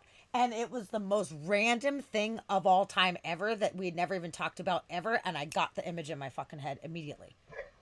Like it was weird. Okay, Putting so toes he in has each other's never heads. smoked cigarettes ever. He's never ever smoked cigarettes. So it's completely irrelevant. And he says, "You know what I was thinking about?" And I got an image of a tobacco pipe in my head, which did not make sense to me. So I didn't say, "Oh, you're thinking of a tobacco pipe," because I was like, Tobacco that pipe. literally makes no sense. And he But was then he like, said it. I was thinking maybe I should get a tobacco pipe and start smoking tobacco. And I was like, shut the fuck up. Like, I visibly saw this in my head. I physically got a picture. And that's when he was like, well, that's weird. You got like a picture that you saw it. Like, I don't get any pictures. And I was like, what the fuck are you talking about? What do you mean you don't get pictures? Like, when you think, you have pictures. And that started the conversation of, nuh-uh, I've never seen anything like that physically in my life. And it was so mind-blowing to me that I started researching it. And as time goes on, I ask people a lot. I love asking people. It's one of my favorite things because it's not something that people talk about. Everybody has their own Or experience thinks in their about even. head. Yeah. Yeah, because I didn't even know it was an option to not see, like to have a visual like that. Like, and you know what's interesting too is like asking people like to visualize a thing. And I've done this as like a test with other people just to see like if I if I say like a cow in a field, I not only see a cow, but I see the field. I see what kind of grass it is. I see, are there trees in the distance? Is it just a Kansas looking field? Is there clouds? Is it daytime, nighttime? Is there What a does it smell fence? like? Yes. What does it feel like? So for me, I instantaneously, within a millisecond, create an entire environment visually. Now, some Yep. people, they do have the visuals, but it's a bit more specific where they're like, well, I saw a cow and there's like grass, so I know it's in a field. So they're able to like make this visual, but they're not creating like an entire world or Scene whatever, for it. like in a Yeah. second.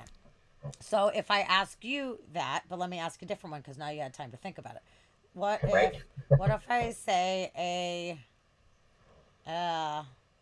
flying zebra? What? It's it's partly cloudy. It's a standard zebra. It's angel wings, but they're white. There's no black on them, and that's about as much as I've had. So it's like a sunny, partly cloudy day. It's already in the sky and flying with angel wings. Oh, okay. But again, they're Okay, white. but there you go. Yeah, you didn't That's even my have to description. question it. You're like, they are white. Like, you didn't make Yeah, it white because you're like, I'm going to make this thing. Like, there is some kind of subconsciousness that made it that way of for course. you. But that's But cool it's that not you're like a able to, like, thought kind of out like thing. observe. Yeah, yeah, yeah, yeah. It's so interesting that everybody's brains process things in such a different, unique way. And dreaming, like the fact that some people don't remember their dreams ever, or if they do, it's like not an actual visual dream. He's like people dream in feeling. I don't understand how you can. I mean, I've had feelings existing in a visual space, but how do you just dream in a feeling? How does that I work? well, I don't I have an have no answer for that idea. either, because mine are It's always fucking visual weird, me right? there, and I go through like periods of lucid dreaming and then not remembering dreams at all. So I mean, it's anywhere in between that as well. And the lucid dreaming is always random too. I've never actually attempted to try lucid dreaming. That's what I was It gonna just ask. happens. If it just happens, you know, I've never planned it. I don't do it very often, but when it does happen, I'm like, wow, that's pretty awesome. But I can't do it on or okay, I'm gonna change my terminology because I don't like saying I can't. Up until this point, I have not been able to do it on purpose. So I then I'll can't. ask this: I just when you do haven't. lucid dream, how, if you do you fly? Oh, Is that's there a a great method? question.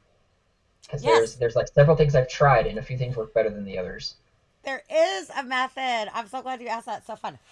So, because it's like it's so weird, and I feel like I know how to do it, but then I realize that it's completely impossible in this world. But I can feel it. So yeah, I'll like run real fast. I'll run like a little short jaunt. And then it's kind of like if you're swimming, like my legs will kind of be like swoosh, and then my hands will be swoosh. And every time that I swoosh up, I'm just like moving up farther and farther and farther. And then once I Interesting. get high enough, then I'm kind of like, I'm good. I can float once I'm up there, but like But you have to do propelling the myself. spreading thing first. Huh. Yep, I have to like physically maneuver my body to like swim in the air up. I have never been successful doing that. The only way I've ever been able to is if I move the ground. So instead of moving What? me, I'm moving everything that's below me and basically the same idea. Instead of me floating myself up, it's the ground now is going down away from me. That's how Whoa, I have to that's do it. crazy. That's really Soldier unique breath and and different. drop. That is out of the box because that's Well, you're because moving every the other method whole I've earth. tried, I can like leap and then do that same something similar, but I'm only in the air for a certain amount of time before I'm coming down again. Whereas if I'm moving the ground, I can just move things and Interesting. manipulate. So I want to say it's like a matrix approach, really. It's knowing that That's nothing is really super there. cool. I had a dream one time that I was hanging out with Scully from the X Files. You know how X she's like Files. skeptical and shit. Yep, Yeah, I absolutely love the X Files, and I was hanging out with Scully, and I was like, Scully, we can fly. And she was like, no, we can't. It's not logical. It's not scientific. We don't fly or whatever. And I was like, no, trust me. I'll show you. And I grabbed her and we started running and I showed her how to do the thing. And I was flying with Scully. And then I woke up and I thought it was awesome because I proved her wrong that we that you could prove. actually fly. And I showed her how to do it. It was awesome. I got to hang out with Gillian Anderson. It's great. My other favorite is energy beams. Although I'm a kid of Dragon Ball Z era, so a lot of that was influencing a lot of my thoughts. But energy and using that like beams. So if you're in a bad situation, let's say, which for some reason most of my lucid dreams took over in what would be bad dreams. But then I would just take over and be like, oh wait, Okay. nope, this is a dream, so I'm gonna fuck these guys up. And then yeah, just With start energy firing energy. beams. Hmm. Did you have a weapon or was it like from your Nope, hands or just your like from your eyes or what? hands. Yep, from hands. Again, Well, like I very would Dragon use Ball that as esque. well, but I would more use it like telekinetically, Sure. where So I not would like just anything that like comes out. put. Well, it was not a visible beam. Let's put it that way. It was more like, and I don't know if yours were visible or not, but mine, I would like use my hands and be able to be like, whoosh, and move shit around. I was able to stop a fucking mushroom cloud. There was a nuclear Oh, that's explosion and everybody cool. was running. I was standing in this building by this glass and all these people started flipping out and running. And I just stood there and I put my hands up and I was able to redirect the fallout of it to go over the building instead of smashing the building. And I woke up and I was like, that was Damn, that's badass. cool. Yeah. So it's kind of like energy beams in that kind of way. But I've Yeah. moved shit constantly. I'm able to move stuff. No, well, not constantly, but in these dreams that I have, I am able to do that. And I always think it's really cool. And I wake up feeling like I absolutely know how to do it. And then I'm sad because I realize I'm restricted by the laws of nature here on this fucking planet. And I feel like it's bullshit. With you there. 100%. So The are we laws of experiencing nature. these things in another dimension where the laws of physics are different than what we have? Or are we able to tap into things differently where we can just use our fucking mind and our hand beams to be able to move shit? This Like, I this is think where so. I go to Occam's razor, just for the sake of. I mean that applies to most things where the simplest answer is going to be the more correct one usually. But I'm dreaming. It's just our minds producing that. So like in your daydreams, you're just imagining you can do the same things. Dreams are just more involved in that you can even think that you're actually in them. But once you start lucid Sure. dreaming, I almost find no difference between lucid dreaming and like imagining in my head, other than my main attention is physically here, whereas dreaming my attention is there. But I don't really find Sure. much of a difference between the two. So if I'm lucid dreaming and I'm aware of it, Yeah. Well, in a way, it's kind of like visualizing manifestation because okay, I'm thinking about flying or thinking about doing this thing and then you're able to like manifest this thing in reality. When in this life, if we're, trying to energetically manifest something good to happen in our life or something, it's usually not a very like visual cue where oh, it's not like at all. got No, it, no, no, no. Like It's that over takes time time. and it's pieces falling into place. Yeah, Totally. with you But it there. is neat to be able to see that when you're lucid, which I'm not lucid very often. And I feel like that's a bummer. I wish that I was more often because I would have a good time with it. But I've looked I don't into know. the It's kind of tricks neat. for it. Most of them are pretty true. I mean, if you go to bed high, first off, so if you smoke marijuana at all when you're going to bed, you're not going to remember your dreams. You're not going to lucid dream. The end. Remembering your dreams, a lot of it is that's the important part because then you can recognize more often when you're in them. I know some people keep like dream journals and whatnot, but it's all just the idea of Hmm. you have to know when you're in the dream in order to then kick that instinct in. And Yeah. if you're It's just smoking before hard. you go to bed or anything, yeah, it's very hard. And that's why it just happens randomly more often than not. It's totally And it's random for fun. me. And sometimes I'm like, whoa, no shit. But you know, it's funny because a lot of times I want to fly. That's the first thing that I choose to Yep. do is like, okay, let's do this thing, I guess. You know, like, let's fly. Like, I can't do that in normal life. But a lot of times you do wake up because you're like, oh shit, I'm dreaming. Oh shit. And then all of a sudden I'm like, fuck. I was right there. I was Yeah, so that's a close. fine But line. I'm waiting for the moment where I can be in that state, not jolt myself out of it, and to be able to create something awesome. I would love that. I would love to be able to experience that, Oh, another fun but one, I haven't going yet. through walls. So try that next time too. Oh, That's another I've hard never one. done that. So Oh, just that like, sounds and I don't know why. Again, most of my crazy. lucid dreams take place for like people are chasing me or attacking me or something like that. So then once you know you're there, you're like, okay, well, I'm going to this house without opening a door. And then you just end up, it's more like Interesting. you fade into from outside to the other side of the wall, but it's not actually like you're going through the wall, at least in my Oh, perspective. that sounds cool. Huh. Yeah, Look at me. I'm a ghost, you know, going through a wall or basically. whatever. But So, have it's a dream. Do you whatever you want. ever done astral projection? No, not intentionally, at least, or been successful at it. I've done some research into it, but I'll be honest, lucid dreaming is as far as I've gotten for it. Okay. That's a weird one because I never ever tried to do it on purpose, and I've It had a happens. lot of partial experiences. It's very strange. It's a really weird thing when I'm not expecting it. And then you're like, okay, well, I guess this is what we're doing right now. Okay. It can either freak Okay, out let's do it. or we could roll with it, you know, like one of two ways to go about it. And during a lot of the like spooky stuff that was happening during that time, I did not feel comfortable going with it because I did not know why it was happening or if it was safe for me to do that. My instinct was telling me it was not safe. So I opted out Fair.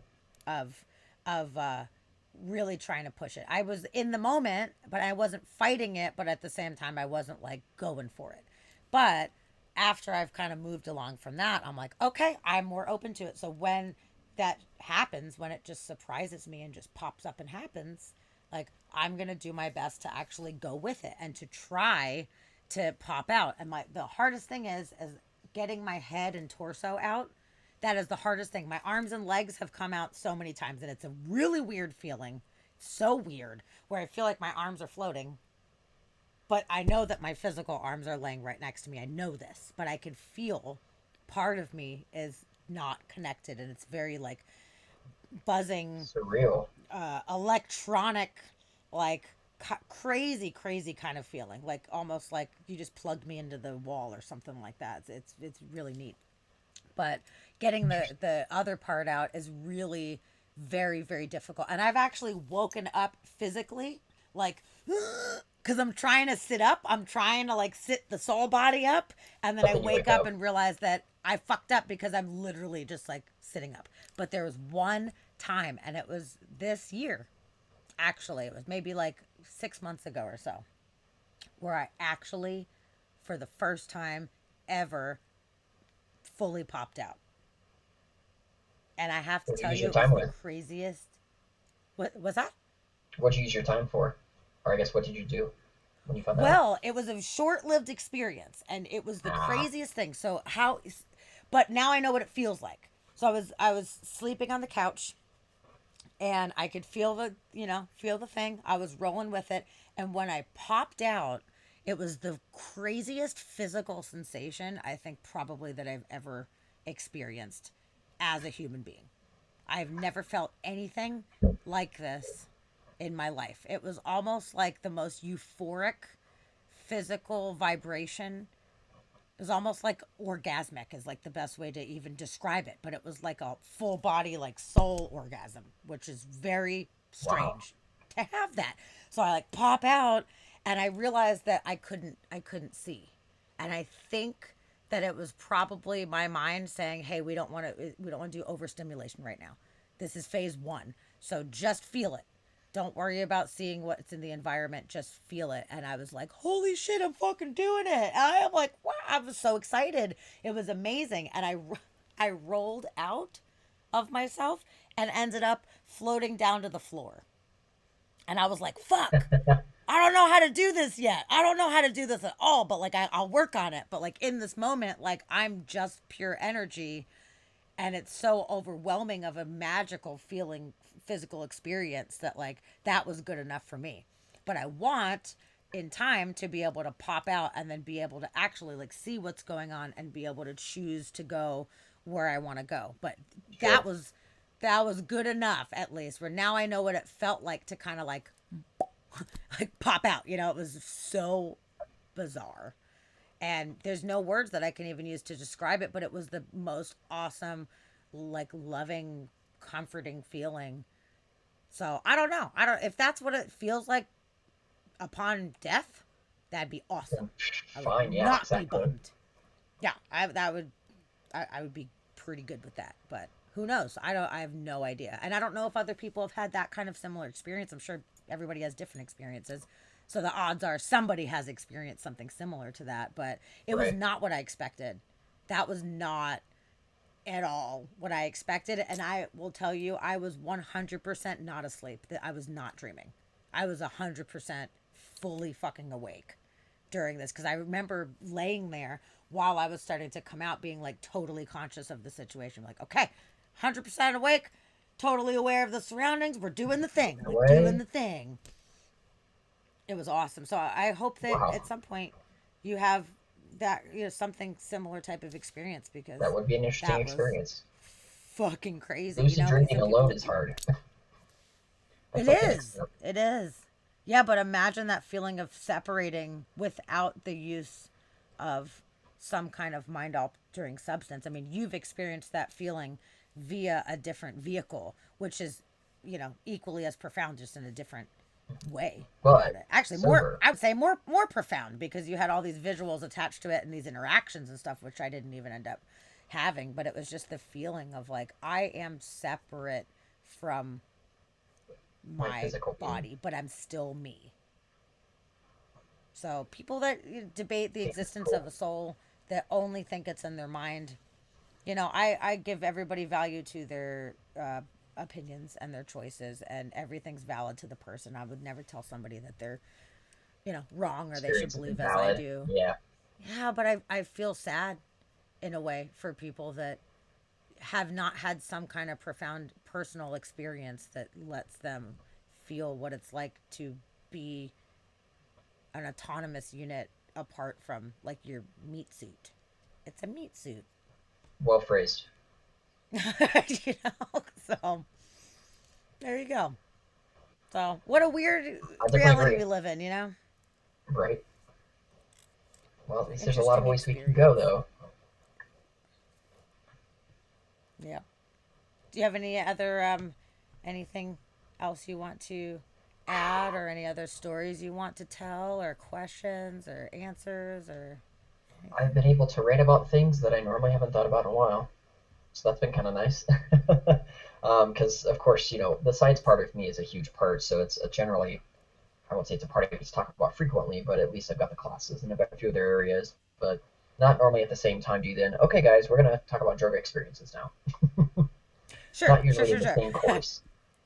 yeah, it's That's been one unique. of my But favorite this ones. is the kind of shit we talk about all the time. I'm interested in so many things, so like we're just gonna just go into all these different things. And I love it. I love how organic that it is, where it's like, okay, now we're talking about synesthesia. Now we're talking about lucid dreaming. Like I love having really interesting people on that are multifaceted, that we can just touch a lot of these Rant different away. subjects. It's awesome. It's so awesome.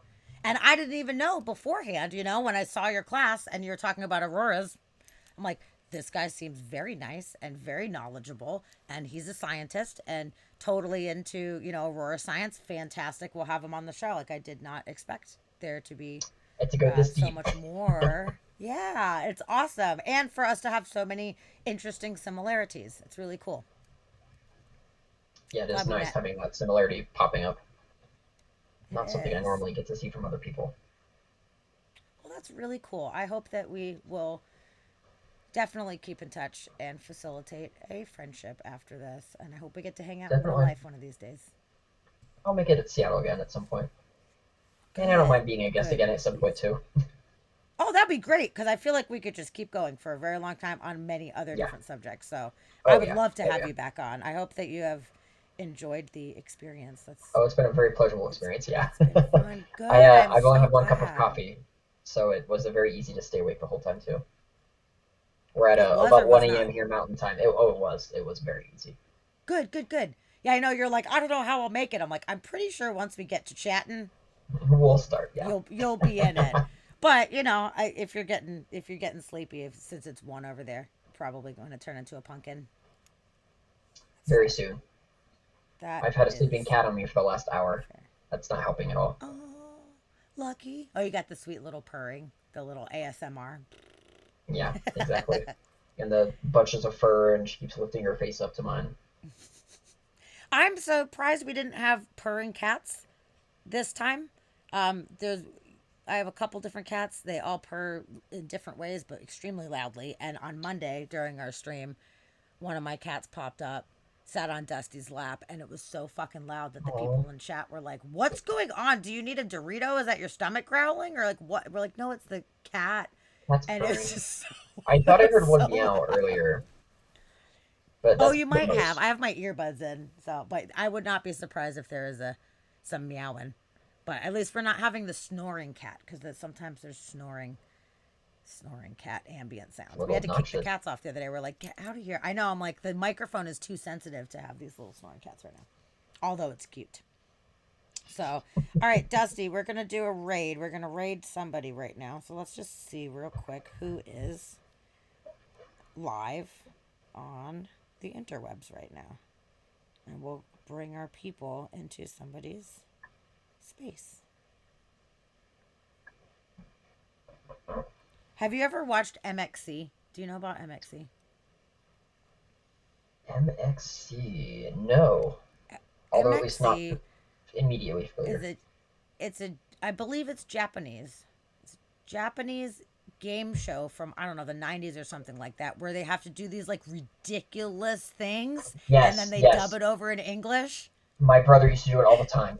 Or used to watch it all the time. I do know. Okay, that's where that's It's familiar. so fucking funny. And there is a channel here on Twitch that's 24 hours MXC. It's always MXC is always on. And I That's like rated them a hysterical. lot because now all of a sudden we're in MXC and it's fucking hilarious. So we should probably do that. Let's do that, babe. Let's play MXC. That sounds so fun. He's the raid captain. But this has been really, really fun. I really enjoyed this talk with you. Like Thanks. you had Thank you so for being much really persistent. great insight. Absolutely, absolutely. Yeah, I mean, I never want to be like be annoying. Like, hey, do you want to be on Oh my no, show? You want to it's be on never my show? that But way. I really wanted you to be on there. I really wanted to pick your brain, especially about the sciency stuff, because talking about you being in school, all that math, all of that stuff. Like, my brain does not do that well. I am a right brained artist, abstract type of person. I am not good at like computers because they're very specific. It's very Yep, logical. specific with science, and I that is not the way that my brain really works out. So good. Math was So, just always as much as something I would that have came easy to me. loved, really, Don't know God, you're why, so but so very lucky for that because I absolutely definitely would have been an astronomer.